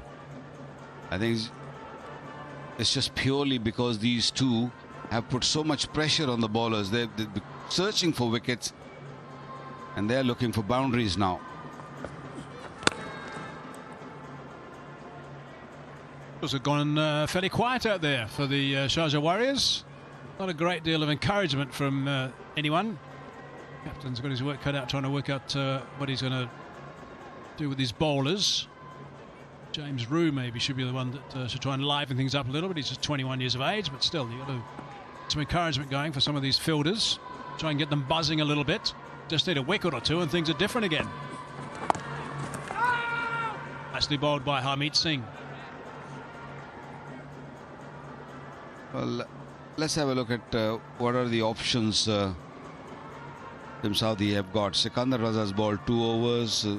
He's bowled well with the new ball. Tuskin has bowled 2. He was expensive. Harmeet into his last. He's bowled very, very nicely. Picked up a wicket also. Adil Rashid, probably they've got to take a punter. Might be going down. Might be just slipping down.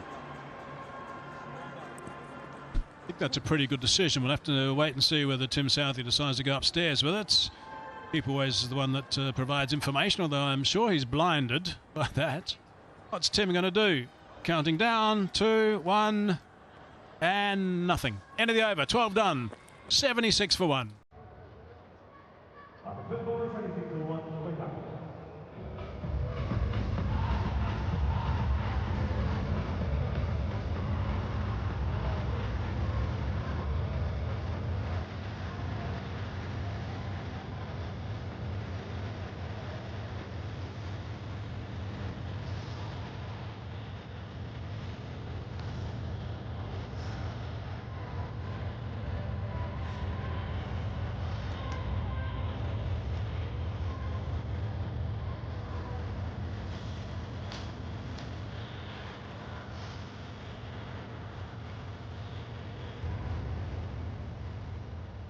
The difference being the wickets. A 76 for 1 place, 74 for 3. The Capitals ahead. Longer pod, it doesn't matter. Shayan Jahangir is stepping on the gas here. He's raced to 48. What a welcome to the skipper from the other side. What an innings from this young boy, Shayan, from USA. That was his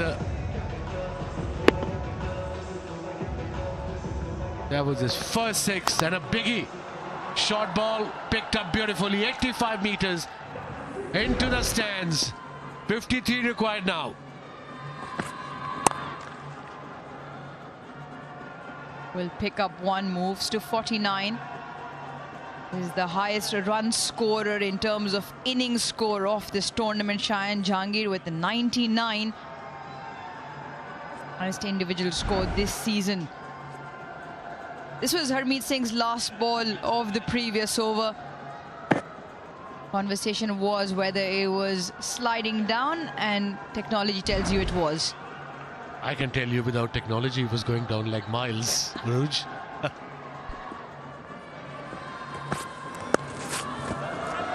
Smart.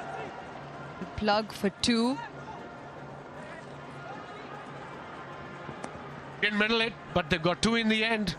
9 runs from the over. Sadi is expensive today. He's playing today after 5 games, so big break. 68-run partnership between these two of just 54. There were some exceptional shots. And look at that, Shayan, best of the lot, absolutely.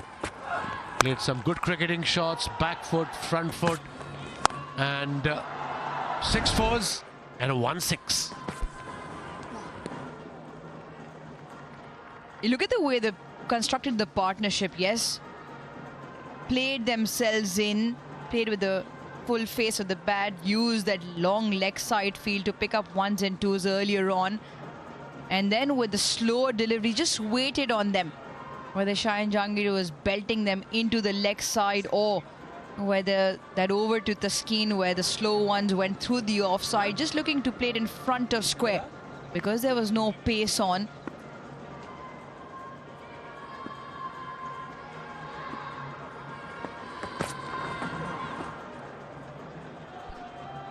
Yeah, what was it? A moon ball that arrived about 3 hours after. And obviously it was wide, it was too short. Variation from Sadi's under pressure skipper. Conceded 19 runs. He's into his second over, 2 more balls to come. Economy rate of 11.4. 86 now. Relax the owner.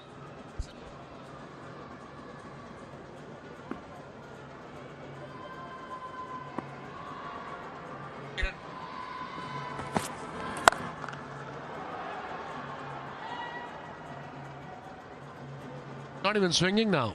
Even the slow balls are not sticking into the pitch. That shows there's a dew there and plenty of it. Brilliant over this for Capitals. The game is in control.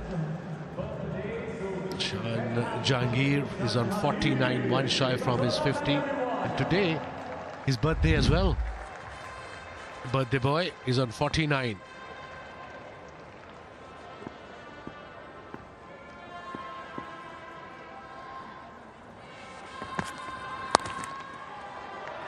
Christmas and birthday come together.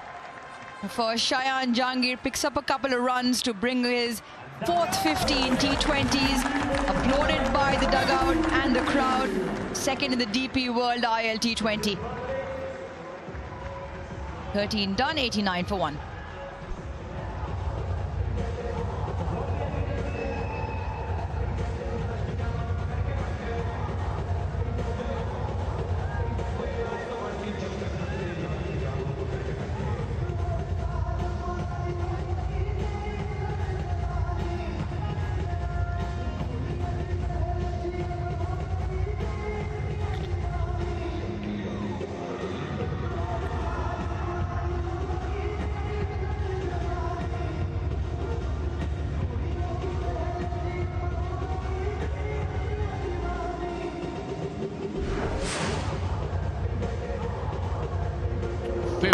Of just 37 deliveries, 38 deliveries, and look at the appreciation from his teammates. They knows the importance of this innings today.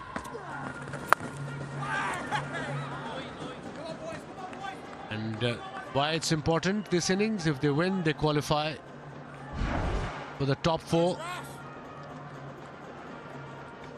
A lovely moment in between the overs. Harmeet Singh and Shayan Jahangir both represent USA. Nice for the fellow teammate to come up and congratulate him. A birthday and the 50. And more importantly, if they can bag the 2 points, like you say, Vaz, definite qualification to the top 4. Yeah, if they win. Right now they're on the track. 46 required of 40 balls. Average is just under 7 and over. They have 9 wickets in hand. Call is for 2. Running has been exception between these two. Easy 2. Runs are coming now. And for Warriors, they need wickets. Somehow, a couple of quick wickets can only way they can put pressure on the Capitals. There's been definitely a stark difference the way both batting teams approached the game. Capitals have predominantly looked to just play, wait for the slow deliveries, wait for the turn, play with a fuller face of the bat, not trying to go too horizontal, and more importantly, pick up 1s and 2s. Yeah, and especially against Rashid. They're not trying to play any risky shot. He's bowling his 3rd over. I just spoke. Cox said no, I'm gonna play a rash shot, doesn't matter what commentators say. And he's bowling beautifully, controlled. It was a quicker delivery. Obviously there's a dew on the ground, so it's not turning, but his variations have been superb.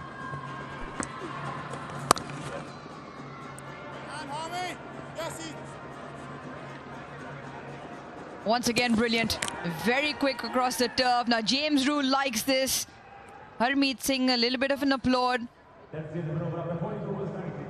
The umpire, however, is satisfied that the batter's made his crease.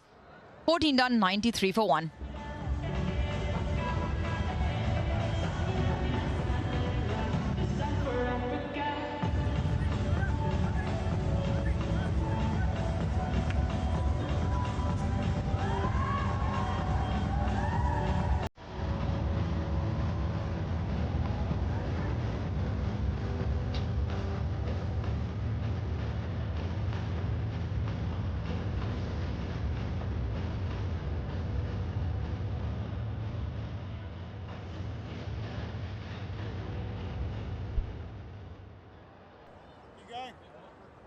.93 for 1. We're into 15th over.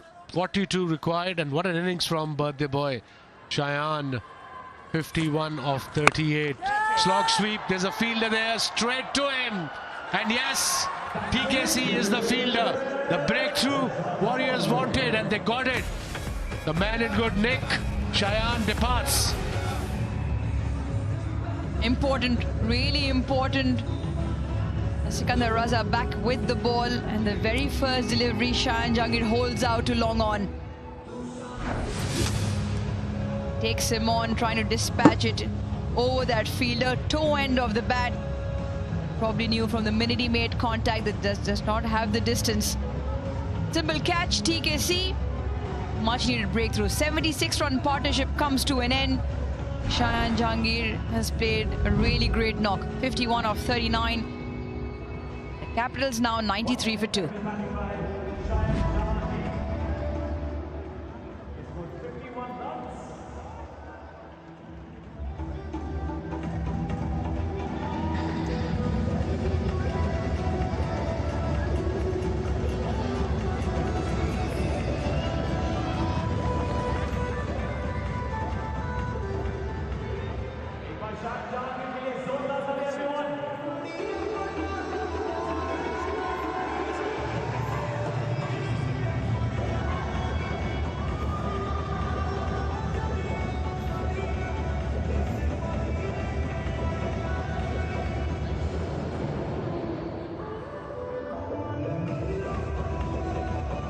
The skipper is out. Mohammad Nabi, again, very experienced player.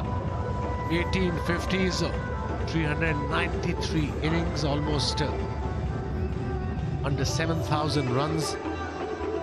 Wicket on the first ball of Sikandar Raza, who's bowling his 3rd over. Required runs of 42. Run rate is 7.2. Anything can happen in the game of cricket, and Warriors should have that attitude. Shot and wide, easy pickings, boundary on the first ball, pressure off. Will be very disappointed with himself. Sikandar Raza, he's dropped it short and provided with. Want to keep the pressure on after picking up that wicket. Just feel like it got stuck within the fingers and dropped it short. Mohammad Nabi, far too experienced to miss out. Gets off the mark with a boundary. Yeah, he knows he's gotten that one wrong.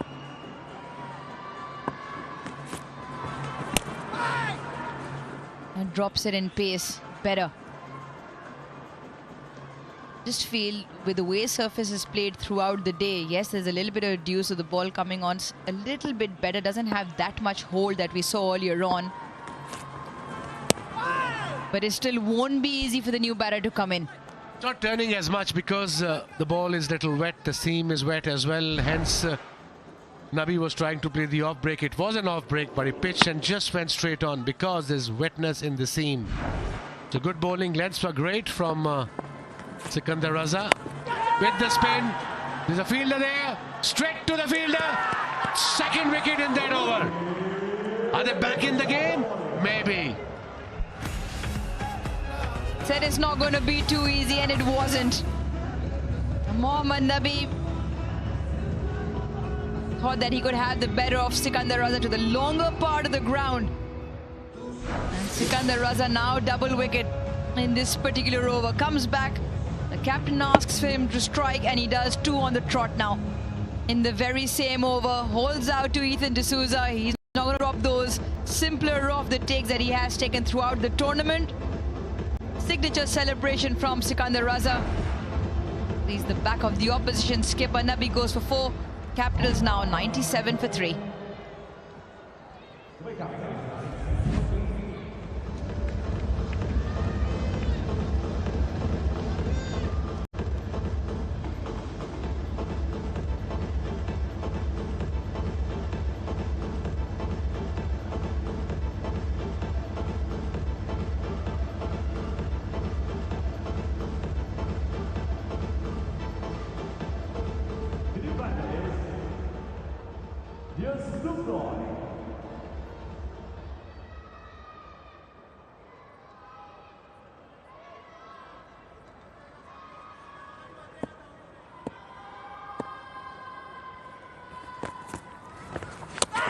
Oh my, everything happening out there in the middle. Fantastic over from Sikandar Raza, 4 and the double wickets. 15 done, 97 for 3.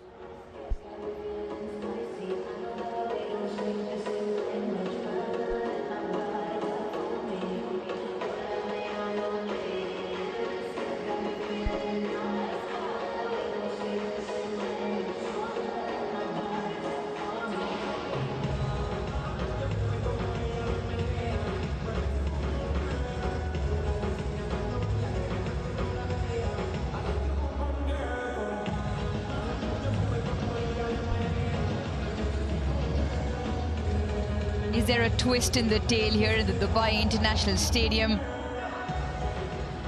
Crowd will definitely keenly look on to this game. That's because the Capitals have lost 2 back-to-back wickets. Spin follows spin. Adil Rashid to bowl his last. 2 wickets in the previous over by Sikandar Raza, who bowled beautifully. This was the first ball of his innings and last ball of the last over. I mean, you can't play straight. Why playing slog against the off-spinner? Take your time. You need run a ball. Imagine what coaches go through sitting out there. Is that why you pulled the plug on your coaching roles? Absolutely. Done. I told you guys before, my ears used to get warm, my throat used to get dry, and I felt sleepy, feverish, and boys were fine. When after losing, high fives and it's okay. Well, I was doing commentary with Andy Flower the other day, and he said some of the players thought he might be the Grinch. So similar mutual feelings between all of you. More than a cringe, I can promise you that in our own language.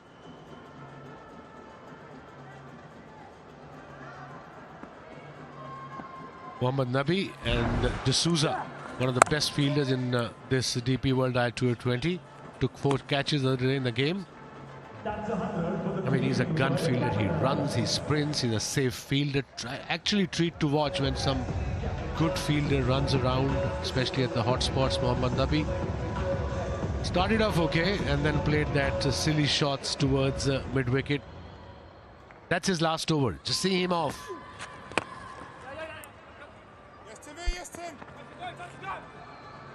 I've called for 2. Very good running. Brings up a couple of runs off Elias deploy. This is the couple of wickets to fall. The first, Shayan Jahangir holds out. That is Isa, Sikandar Raza's son. Got dad's jersey number on his sweater as well.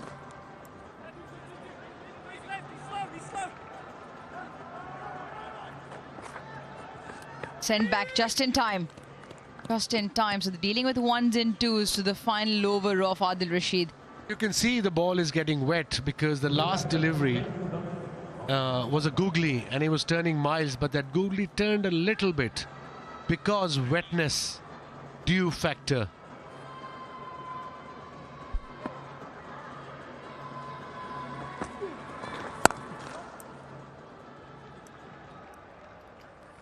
One to conclude Adil Rashid's spell. 4 overs, none for 26, 16 overs done.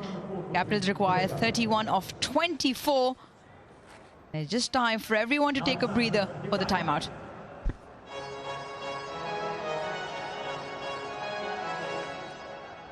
So ladies and gentlemen, now it's time to announce the winners of Preferred Warriorz. These winners will get prizes at iPhone 17 Pro, electricity station by ILT20 and 1,000 dirham shopping voucher. And the winner for iPhone 17 Pro is Emmy Donovan. The ticket number is 35553211. And read the name Emmy Donovan. 35553211. Big congratulations to you. Now the winner for Luxury Staycation by ILT20 Mohammad Said. Ticket number is 36072245. Name is Mohammad Said. Ticket number is 36072245. And now the winner for shopping voucher worth 1,000 dirham is Faraz Ahmad. Ticket number is 36077306. I repeat, 36077306. Big congratulations to all the winners. I request all of you please go at your district desk and claim your prizes. और आप भी यहाँ से prizes जीत सकते हैं. करना क्या है, आपको अपने आने वाले मैचेस के टिकट परचेज करनी है जो शारजाह, अबू धाबी और दुबई में हो रही हैं. आपके टिकट ऑटोमेटिकली हमारे रेफर ड्रॉ में जाएगी. हम हर रोज हर मैच में ये prizes अनाउंस करेंगे और ये prizes जो होंगे वो है iPhone 17 Pro, Luxury Staycation by ILT20 and 1,000 dirham का शॉपिंग वाउचर. आप में से एक लकी फैन फाइनल डील जो होगा फाइनल मैच 4 जनवरी को, उस दिन आप में से एक लकी फैन यहाँ से जीतेगा brand new Audi A3 along with 4 gold points to 20 ग्राम की. So I request each one of you buy tickets. Matches होने वाले हैं आगे शारजाह, अबू धाबी और दुबई में. Thank you.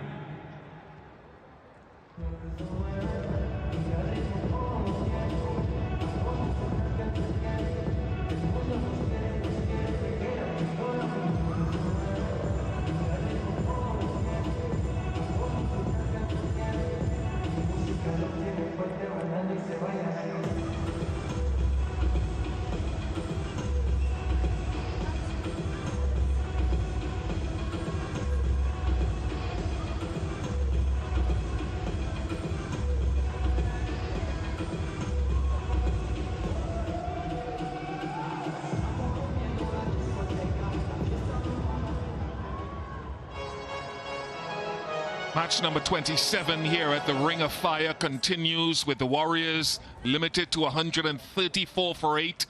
And in pursuit, the Capitals seeking qualification, defending champs, 104 for 3.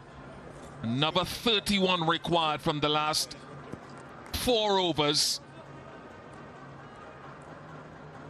Sikandar Raza has his final over to contribute to the innings.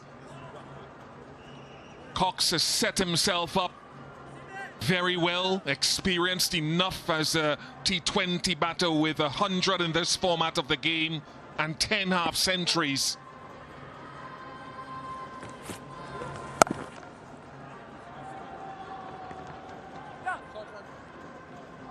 Running hard is absolutely the key, and they've moved well across the ground, just like our DP World Smart Truck buggy cam, using the latest cutting-edge camera work to give us a unique vantage point on today's action, just like the cricket.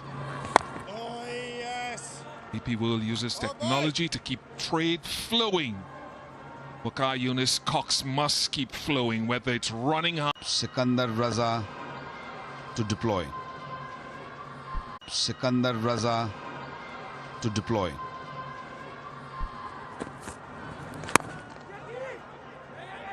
Gotta stop those, Adil. Gotta stop those. 24 runs came off the last 2 overs of the bowling effort. Adil Rashid did his bit at the back end when the Warriors batted, but only seam to come after this, or possibly only seam bowling. All the spinners operating so far will be bowled out.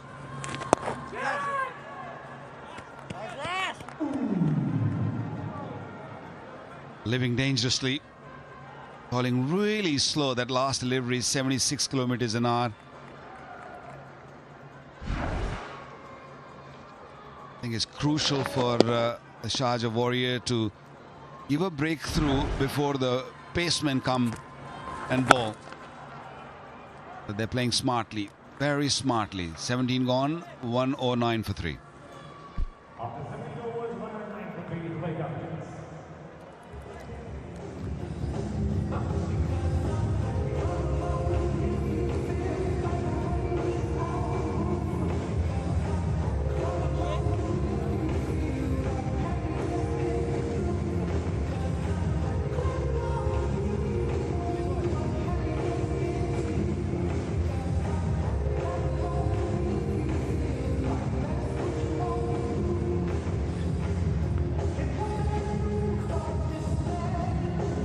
26 to get off the last 3 overs. Jordan Cox is on 38, less than a run a ball as a strike rate. Deploy, 30-year-old, who's making his way and his exploits in the T20 game, will hope to keep the joy flowing for the Dubai Capitals and their captain Mohammad Nabi, seeking to confirm their playoff qualification. Taskin Ahmed.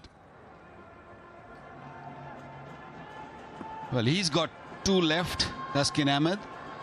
And then Wasim, who has bowled 1 over, been expensive. That's very nicely played. Used the pace, moved into the zone of the bowler outside the off stump, and that beautiful sweep shot.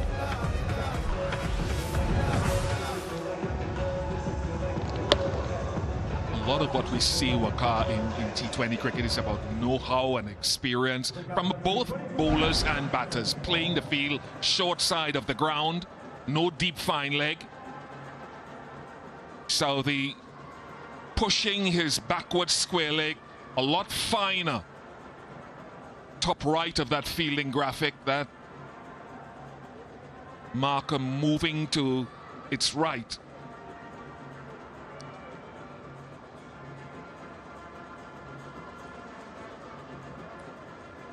There is now a deep backward point as well in case Taskin wants to go wide above stump.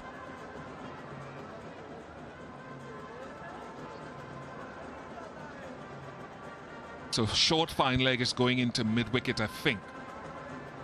And there is now a fine leg instituted. Deep point as well, remember. Oh, good stop.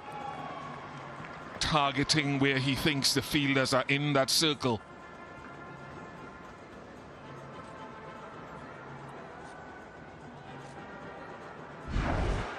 Taskin's economy after 10th over of the innings is pretty ordinary. It's almost 12 and over he goes. The reason, because he doesn't have a real good slow delivery, and the pitches are getting drier, and getting slower. So you have to have a delivery where you can ball those cutters, rolls your fingers on the seam, which I don't think he's got one, but he doesn't have a good one. Deep point. He's knocked him over. That is an important wicket to get for Taskin Ahmed. Played about 2 or 3 shots there off the pace, off delivery.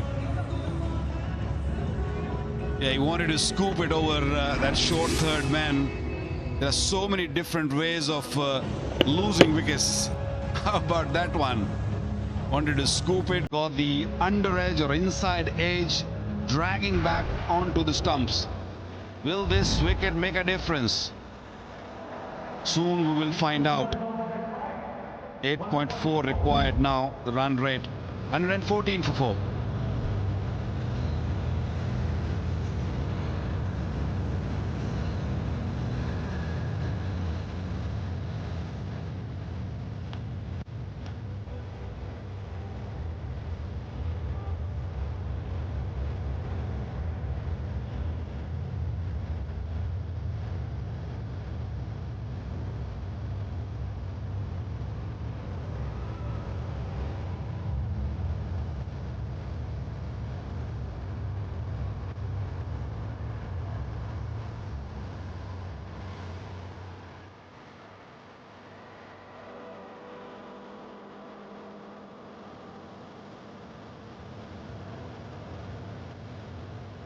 Robert Powell comes to the crease to super sub for Shehan Jahangir.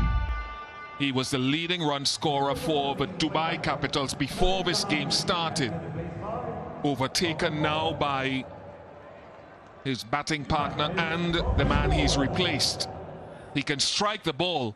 He'll enjoy pace on the ball. At least that's what he hopes.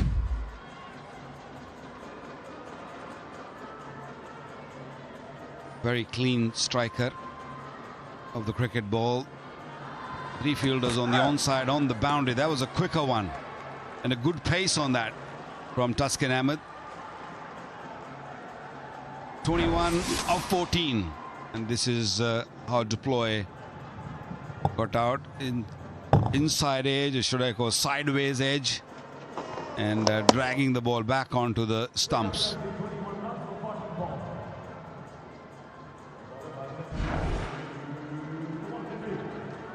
Deep third, deep extra cover, and 3 deep fielders leg start.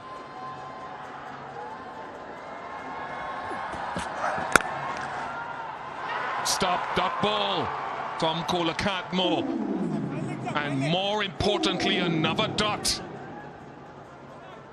It was 4 written all over that ball. It was timed well. They have done few misfields, not on that occasion. This was an important stop by Kolakatmo. He's pretty close to the bat. They're all coming in looking to stop the singles, and I think that is the right way to go.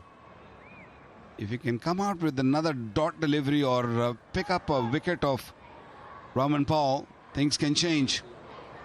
21 of 13. It's getting a little tense now.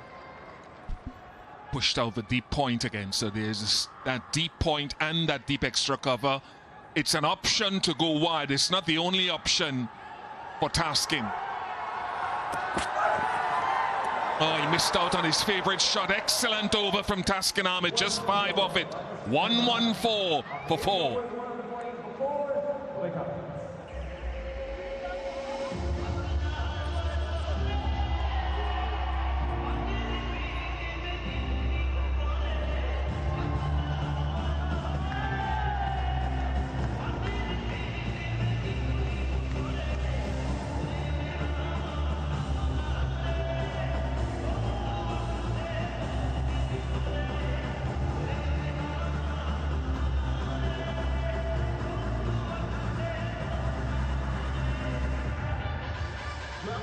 Sure what to say about our commentators today.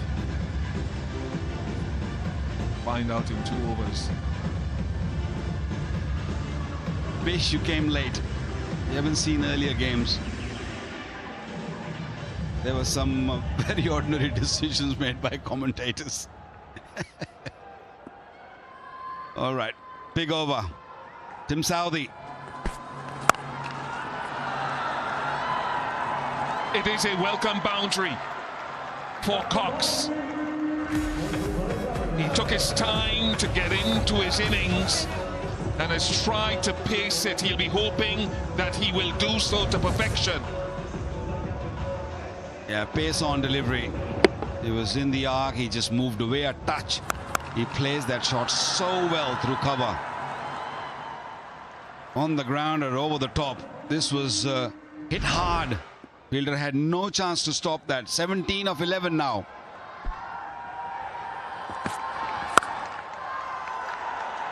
Oh, very same shot.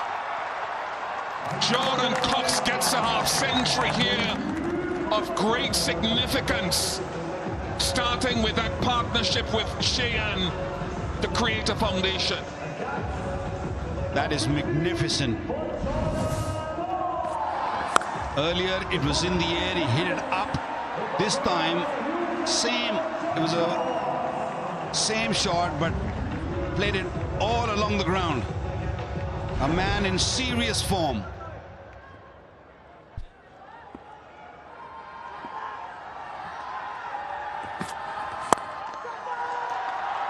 Gets it over, and we'll get another 3 fours in succession from Jordan Cox. Skipper Tim Southee is not having a great time. He started this tournament poorly, didn't bowl well, and then had a few niggles, injuries, sat out for a long period. Now he came back and costing his team a game. Very expensive over so far. 3 balls, 3-4.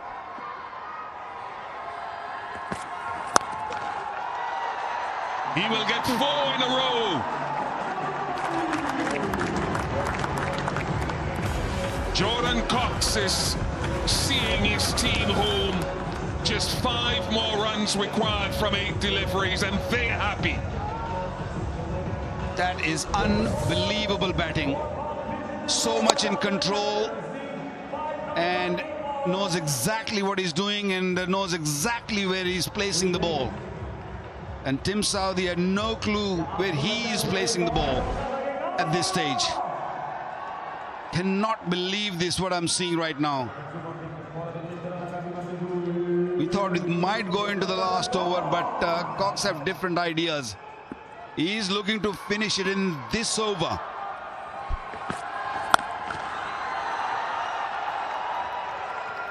Should be a couple. He was, up until a couple of overs ago, he was going at less than a run a ball, Jordan Cox. But what we say is that when you're chasing, you are better placed to understand how to pace your innings and when to accelerate, as opposed to batting first. Although we didn't see much of a dew, because at toss, Nabi spoke about dew. Just missed out on that. But there's no dew at all. 132 for 4.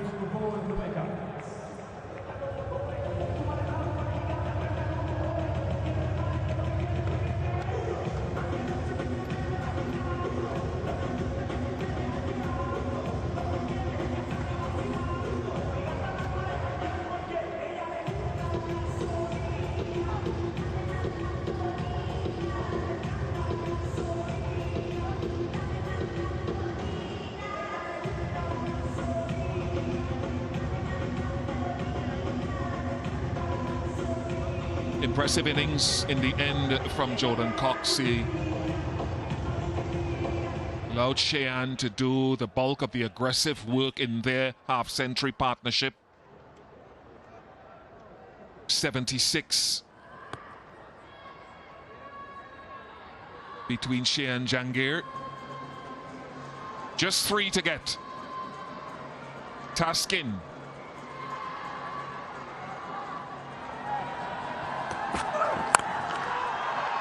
It's high and it's completed a victory from Rovman Powell in the most emphatic manner. It is qualification time for the Dubai Capitals, the defending champions, into the playoffs once again. They have been in the playoffs every season. DP World ILT20 is going to have the defending champions in there by 6 wickets over the Sharjah Warriorz. That is a statement, the way they finished that game. Previous over, hitting 4 fours for 18 runs, and the first delivery of this over, Rovman Powell just hitting it out of the park. Big hit. Partnership 24, finishing this game, winning this game by 6 wickets. This team finding the rhythm. They had a few hiccups in the middle part of the tournament. Now they're finding the rhythm. They know exactly what needs to be done. Nabi has led the team well.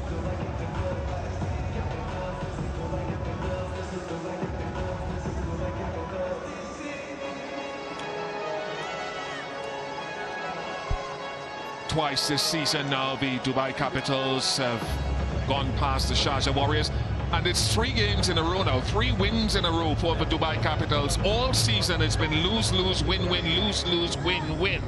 Now they've added 1 to that off the back of an impressive half-century from Jordan Cox. And also the man who set things up early, Shayan Jahangir.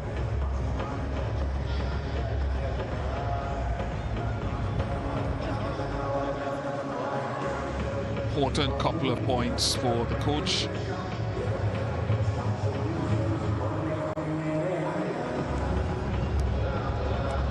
For the Dubai Capitals fans who enjoy this. 6-wicket win. And it was 6 to finish it. Off the back of Rovman Powell. It's a pet shot for him. One that has brought him great success over his career, to the delight of his teammates, because they are into the playoffs yet again of the DP World ILT20 2025 here in the UAE. Tried his best, Sikandar Raza. Bowled well, kept his team in the game, but Mohammad Nabi is the man who will be celebrating now with all of these fans of the Dubai Capitals. Yes, 6 of them. Yeah, led from the front. Mohammad Nabi didn't get going with the bat, but so much experience, used his bowler nicely, and made things very difficult for Sharjah when they were batting early. Big win. Left the mark the way Rovman Powell finished that game, and that's how it is right now. You can see those Q. So 3 teams have already qualified. Desert Vipers, My Emirates, the Dubai Capitals. Now it's a race between Gulf Giants, Abu Dhabi Knight Riders, and Sharjah Warriors. They all got 1 game left, so it's a huge games. A couple of games are coming up in your way.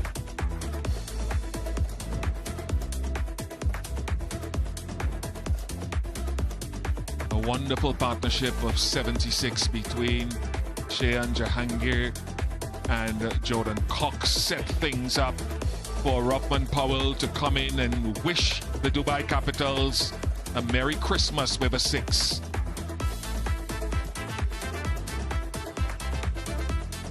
Sikandar Raza with a couple of wickets late in the game, kept his team in it. A wicket for Taskin. And Harmeet, I thought, was very good, 1 for 16.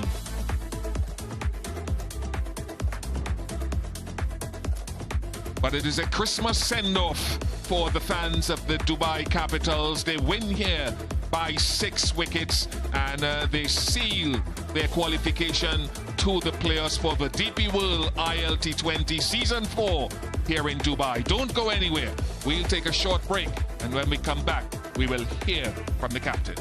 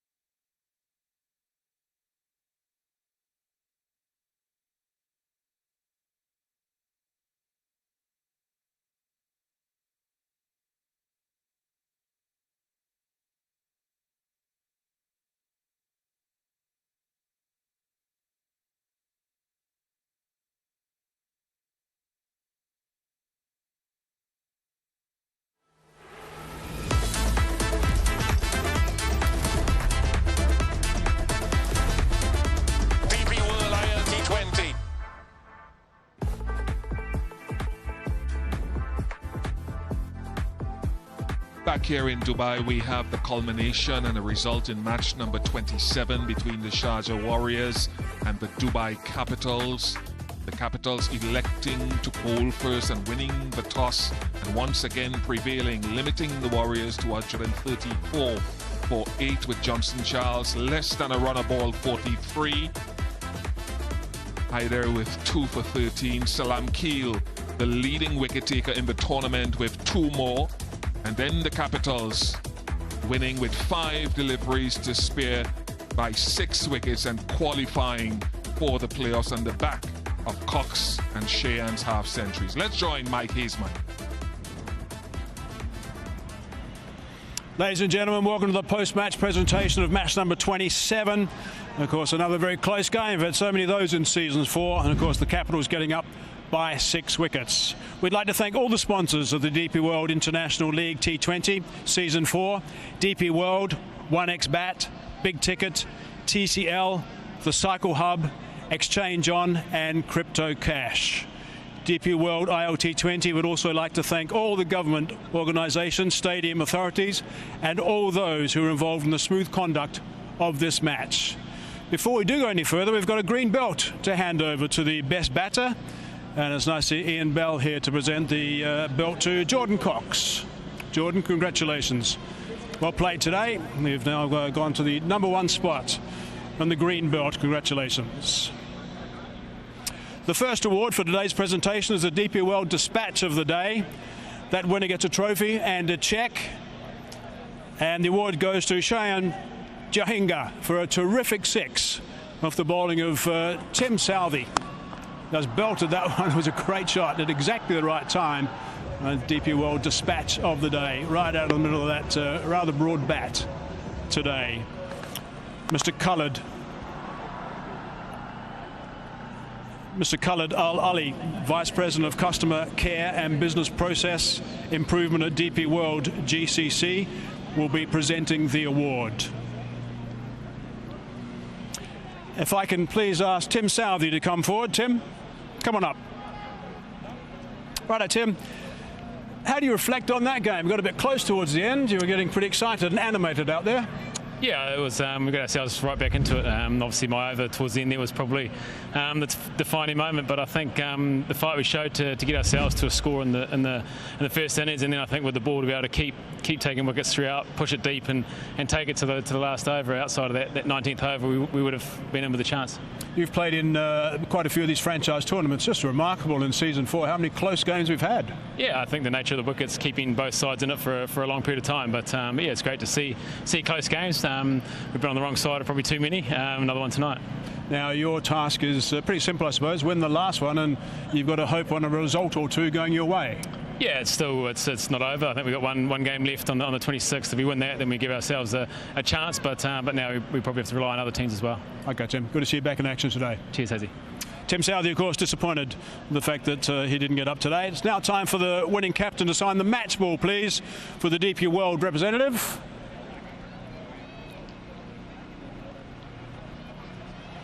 Keep collecting winning balls. Really? Yes. Thank you to Mohammed Nabi. Thank you very much. Thank you. Okay. Thank you very much. Thank you. And Skipper, if I can ask you to please come and have a chat. Righto, Skipper, you've qualified now. That's good news. Bismillahirrahmanirrahim. Yeah, it's a good news. Tough condition to chase in this kind of the pitch, but Shaniani and Cox played really well in this kind of surface here. So how nervous were you getting at that stage towards the end? Yeah, it's like we already lost this kind of match against MI, and yeah, it's still that scenario is in my mind as well. But still, it's that 19 over helped us a lot. You've mentioned Shine, you've mentioned Jordan Cox as well, but you had a couple of bowlers who did a wonderful job as well. Yeah, bowler bowled really well, especially Heather bowled really well. Yes. It's got 2 wickets as well, and yeah, spinner bowled really well. Yeah. Okay, good stuff. We'll see you in a couple of days. Keep going. Thank you. Okay. Thank you, Mohammed Nabi, of course, the winning captain of the Capitals. Pleased to know that they have now qualified. Our final award of the night is the Player of the Match award, and the winner gets a trophy and a cheque. The award goes to Jordan Cox. Mr. Siam Trivedi, CEO of GMR Sports, will be presenting the cheque, and Mr. AJ Pajani, CFO of the International Business GMR Group, presenting that award to Jordan. Jordan Cox, by the way, 61 off 50, 6 fours and 1 6 with a strike rate of 122. Jordan, come and have a quick chat. Well done, you finished that in style, Jordan. Those fours made a big difference towards the end. Yeah, I think it was quite tough against spin. So when the seamers came on, I think we looked to try and put them under pressure as best we could. But to have Robin down the other end, I wasn't nervous at all. An important partnership with Cheyenne Janga. I mean, really good partnership. 76 between you and he. He played beautifully. Yeah, wow, it's impressive. It's really impressive.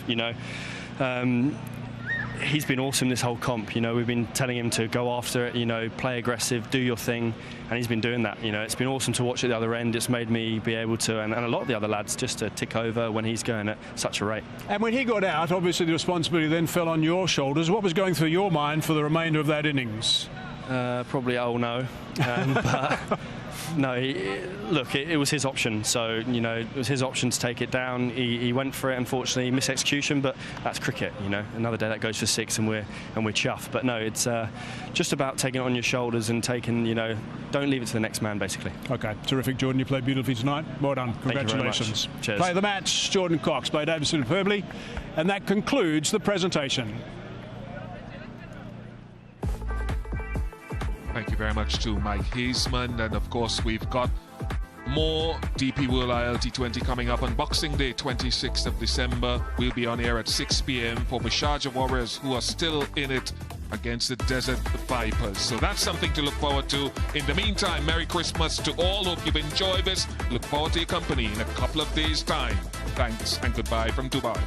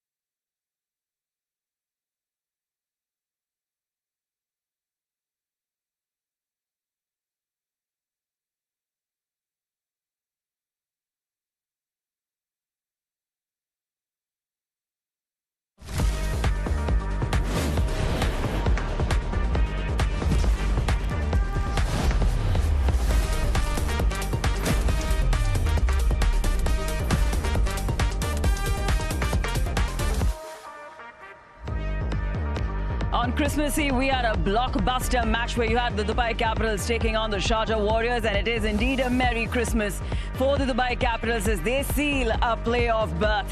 And that celebration comes in at the back of chasing down 135 of Waqar Salam Keel, restricting the Sharjah Warriors to 134. And in came Shaheen Jahangir and a well-constructed 50 on the other side. Jordan Cox run a ball initially, and after that, he chose his moment for a crucial knock. In the end, in the 19th over, Tim Southee went out very expensive, 18 runs in the over. And in the 20th, they needed 3 runs out of 6 balls. And Roman Powell, with a 6, got the Dubai Capitals home. A 6-wicket victory out there.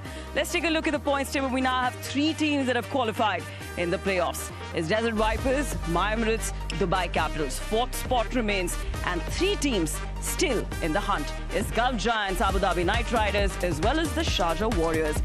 They ain't done yet. They still have another match to go, and we will see how far can they take it. Hello and good evening. This is Cricket Safari, and it is a full house. Ian Bell, batting coach, Dubai Capitals, Uruj Mumtaz, as well as Wasim Akram. Hello and good evening, everybody. Evening. You must be very pleased with that performance. Yeah, no, really pleased. Obviously, it wasn't an easy chase. Obviously, the surface, we had to use a few different skills than just going out and looking to hit as many 6s and 4s. I had to, like I said, use a bit of craft through the middle as well and pick our battles. And yeah, it was good to get the job done. And certainly one of our top 3 being there at the end was really important. Well, they will talk about the technicalities of the sport, but I just thought that the Dubai Capitals, their approach was much better than the Sharjah Warriors, especially when they came out to chase down. I mean, in the power play, the Sharjah Warriors were actually ahead of what you guys were, but it was a well-constructed 50 from Shaheen Jahangir. Yeah, no, he's played fantastically well at the top of the order. We were probably a bit behind. We wanted to be as aggressive as possible in the power play while the field's up, but it wasn't to be. So they adjusted, but the good thing was we weren't too many wickets down, which set a bit of a platform. But it's probably an area actually through the comp we haven't quite got right yet, is our power play up front with the bat. And if we can get that right going further into the comp, hopefully we'll be a dangerous team. So Ian, you spoke about power play. We all know from last 3-4 games here in Abu Dhabi, the wickets had gone slower. Yep. I mean, first half, pass score was 170 odd, 168. Now it's 154 or 157. So as a team, you obviously go through these analyses and these stats and all. Okay, if you weren't batting first today. If you're batting first, as a batter, you know yourself. You can assess the wicket yourself. Yep. Coach doesn't have to tell you what to do. You don't want to lose 3 wickets in first 6 overs. So do you tell your players, obviously, this?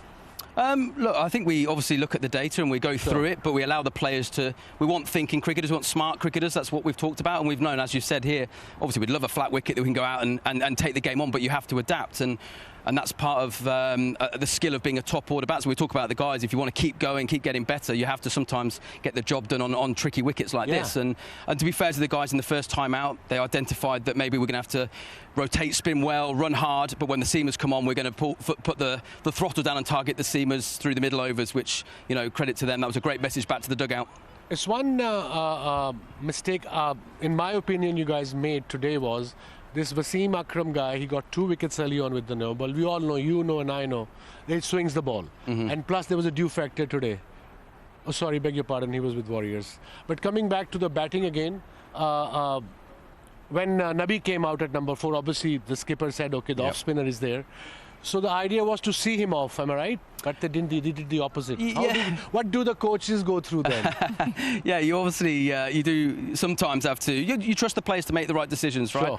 And I think the important thing for us was actually, if that did go for 6, then he does break the game and he moves it on. I think the plan was, in a way, as I said, was it looked a hell of a lot easier to face the seamers through the middle, and that was what we wanted to target. And I think through the middle overs, we probably had a lot of double, like 10+ overs, runs and over against the seamers, and then we had to be smart against Rash and Harry through the middle as well, which I thought they bowled well, the spinners.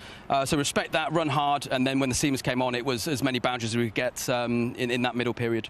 Yeah. You talk about the batting lineup in terms of Shaheen Jahangir. He's now showed restraint in terms of not like you've been alluding to, not trying to bash the ball, and predominantly on a tricky surface tonight, playing with a straighter bat face, but then still pouncing on opportunities. Now you talk about you probably still haven't figured out the power play, but must give you a lot of comfort with the way Jordan Cox then assessed the situation and Shaheen Jahangir, that big partnership to win you the game. Absolutely. I think out the power play we've been fantastic with the bat. I really have. Obviously we know we've got a lot of power at the back end with Rovman, Nabi, Dave Willey and Neesham today. So we believe we've got a lot of power. But you're right. I think. But from the 6th over we've been fantastic. Just really pleased that again at the right time now, like Jordan Cox. As you said, Cheyenne putting in performances to be in form at the back end, and if we can get the power play right, we become a dangerous team. And I don't think yet we've probably quite played our best game yet. We haven't. We've been at, like I said, if we can fine tune, then like I said, when it comes to the knockout stage, hopefully we'll be a dangerous team to beat. And do you believe peaking at the right time? This is I the hope right so. time to I mean, peak. again, it's a very similar journey to we had last year. Very different group of players. We had to ride the highs and lows. I think last year, again, we lost 3 on the bounce. It was pretty calm dressing room, pretty calm at training, keep going through the same things, very diligent in terms of the different venues we go to. You have to adapt, and the players take a lot on board. And like we said, try and give them the freedom at training to explore things. But again, I thought today, in terms of the way they managed the spin overs in particular, was smart. And then, as I said, the game plan through the middle was to really target the seamers. One last question on my side: how important is winning the toss, especially the due factor? And if you lose a toss, how will you come back as a team? Well, it's been good since Nabi's taken over. He's won 2 out of 2, which is helpful. Nothing against Hassan if he's listening, but it does. And I think at the start of the competition, it was a tough start, but we lost, I think, four tosses on the bounce. And actually, the confidence came from winning a couple of games, probably batting first here in Dubai against, as you said, the toss, which is a huge factor. I actually felt probably today on that surface, actually, if they get 150, 160, it does make it harder for chasing. So I think it's whatever you do best. You've got to start the game well with bat or ball. Just pleased to get over the line, and obviously our next game sets up a lovely game in Abu Dhabi in a few days for 2nd place, which would be awesome. Wow, brilliant. Thank you so much again. You haven't missed the playoffs even once, and you're in again. Thank you. All the best. Thank you. Thank you. All the best. Thanks a lot. Yes, thank you. Plenty of positives there, just the way the Dubai Capitals went about their business tonight. But if we just had to speak about the biggest positives, Cheyenne Jahangir, how impressed are you with this youngster? I played cricket with him. Obviously, he was the younger lot to come in when I played at Karachi Gymkhana. But seeing his journey, he speaks from the heart when he talks about opportunities playing for the US. And he said even after that 99, that top scorer, when we asked him, were you disappointed? He said, no, it only holds me in good stead. And today, I think, was more of a finishing touch in terms of the skill he possesses, because like we spoke to Ian Bell about, it was a tricky surface and a game that could have gone either way, because they still had enough runs in the end with quality spinners. So for Cheyenne just to hold himself back towards that sort of power play and then once he got the runs flowing, I thought it was really, really good constructed innings. For you, just about how he went about his partnership also along with Jordan Cox. Yeah, I think that was his job, to go and play shots against the fast bowlers. He's got very good shots. He's got pull shot, cut shot, on the up, that straight shot he plays. So he's a good player. That partnership was very, very important. Like Ian Bell said, after 6 over, their running between the wicket has been exceptional. A lot of twos, a lot of single, rotate the strike, and that's what you do on a difficult pitch. That's what you do against the best spinners in this format. I mean, Adil, Nabi, and of course Sikandar, all these guys. So yeah, I think they've done beautifully controlled, and this was a control win in the end. They won comfortably. At one stage, it was looking like that they probably will struggle, but I think both of them really made sure they win comfortably in the end. Well, Cheyenne Jahangir, of course, constructed his 50, but on the other side, how would you define Jordan Cox's innings? Because he was run a ball and he chose his moment very crucially, and then he went ahead to fire the knock. I mean, when you talk about Jordan Cox, you associate big boundary hitting. I've seen him in other competitions as well. He can hit the long ball, packs a real punch, and he's very good at this crease with sort of jumping back into his crease, doesn't shy away. None of these Englishmen generally shy away from playing those lateral shots, whether they're the lap or the reverses, but he just had to hold back slightly. And when he saw Cheyenne was going at the other end on a tricky surface, again, I keep coming back to it, he allowed for himself to just get a measure of the pace of the surface, knocking ones and twos. When they came on earlier on, big field to our leg side here, and they just knocked it in for ones and twos. Just got the pace of the surface, and that one Tashkeen over just like completely decimated the opposition. He indeed did. Now, very quickly, let's take a look at his wagon wheel. And Wasim, tell us, what does this wagon wheel tell you about just the way he went about his business tonight? That he batted well. Yes, of course he did. In general, but, I think the areas that he targeted. Look at the shots he played in control. He started off really well, took his time, like you said, run a ball. That is the most difficult shot to play and give a lot lot of, put pressure on the fast bowlers, gave himself room, played with a straight bat there.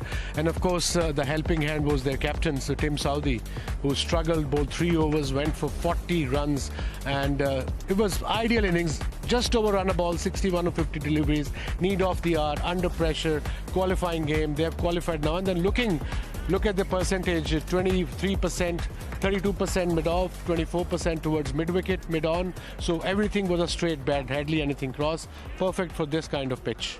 Right, you mentioned Tim Southee. We'll come to it because we'll take a short break. On the other side, we will discuss the problems the Sharjah Warriors are struggling with. But more importantly, a huge congratulations to every single winner out there who joined our contest which is Jalwa Dikhao Inam Pao. And you get a Vizzy Smart TV contest where you get brilliant prizes for being a solid part of our broadcast. Well, you've got all our participants who gave those 2 questions, the answers right. These are the questions that our commentators ask you during the match, and these are the winners from match number 26. So it is Vizzy Smart TV presents Jalwa Dikhao Inam Pao contest from the previous match. Congratulations yet again, amazing Jalwa, and winning exciting rewards from Vizzy Smart TV, a smart TV that has it all for your youth entertainment.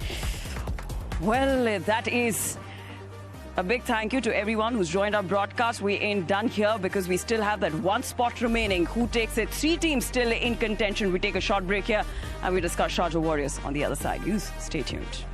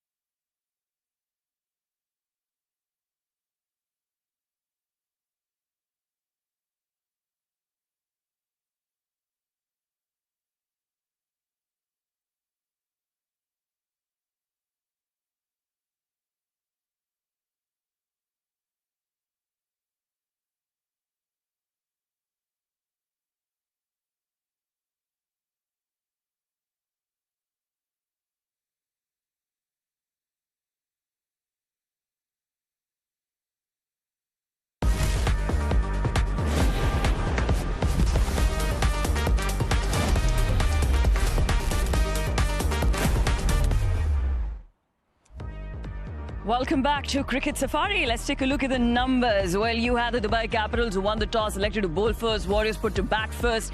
Johnson Charles, 43 of 46. Monak Patel, 24 of 13. Gave a good start there. Then you had Adil Rashid, 14 not out. Harmeet, of course, with 14. But it was the Capitals with the ball. You had a certain Haider Ali picked up 2, Salam Keel 2, and Abi with 1. When the Capitals came out to bat, a brilliant partnership between Jordan Cox and Shaheen Jahangir saw the Capitals home with Roman Powell with a 6 in the 20th over. From the bowlers of the Warriors, who had Sikandar Raza, who picked up 2. That looked like had changed the game a little bit in the favour of Sharjah Warriors. Harmeet with 1 and Tuscan Ahmed with 1. But it is the Dubai Capitals who seal a spot in the playoffs with a 6-wicket victory over the Sharjah Warriors. Sharjah Warriors have a lot to think about. They still do have an outside chance, but let's talk about the captain, because she will ask you about the outside chance. Uruj has a question. Waz has a real great theory on this. Waz, Sharjah Warriors still have an outside chance, yeah, don't they do. On EK's 5 or 6 back to their country. Oh, there you go then. Respective countries. There is an outside chance fair. The run rate is minus 0.81. And for first starters, they have to win the game, and I think other team is 0.61 and then 0.01 or something. They have to win by 100 plus runs to qualify. So it's literally next to impossible. Let's talk about today's performance. Wicket was difficult. I understand Johnson Charles played very different innings. He's got 40 odd plus and 40 odd deliveries, but nobody else got runs. Yeah. I mean, if your number 9, Rashid, is there on the score in a match summary that he's one of the top run getters, it means you're struggling as a team. Your batting is struggling. Okay, he was turning. They should have planned it there and then. Let's don't play shots. Go 5 and over. One-day cricket, 6 and over. Get to 140, 145. That's a different pressure. But in their defense, the ball got wet as well. Having said that, you know, when the power play happened for the Dubai Capitals, there was still a chance for the Sharjah Warriors to come back in the game. In fact, Sikandar Raza with those 2 wickets got the Warriors back in the game. But overall, if you talk about Saudis... I think it was too late by then. Yes. The reason the ball is getting wet, they got wickets not on a turning wicket, not on a beautiful delivery, they were slogging. And that's how they lost 2 wickets. So then what do you make of Saudi's captaincy tonight? Captaincy, I mean, at Tim Saudi's age, any cricketer, not just him particularly, if you don't play 5 games, coming back after 5 games, it's impossible to come back and have any zip in your bowling, any swing in your bowling. Today, it wasn't going to swing because of the dew factor. And he came before Wasim, who's got 2 wickets in the previous game. I'm all for Sikandar starting with 1 over. He should have bowled the 3rd over because that boy can swing the ball, and swing bowlers can get early couple of wickets. You can put pressure. He came back in the 9th over himself, Wasim. He was too late. The ball was wet. There was nothing happening, and the game was over by then. Yeah, well, on the other side, let's talk about the positives from the match. Dubai Capitals, their bowlers, Haider Ali. How impressive was the man? Brilliant. Been a huge fan of him for a couple of reasons. His bowling attributes are the fact that he can bowl in the power play, and that's makes him so effective. And even here, just the variations of pace, the control of length, all the time looking to target the stumps. When he drops it slightly slower, he gets purchase of the surface. He can fire and dart one in.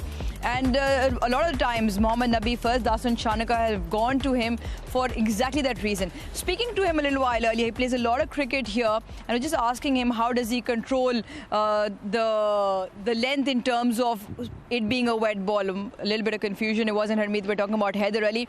He said that he practices with balls, putting them into a bucket of water so they are wet, so he can emulate conditions when the sort of the seam swells up, becomes wet, the ball is difficult to grip.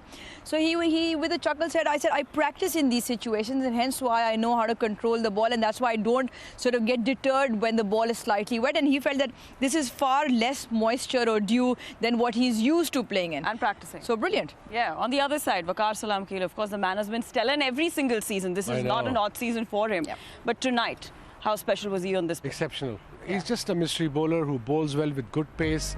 He doesn't get scared of getting hit, but again, variation, mystery bowler matters.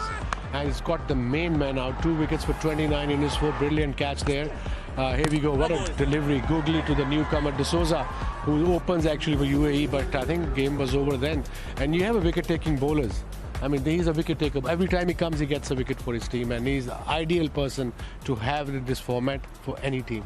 Look, we just know how brilliant the man can be on the field. But you know what? We became a little bit of a detective, and we surfed his socials. And not only his posts, we went through his comments, and this is what we found out. किसी ने आपका एक Instagram post देख के बोला था, he is Rashid Khan minus the hair.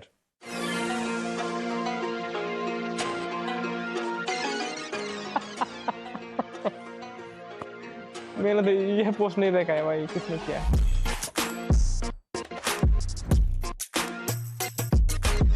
Rashid Khan तो भाई बहुत बड़ा बॉलर है। मैं तो राशिद खान को बहुत फॉलो करता हूँ। राशिद खान तो माशाल्लाह दुनिया का टॉप बॉलर है। अगर वो लोग इस तरह सोच रहे हैं मेरे बारे में तो it's okay, no problem. Beautiful piece of bowling. हाँ, एलेक्स सेल्स को मैंने जब मेरा पहला बॉल था स्पेल का तो मैंने किया तो वो बहुत ज़्यादा ब्रेक हुआ। मैं बहुत हैरान था कि इतना ब्रेक, तो इसलिए बस जो रिएक्शन हुए वो खुद ब खुद ही निकल गए। दिखाएं जरा आपका क्या रिएक्शन था? वो ये वाला था।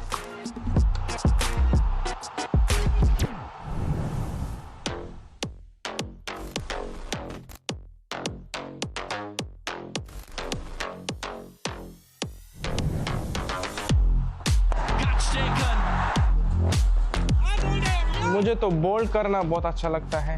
बोल्ड और LBW इस तरह है ना कि बॉलर बहुत एक्साइटेड होता है कि यार मैंने तो इसको किया बोल्ड, और जो रिएक्शन आता है ना तो वो अलग सा।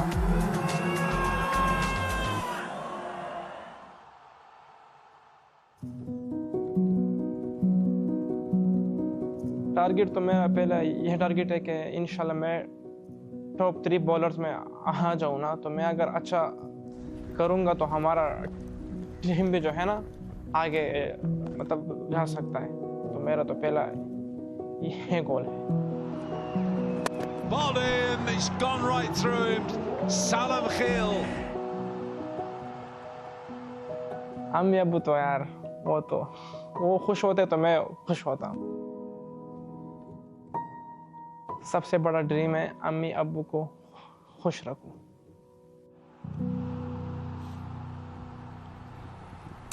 The man is special, and I'll tell you, social media is a dangerous place. They don't leave anybody, but Waqar Salam Khil right on target. His target is to be in the top 3 bowlers, top 3 wicket takers in this particular tournament, and he very much is on target. But I'm sure the guy who made that comment, he probably bowled himself. 100%. Write my words down. That's social media. Possible. But what is it about Afghanistan producing spinners like that? You've got a Noor, you've got, of course, Waqar Salam Khil, you've got a Rashid. What is it about that place? I think it's come from the fact that Rashid Khan broke onto the scene, and all bowlers almost feel like they want to emulate him. Like, look at the plethora of spinners that they have. Mujib, Nabi, Rashid. Now, Waqar Salam Khil, Noor Ahmed, Qais Ahmed, Arab Gul. None of them get into the side. And you look at the Waqar Salam Khil, and left arm wrist spinners are an asset, are a prime commodity right now, and they don't get into the side. So, I just feel the inspiration that these match winners, and don't forget, we've seen some of these highlights reel that you guys put together for us. Phenomenal, by the way. In terms of speaking about Afghanistan winning important games as ICC events. So there is such an inspiration and a boost for the newer crop of players to emulate what these stars can do, because they've started rolling over a few big sides. They indeed have. They indeed have. Well, very quickly, let me remind you of our winners, the winners of the contest that we get for all of you. But very quickly, let me remind you that it is time to announce the winners of Visi Smart TV presents Jalwa Dikhao Inam Pao contest for the previous match. Congratulations to Rahul, Israrul, Alok, Nishan, Sarthak, Sandhya, of course, all of you guys for showing amazing Jalwa and winning exciting rewards from Visi Smart TV, a smart TV that has it all, the youth entertainment brand. Do not miss your chance in the next match, because with Visi Smart TV, Jalwa Dikhao Inam Pao, all of you guys have a chance to win a prize. Visi Smart TV has covered you all. Now, very quickly, let me remind you, tomorrow is an off in the league, but on the 26th, that is the Boxing Day, we've got another match. A match in which the Sharjah Warriorz will be starting yet again, because remember, you still have 3 spots remaining. You've got 3 teams, 1 spot remaining. You've got Sharjah Warriors taking on Desert Vipers, table toppers. The first team to qualify, Sharjah Warriors on the other side, with an outside chance. Oh, no, you didn't say that. With an outside chance. Just inverted commas on that. But you've got 1 spot, 3 teams. What does it say about the league that you're in the business end, but you still do not have your top 4? I feel the auction has made a huge difference. There's been an even spread of talent. There's been an even spread of teams being able to construct 11s as opposed to the draft. And I think that is what has changed. Like you're saying, not until the last 2 league games, we don't know who the 4th team is. So I think that's fantastic for the DP World. And I think learning curve for the owners of this league is basically to have players. I've been very blunt and direct who are actually playing cricket, present cricket. So they'll be a good help for the teams too. So predictions? Who's clinching that spot? Oh, tough one. Today would be nice. Not Sharjah Warriors. Not Sharjah. What about you? You mean the other game? Uruj, well played. What about Vipers. You? Sorry? No, you're talking about... clinching the last spot. Who's clinching that? You've got ADKR, you've got Gulf Giants, or Sharjah It's a one-horse race. Oh. Warriors are looking good to be retained the last... spot, you think? Yes, I reckon. Well, you so. said it was an outside chance, but I guess we'll talk about it later. For now, it's a good night.